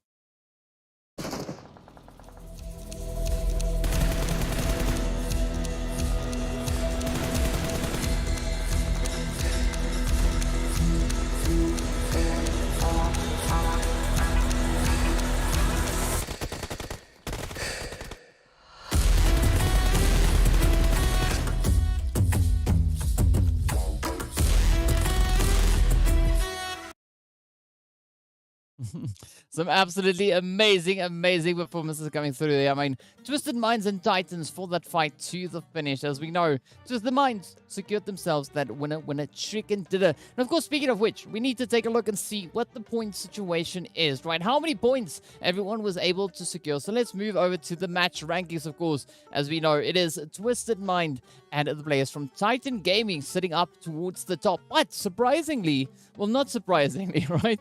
Titan Gaming with those 13 eliminations sitting on 25 points, awarding them the top position. All I see is T at the top right there. A fantastic moment here for our teams. And of course, Titans, they definitely had to duke it out. So it's good to see that they were rewarded for their efforts. Not with the winner chicken dinner, but at least the most amount of points moving on into the last Erangel of the day. As we go down that scoreboard, we do see a very good amount of effort from Conqueror Iraq, of course, with those 7 eliminations right alongside Team UMBRA with their 6 eliminations, picking up some wonderfully much needed double-digit points. And as we know, Esports and NIGMA Galaxy also made their own stands, picking up their own respective points. So it's a good jump up for NIGMA Galaxy, especially when you take a look at the overall rankings, and hopefully they'll continue that moving into Miramar. Yeah, I have to agree with you on that one. A really good effort being brought today by NIGMA Galaxy. But as we were talking about before, right? Only day 1, we'll be seeing a much more improved performance coming through in towards day 2. I think that's where things are going to get quite exciting. Of course, now we see the players here from GEEKAY Esports sitting over in 9th position with 4 points to their name. Virtual Gaming just 1 behind them. And then we see a nice distribution of those ones, right? All the way to that 14th place with NASR and 1 million. Making a bit of a stop over for a bag of donuts. So, you know, at least they're getting something filled, right? They have the tummies filled up, and hopefully we'll see that final effort being brought through as the teams get ready to move into our last match of the day. Absolutely. So finally moving on into Miramar, like my brain was trying to allude to when we were going to Erangel, so I don't know what was going on with there, but either way, you asked me about flight paths, you asked me about zones, and you've been asking me that the whole day, so it's time for you to tell us where exactly you want the flight path and where you want the zone. Ooh, okay, so flight path, I wanted to come from the west, heading up towards the northeastern side, and then I want the zone to be situated in and around the lovely water treatment area. I think that would be quite exciting. Yes. Yeah. Let's go with that. Let's go with that. I mean, I think that could be quite an exciting one. Maybe that sounds like the first Miramar we had. You know, who knows? Maybe there could be a little bit of a change upcoming through. But of course, as we know, right, the team's still bringing in such a strong effort. Now let's take a look and see what those overall rankings are and where the teams currently find themselves before we get into our last match of the day. Oh, not a crazy change up, but Twisted Minds at least making a shift up into first position there with 77 points. Thanks to those lovely placement points that they've been picking up and a good amount of eliminations, they found themselves just above GK Esports, who's dropped down by only one position because they've only got a difference of 2 points. So what a massive step up for Twisted Minds to not only close the gap, but now even overtake GK.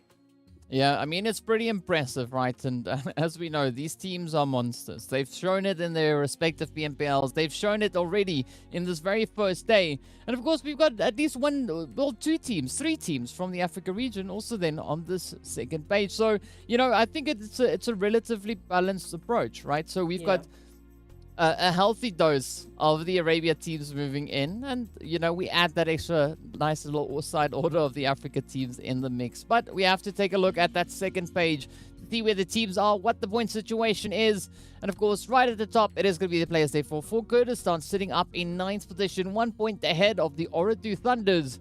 And of course, as we see, it's still pretty contentious all the way down. NIGMA Galaxy, in the last matches, we did have them also just raking in a few of those additional points. But moving into the very last match now, this could be that opportunity once again for any of these teams to improve their point situation, at least to close off day one on. Yeah, perhaps they were waiting for that last Miramar of the day to really step things up and to showcase what they've been working on up into, you know, their breaks right after PMPL and what sort of action they might be bringing into today. But as we know, last map of the day, last opportunity for these teams to really bolster themselves on the overall rankings to set a good foundation for the rest of the week of play, because there's still plenty of matches left. I think after this it'll be another 18 matches, no more so, that they have to actually take a part in. So massive opportunities, but let's see if the teams can take it.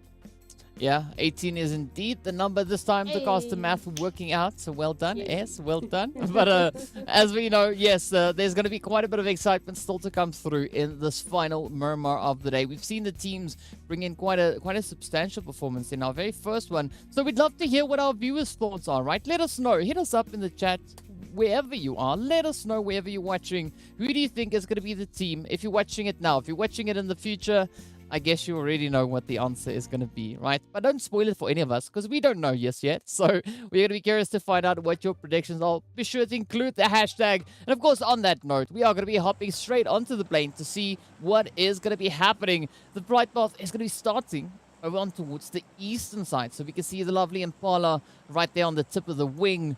And that means that we are looking at a little bit more of a northern flight path, as we have the wall at the end of the zone, at the end of the map rather, towards that northern edge. So we are heading in the direction there of Trailer Park, as we can see, but we now need to see where the zone's going to go. Absolutely. How is it going to potentially complement or just completely ignore this flight path, and how the teams will have to deal with those rotations? Now, we mentioned a little bit earlier on when we saw 1 million's rotation there towards Chumasera. We were like, okay, that's a little bit of a change up, of course, coming through from PMPL Africa, but one of their alternative drop sites is actually towards Puerto Pareso. So this flight path really does allow a massive opportunity for either of those positions. We'll be curious to see if they're going to change it up based on how much action they felt with that previous Chumasera, or if they will just be sticking to their guns.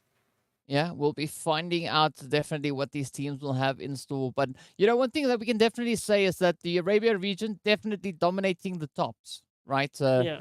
A lot of them coming through with, aside from Axa and Puncher that we can see also sneaking their way on through. Puncher landing the longest elimination there. But, you know, we have that zone also now to make its way on through. It is going to be sitting towards this lovely northeastern side, which is definitely a zone that we don't see all too often. It's close enough to what I was asking for. I mean, water treatment is still there. The flight path also kind of maybe there. I mean, it's just the wrong way around. But whichever way, it's still going to be quite a challenge for these teams to get themselves situated throughout the zone.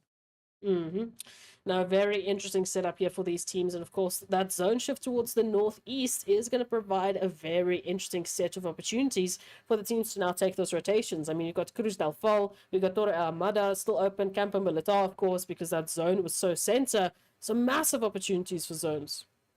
Yeah, an opportunity is what these teams want, and that's what they thrive on, right? But as we look towards that more southern edge Well, if you can't really call it southern edge, but it's close enough to the south, right? We got Los Leones, La Bendita, all within the area here. But up comes the teams now looking to continue those approaches. UMBRA also not too far away from where we just saw the players there from the OOREDOO Thunders. But UMBRA in a little bit of a challenging angle here because they got the players here from GEEKAY towards the west. To the north, they've got FALCONS. To that eastern side, they got the players there from CONQUEROR Iraq. So there's going to be a lot of challenges for these teams, especially looking at where this flight path kind of left them. Yeah, it's again, we have that this complementary flight path to zone combination, and again provides the teams with massive opportunities in terms of their initial drop sites. But then, well, it's all for naught because now you need to take this rotation up into the north in this case. And really, with all of that pressure coming through from that southwestern portion, that middle section of the zone is going to provide a lack of space for these teams to at least hopefully get into the zone without any losses. I'm not saying it's impossible. It definitely is, because Miramar is vast. There's a lot of space. But the chances of them going in without a single loss is going to be interesting. Just like Team UMBRA is driving right now. Very interesting.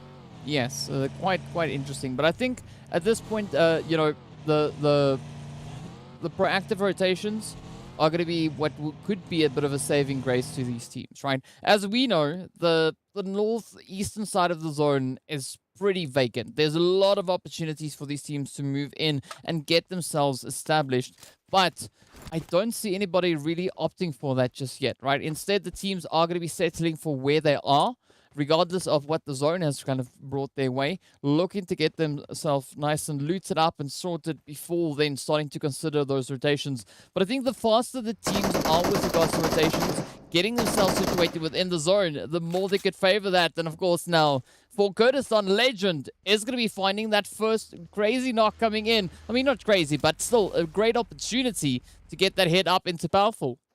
I was just thinking in the back of my mind, it's been so quiet on this Miramar. We haven't seen those initial engagements. What's happening? And then all of a sudden, it's like Legend could read my mind. They're like, don't worry, I've been planning for this one. Now, we have to take a look here at what DeMar can do in this situation. Could they recover their teammate, or could they at least clap back here towards Kyrgyzstan? So it's going to be a tough time here to try and find the angles into this.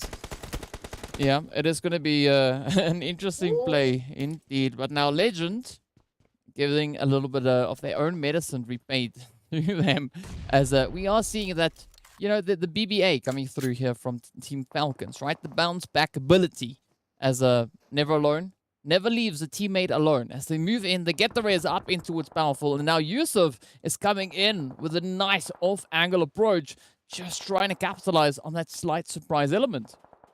Oh, massive opportunity. But of course, FALCONS, they are going to be strategic in this position. They need to recover their numbers, and then they need to recover their HP bars. Then they need to see what information is available to them should they want to take this engagement further. It's going to be a question of information here, because as we know, all of this happening just close towards the edge of the zone. So a lot of teams in the vicinity to get involved.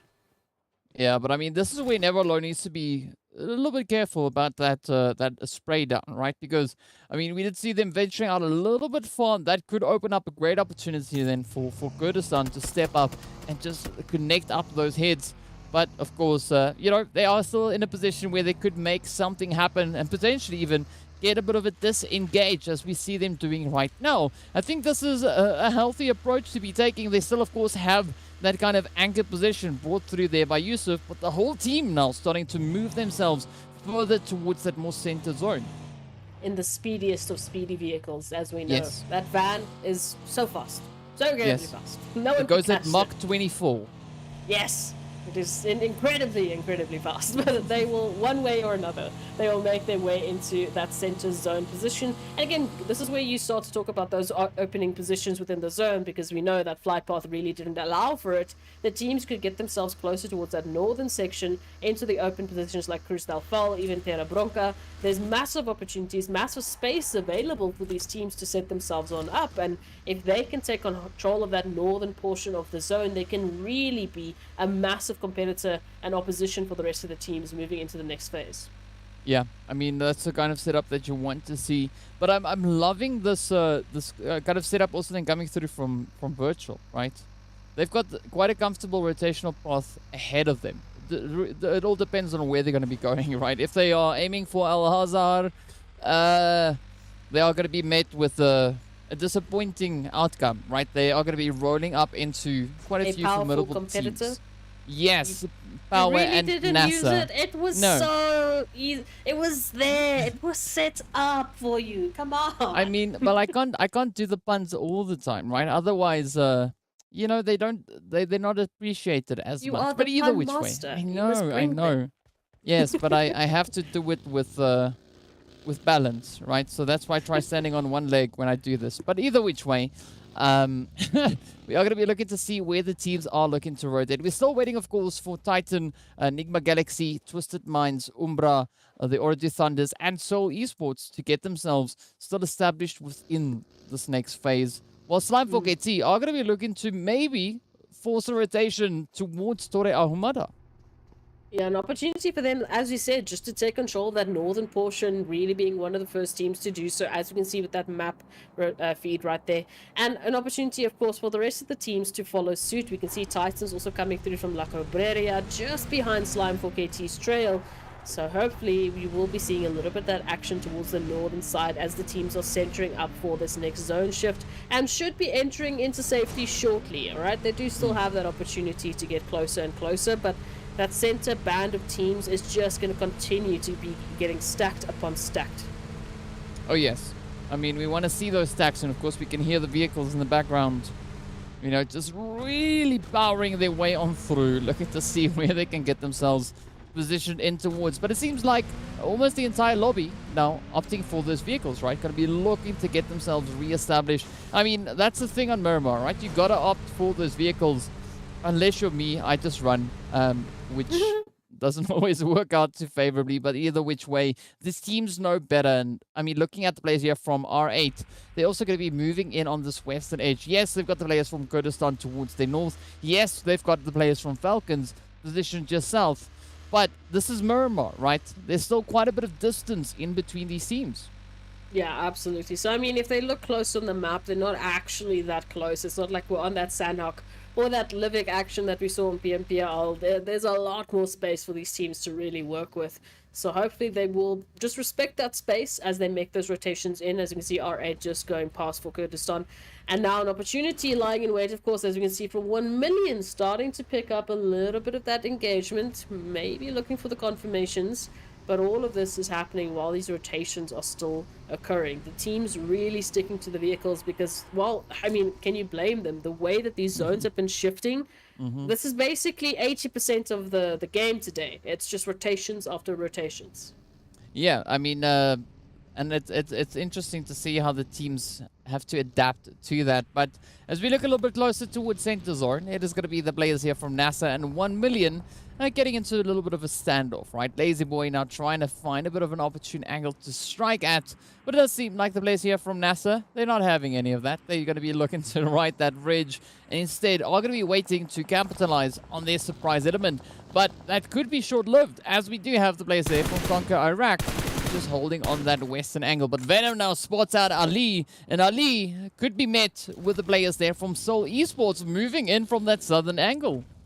At least this has given Asar the opportunity to not only recover Batika, but also help Batika to just get their HP bars up to where they need to be. And now to take that rotation in closer and closer towards a better position as Batika stays behind to try and apply the pressure here to 1 million. Oh, and a lot of pressure about to come on through. So you can see Senkei with an 8, but also receives one in exchange. Managing to dodge the first one, but Senkei finds Batika. Now Ali, Miracle, Gringo having to try and find a more opportune approach to take. But now it is going to be Conquer Iraq applying even more pressure coming through from that western side. So NASR not really in the most favorable angle here. Miracle trying to hunt it down, looking for a bit of an opportunity. I'm pretty sure they're not going to be able to make it up towards Batika. But let's see where this one goes. I'm loving this conflict coming through for possession of the southern edge. Oh, what a setup, right? I mean, if we take a look at this, NASR just clapping on back with that pressure. Batika, yes, is down, and there is an opportunity for recovery. But 1 million now, they need to just hightail it on down the ridgeline. quite barely, as their vehicles are a little bit on fire, but they will make it. They will get themselves set up for this next zone shift. I mean, not only was it on fire, but we did see Venom actually rolling down the mountain, right? I mean, Whee! it's probably as an effective approach to get down the hill, right? As any, but it could yes. be a little bit costly at the end of the day as well. And now that zone is going to be forcing the teams even more towards that Al Azhar position, right? It's going to be enforcing even more the elevation that we see just towards the southern edge. Already looking at where the players here from NASR find themselves positioned. But now Marshall is going to be looking to push on forward right towards Riva and Groza, looking for a bit of an opportunity. But the teams now slowly starting to trickle on through. We can see Orange Thunder's coming in on that southern edge, moving in alongside the players there from GEEKAY. But now, 1 million, Conqueror Iraq, right? This is where the action is going to be at. No, absolutely. I mean, what a powerful position they do hold in the situation within zone, an opportunity for them to keep on holding it. But now they have to fight that war of attrition here for controlling position. And for them to take this even further, they need the space that is going to be allowing them by taking out this team. And I mean, for 1 million, of course, everything is working in their favor because it's only the two here from Conqueror Iraq that they need to face off against. Yeah, so, I mean, even though it's two players, I would not discount Conqueror Iraq just yet, right? It ain't over until it's over. We've seen what solo players can bring on through. Now, just imagine duos, right? It's absolutely scary what these teams can do. But now we also look on as the players here from R8 are slowly sneaking their way in, trying to see if they can find a bit of a position behind the players here from POWR. And this is just adding to the excitement, right? The teams continue to move on forward. We even see the players there from Twisted Mind finding their own bit of a setup in towards Al Azhar. Oh, opportunities lying in wait for so many teams here within the vicinity. As you can see, very close and contentious. R8 and POWR, of course, being the other teams that are looking for that little bit of war of attrition here to try and get at least control of these compounds moving on into this next phase. We still see a few more teams having to make their rotations in to join the party that's happening here towards Al Azhar, while the rest of the teams are lying in wait, waiting for that bit of information.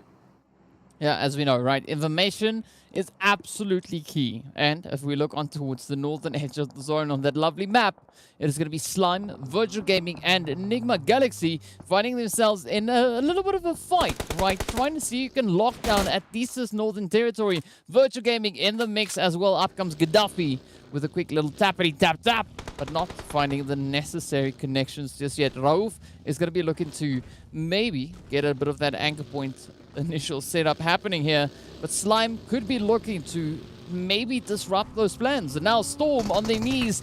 This is not the most opportune position for Slime to find themselves in. Up comes Rauf looking to get the confirmation. Down they go, and Slime losing their first player. Of course, 3 still remaining. Let's see whether or not Slime are going to be looking to bounce back from this position. At least that zone shifting towards the north position is going to allow them some sort of peace of mind, because they know that they are very, very close to that location. They don't now need to take a trip across all of these teams to get themselves into that next phase. And now they can just turn their attention towards NIGMA Galaxy here and get a little bit of that payback. Yeah, and I mean, it's better facing off against one team than it is trying to face off against the entirety of the lobby. Now Storm, there's a little bit of a replay there coming through as Rauf is so relentless in the efforts, but a great capitalization. I mean, Rauf just picking up head off the head. It's still Slime in a position where they could maybe still bring in quite a bit of opposition to NIGMA and Virtual Gaming. Yeah, opportunities, as we said. They are there, but will these teams be able to take them now? NIGMA Galaxy taking a flanking position here. Very good potential here for them to get a line of sight towards Slime for KT, but it looks like they're going to be focusing on going even further, maybe even going down towards that eastern side, while we have POWR and Twisted Minds fighting for control. So Esports now picking up GEEKAY. Oh, not what I was expecting, but look at how spread out GEEKAY are. Yeah, I mean, they might be spread out, yes, but take into consideration we still have 16 teams alive, right? And we are quite deep into this match. We just keep on layering on those zones. Already 4 zones deep.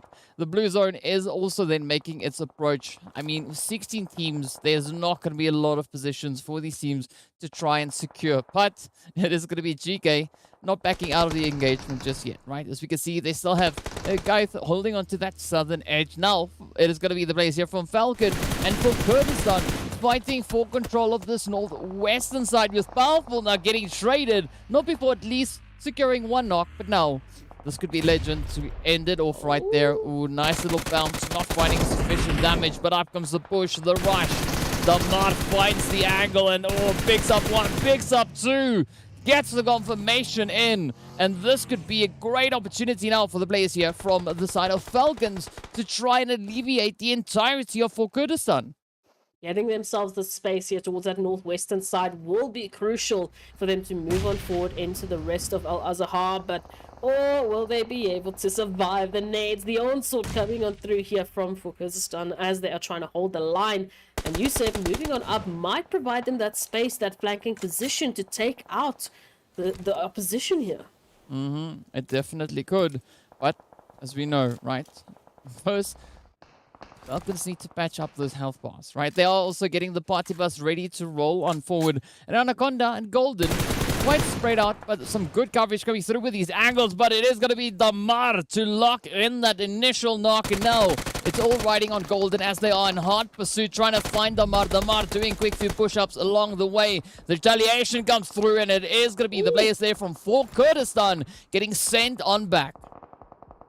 What an unfortunate turn of events, but it's alright. They've played a fantastic set of games. Now we look to see the rest of our 15 teams to try and find an answer to see who's going to be the last winner chicken dinner of the winner of the day here towards Miramar. Of course, Virtual Gaming moving on in from that northern position just on the outskirts of the zone. So they have a line of sight into that zone, but it is not without its dangers. We have R8 so close in contention to that position, and now they also have to deal with Falcons.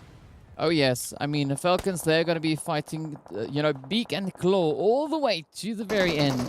See if they can secure themselves that winner chicken dinner, but never alone. Now gets found out and now turns to Yusuf to try and see what they can keep up. But up comes Damar, also finds a great shot on towards Zeus. Gaddafi trying, just waiting patiently on that ridgeline for the opportunity. But up comes Damar and says, you know what? Thank you so much. I'll stop you right there. Oh, what a turn of events here. As we can see, Twisted Minds and Titans now stepping it up and following in pursuit, but it's all down to Teak. He's going to send out a little bit of those utilities. He's going to turn around. But, what a jump up. Titans immediately get sent back. What even happened there? I mean, Teak rushed in, got the finish, right? Then came the nade. That nade. Oh, I mean, Aziz, delicious. What? That was perfect timing. And of course, now as we jump over to the northern side, it's going to be NIGMA Galaxy turning their attention on towards Slime as Plaza gets knocked and confirmed on up. It's now riding on Pronto. As we can see, a very tough position. Koa is going to be knocked on down, and Pronto suffering quite a bit of damage to the blue. That is going to be the end of Slime, I believe. And I think that is the confirmation indeed. Well, I mean, yeah, it does seem like Slime is done, as they don't have any players left, not from what we have on the screen at the moment. But either which way, right, Falcons are going to be looking to still bring in that extra bit of effort, pushing on forward. NIGMA Galaxy keeping up a very aggressive defensive line here. UMBRA still trying relentlessly to secure at least a confirmation on towards this eastern side. Now looking towards NIGMA Galaxy, trying to hold the line. Of course, NIGMA Galaxy now in a sandwich. They have to deal with UMBRA. They have to deal with Falcons now if they want to take control of this northeastern portion of the zone. As you can see, some pressure being applied there by Never Alone. But the confirmation is not there. The knock is not there. Falcons still have to find more eliminations to the already 6 that they've managed to find. I mean, this is absolutely crazy, but Hamodi has got a nade in hand, right? So that could be even more to come through at the expense of Falcon, as we're not seeing any of those hit markers coming in just yet. But we do find a little bit of that damage. NIGMA Galaxy now looking to dial up the aggression. Still have all 4 players left, moving in on towards this northeastern side. But there we have it, right? There's going to be Damar to get found. Could this be that opportunity now for NIGMA Galaxy to push on forward and eliminate the entirety of Falcon Esports along the way? Oh, so many challenges present themselves time and time again as Team Falcons get a little bit of that saving grace coming through. Yeah, just as NIGMA Galaxy wants to push on up, they get that reminder that Team UMBRA is in the vicinity and is just waiting for them to take that approach up to the ridgeline. Now a few more nades jumping on into the valley of danger that NIGMA Galaxy now find themselves in. All that smoke is going to be deployed. They need to get themselves out of the situation. Yep, they definitely do need to, but of course, looking at the zone, right, you can see 1 million absolutely blessed, but UMBRA now trying to bless the players here from NIGMA Galaxy with a few of those mollies, trying to find the opportune angles to play at.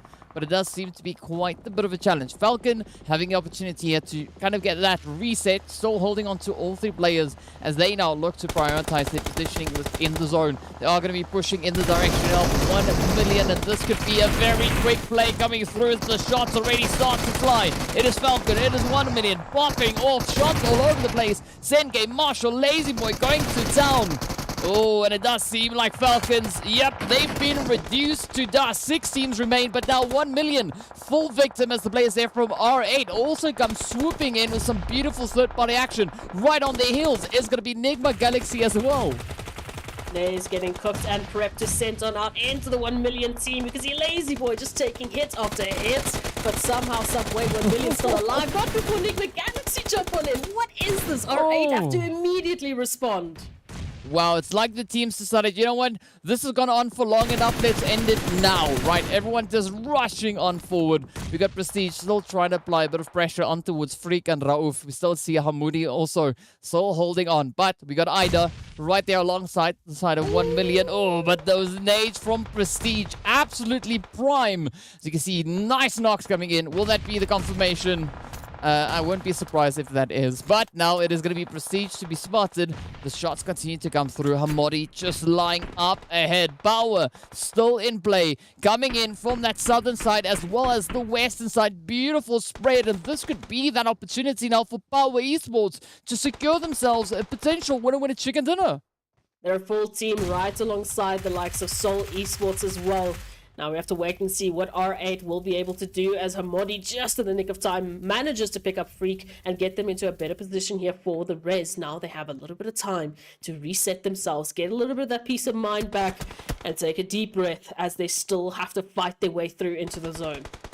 Oh, and that zone does move down to that southwestern side, moving even more favorably towards the players there from POWR. But let's see what's going to happen as Ida now tries to find a bit of an opportunity here, turning their attention on towards the players here from NIGMA Galaxy. Hamoudi, Freak, trying everything they've got in their bag to secure their position for the time being. But the blue zone is not going to be kind. We only got 20 seconds and a bit of change left before it starts closing up. And that is going to be Ida having to pack up their bags and make their way back to the lobby.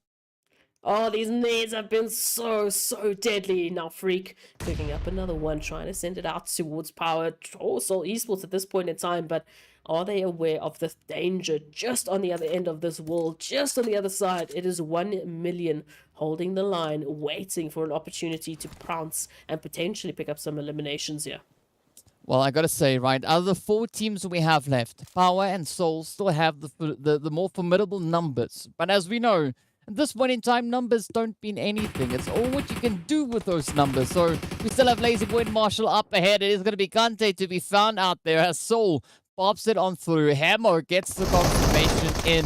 And that is going to be POWR down to 3. And now NIGMA Galaxy getting rushed as Lazy Boy pushes in and sweeps the floor clean. Now, 1 million. Down to Marshall. Let's see whether or not POWR are going to be looking to capitalize on this. Already POWR sitting on 11 eliminations to their name. Still a plethora of players for them to choose from. And Seoul Esports, of course, with that flanking position here towards 1 million, has the prime angles. YC will be sending out those utilities, looking to find the connections, because then it's only the focus here towards POWR. Wow, Alhaji on the money with the nades. Absolutely insane accuracy. But now it is going to be Marshall also falling victim. Lazy Boy trying to hold up, trying to find a bit of that pressure on towards Wise. But now the blue zone is going to come swinging on forward as well. forcing the hands of these teams. The Laser Boy not having any other option other than to push straight on forward. Finds a bit of a possession there, but Alhaji picks up ammo in the trade. Off they go. Done and dusted. Now Alhaji trying to close it up all the way to the bank. It is going to be 1 million to get eliminated. And then we're down to our final showdown, right? It is POWR and Soul fighting out for that very finish. Looking at the space that Seoul Esports have to work with, it is not a lot, DK. It is one nade that can send them back to the lobby. Oh, there we go. Soul trying to push on forward. One player standing between them. It is none other than Aziz. The final hope for left for the side of POWR. Soul so relentless in their efforts, but up comes the rush, and it is going to be the end. A buggy finish to close off the last match of the day. What a way to close off the action here.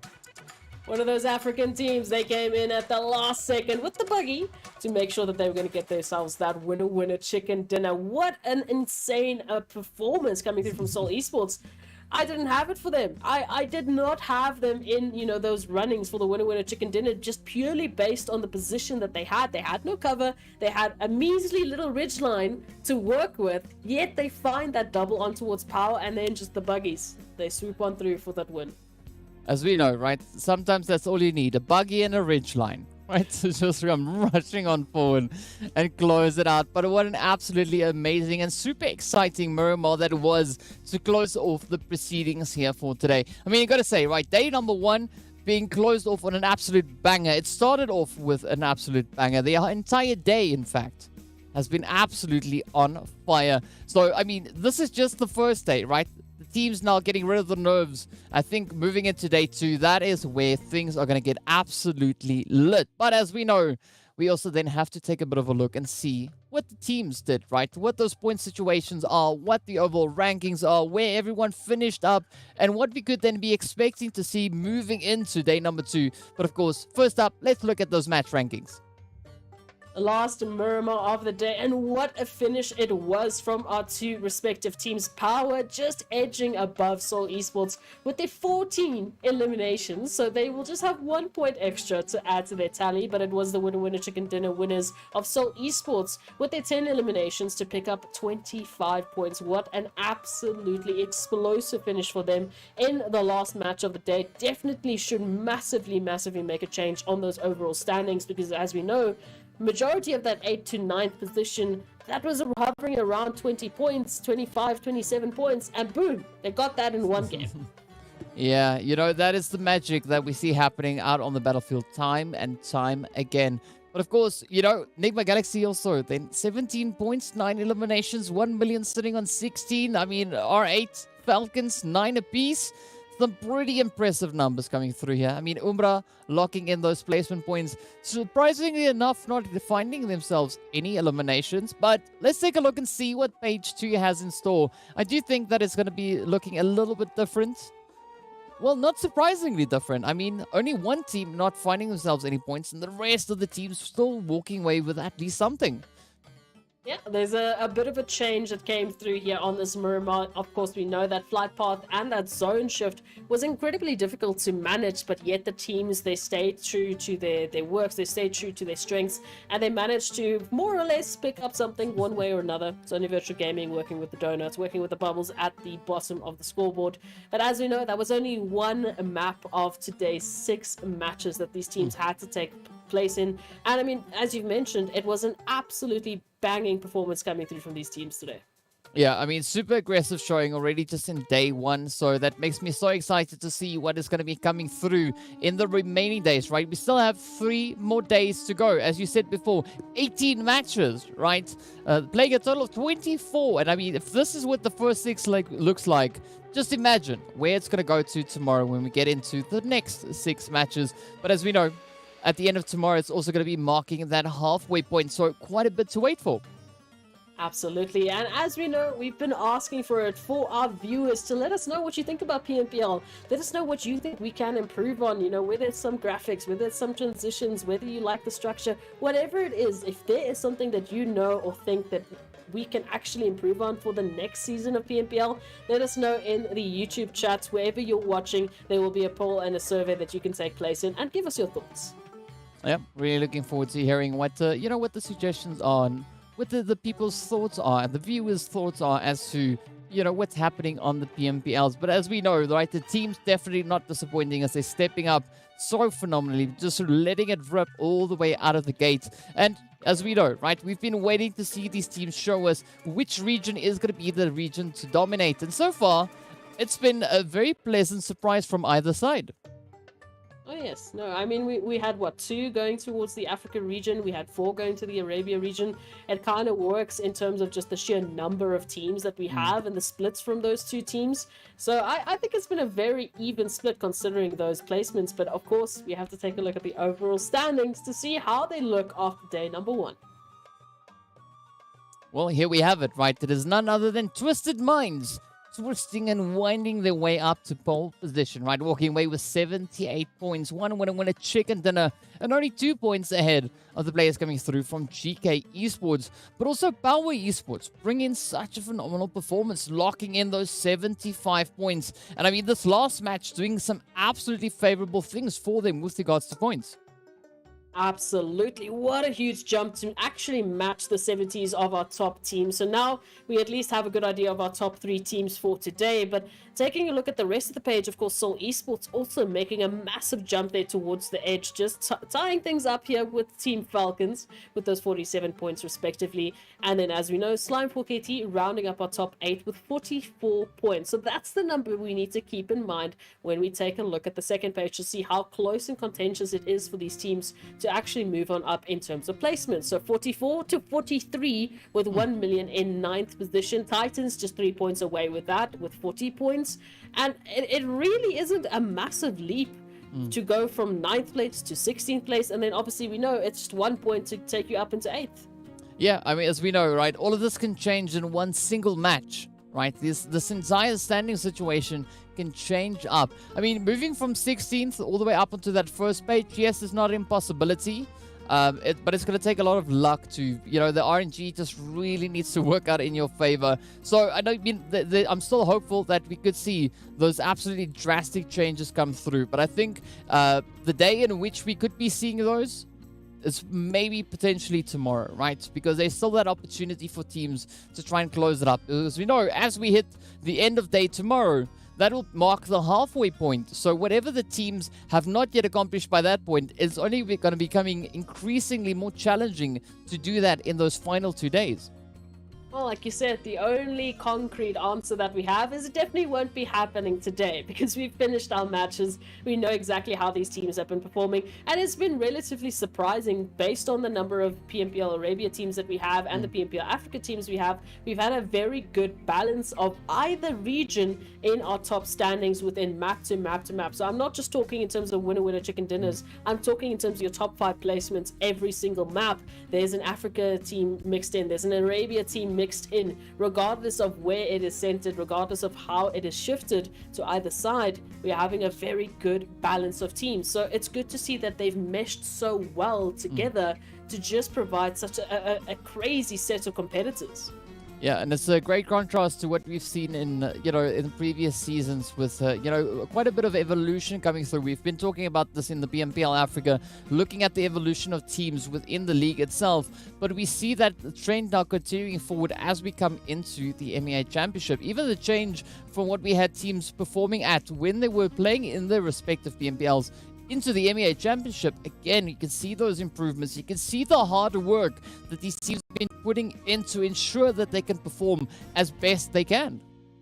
Yeah, and that comes through with the hard work that these teams have been doing with the VOD reviews. I mean, they have enough VODs from PMPLs respectively to go through to get that information should they wish, but already we're seeing those changes being applied as they've taken for PMPL Africa. In their case, they only had about a week and a half before before the Middle East and Africa champs. So it's not a lot of time to completely change your mind and now all of a sudden go up against 10 brand new teams. And already we're seeing those small adjustments from these teams in terms of their drop locations, in terms of their rotations. They're just slightly changing things up to try and make sure that they are competitive against the likes of PMPL Arabia region teams. Well, it speaks volumes to the potential we have coming through from both the regions. And it's going to be exciting to see, you know, how this representation is then going to pull through moving into the PMGC when we get around to that part as well. But of course, as we know, right, still quite a bit of a hurdle left for these teams. Still 3 days of action. But of course, we want to just to give a big thank you out to everyone for tuning in. I hope you guys enjoyed it as much as we did. I mean, it's been absolutely insane action across the board. Be sure to let us know on social media what your takeaway is for today, right? Who do you think is going to be the region to dominate at the end? Because we've been seeing those contenders come through from either side, right? Africa and Arabia rising to the occasion. Do you think there's one particular region that will continue to dominate moving into our remaining days? Or will it remain kind of as balanced as we've been seeing it today? Is anything that you want to say? Just in terms of the rotations that we've been seeing from these teams, they have been incredibly aggressive today. And again, if that's going to continue into tomorrow's games, you can bet yourself we're going to have a spicy day of action. We're going to have teams going for those crazy eliminations, going for those crazy engagements. And that's going to provide a very fun time for us to witness. So make sure you come back tomorrow because the action is only going to get hotter and hotter from this point on. Yeah, and it is, of course, you know, already starting to heat up quite a bit as we know the team's stepping up. And I mean, like, the contention is an absolute real deal, right? We did see the teams, of course, picking up those. We did see the players there, rather, from GEEKAY locking in those two winner chicken dinners.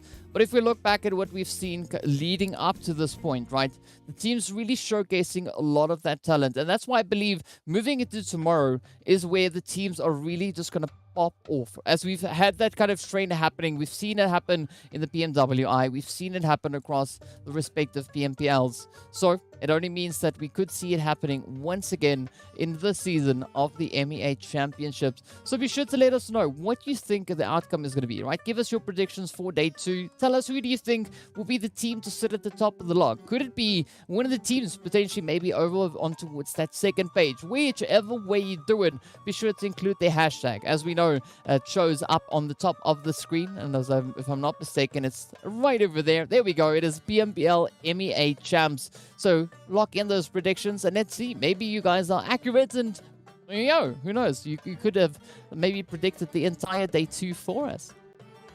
Absolutely. Please do include that hashtag because then we can see your predictions. We can see what you've been saying and actually, you know, maybe get a few tidbits for tomorrow's pre-show, you know. Maybe we might be using your comments. You need to give us some good ideas here. Come on. We need to work together here for PMPL. But it has been a very, very interesting day so far, especially with the teams that we started with. I mean, we started with that GEEKAY. We started with that Twisted Mind setup. We looked at towards, you know, NIGMA Galaxy, what they were doing. Then they came back with that energy towards the end of the day. NASR has to do the same thing tomorrow. They have to bring that energy that we know they're capable of. I mean, they're a very well-rounded off team that can really focus on a massive points in towards PMPL in terms of your placements, in terms of your eliminations. They've managed to have that balance in the past, but also, we've had some crazy teams picking up ridiculous eliminations, like GEEKAY Esports picking up a massive, I think they had, 32 points when we were just 4 maps in? Just in terms of eliminations? Yeah. That was ridiculous. Yeah. I mean, it's pretty impressive, but, you know, like, I would love to see a 30 bomb being dropped on us tomorrow, right? We are still waiting in anticipation. Day 1, we didn't have the, you know, the graciousness of being blessed with a 30 bomb just yet. We didn't have the privilege, so who knows? Maybe day 2 could be the day in which we are blessed with that lovely and ever glorious 30 bomb getting dropped. We did get pretty close to that, right? We did know, of course, we did see the PlayStation rather from Slime4KT coming in with a 27-pointer. We did see GEEKAY also with a 27-pointer. We had a few 25s, a few 26s. So, you know, we're getting so close. But not yet have we passed beyond that 27 points. So, I mean, who knows? Maybe day 2 could be that 30-day bomb coming in. As we know, the teams are very well capable of accomplishing exactly that. So again, you know, just let us know on social media what your predictions are, what your hopes are. And of course, be sure to go through our surveys that is posted in the YouTube chat. So be sure to click on those links, fill it in, and we'd love to get your feedback as well. But any predictions that you have potentially to see coming through into tomorrow's games? it's not so much a prediction more than a want. I really want to see NIGMA Galaxy and NASR picking up their socks tomorrow, showcasing the talents that they've been hiding from us, because we know they've got the talent pool. This is the reason that they are here in the first place. I mean, NIGMA Galaxy last season of PMPL MEA, they were our championships. They were our MEA championships that came through in that last season. So they have a lot to show for it, and they have a lot to prove moving on back into tomorrow's games. And I know that they're capable of it. I know NASR is capable of it. So I'm going to be hoping that those two teams are going to be massively stepping up into tomorrow's games. Yeah, as we know, last season, NIGMA Galaxy graced us with a 5 winner chicken dinners that they were able to find. So, I mean, they've already set the bar really high. But, you know, based on what we've seen coming through within the season, they're pushing the expectation even further on. So, who knows? Maybe that could be around the corner with teams just bringing in some absolutely unseen performances. I mean, we did have quite an aggressive play across the entirety of the Erangels that we had. Sanhok was also quite exciting. Gotta say, this last Miramar was also a pretty spicy one, but who knows, right?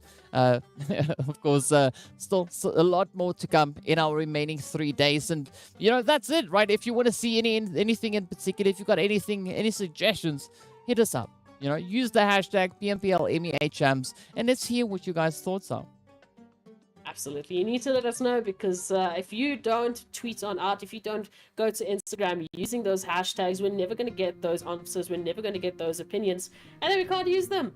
If we don't have them, we can't use them. So you need to let us know either in the chats, on those Facebook pages, the YouTube channels, and of course those TikTok pages. There's a lot of socials, a lot of opportunities for you to reach out, both on the Africa side and the MENA side. There's a lot of channels you can use just to showcase your opinions and to let us know.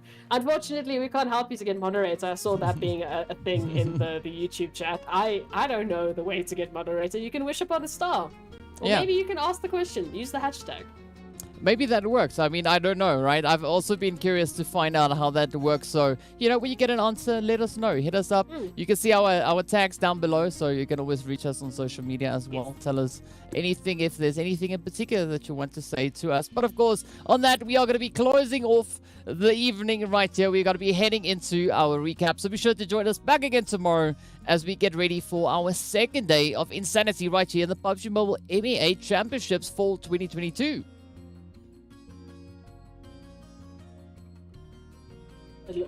It looks like. All right, now that was just a test. That was just a test. We're just waiting to see what's going to happen. But yes, we are going to be moving off, so sure to hit us up on social media. And sorry for, you know, yes, action, right? Well, we're not really sorry for action. We want to see even more of that as we progress on forward. But is any closing thoughts? Closing thoughts, we have some incredible talent that is showcasing what they have for their respective regions on this stage right now. They are playing 4 days of insane gameplay. So grab your friends if they haven't witnessed this competition yet. If they don't know about PMPL or PUBG Mobile even, bring them into the fray, because there's a lot of action and a lot of opportunities these teams can take part of, especially with their qualifications into PMPL. You know, coming through into the open challenges, bring in those action, bring in your own team. If you think that you can do better, come showcase it. Well, here we go. We are going to be hopping into the end of this evening. So thank you so much for joining in, and we look forward to seeing you all back again tomorrow. Until then, stay safe and stay frosty.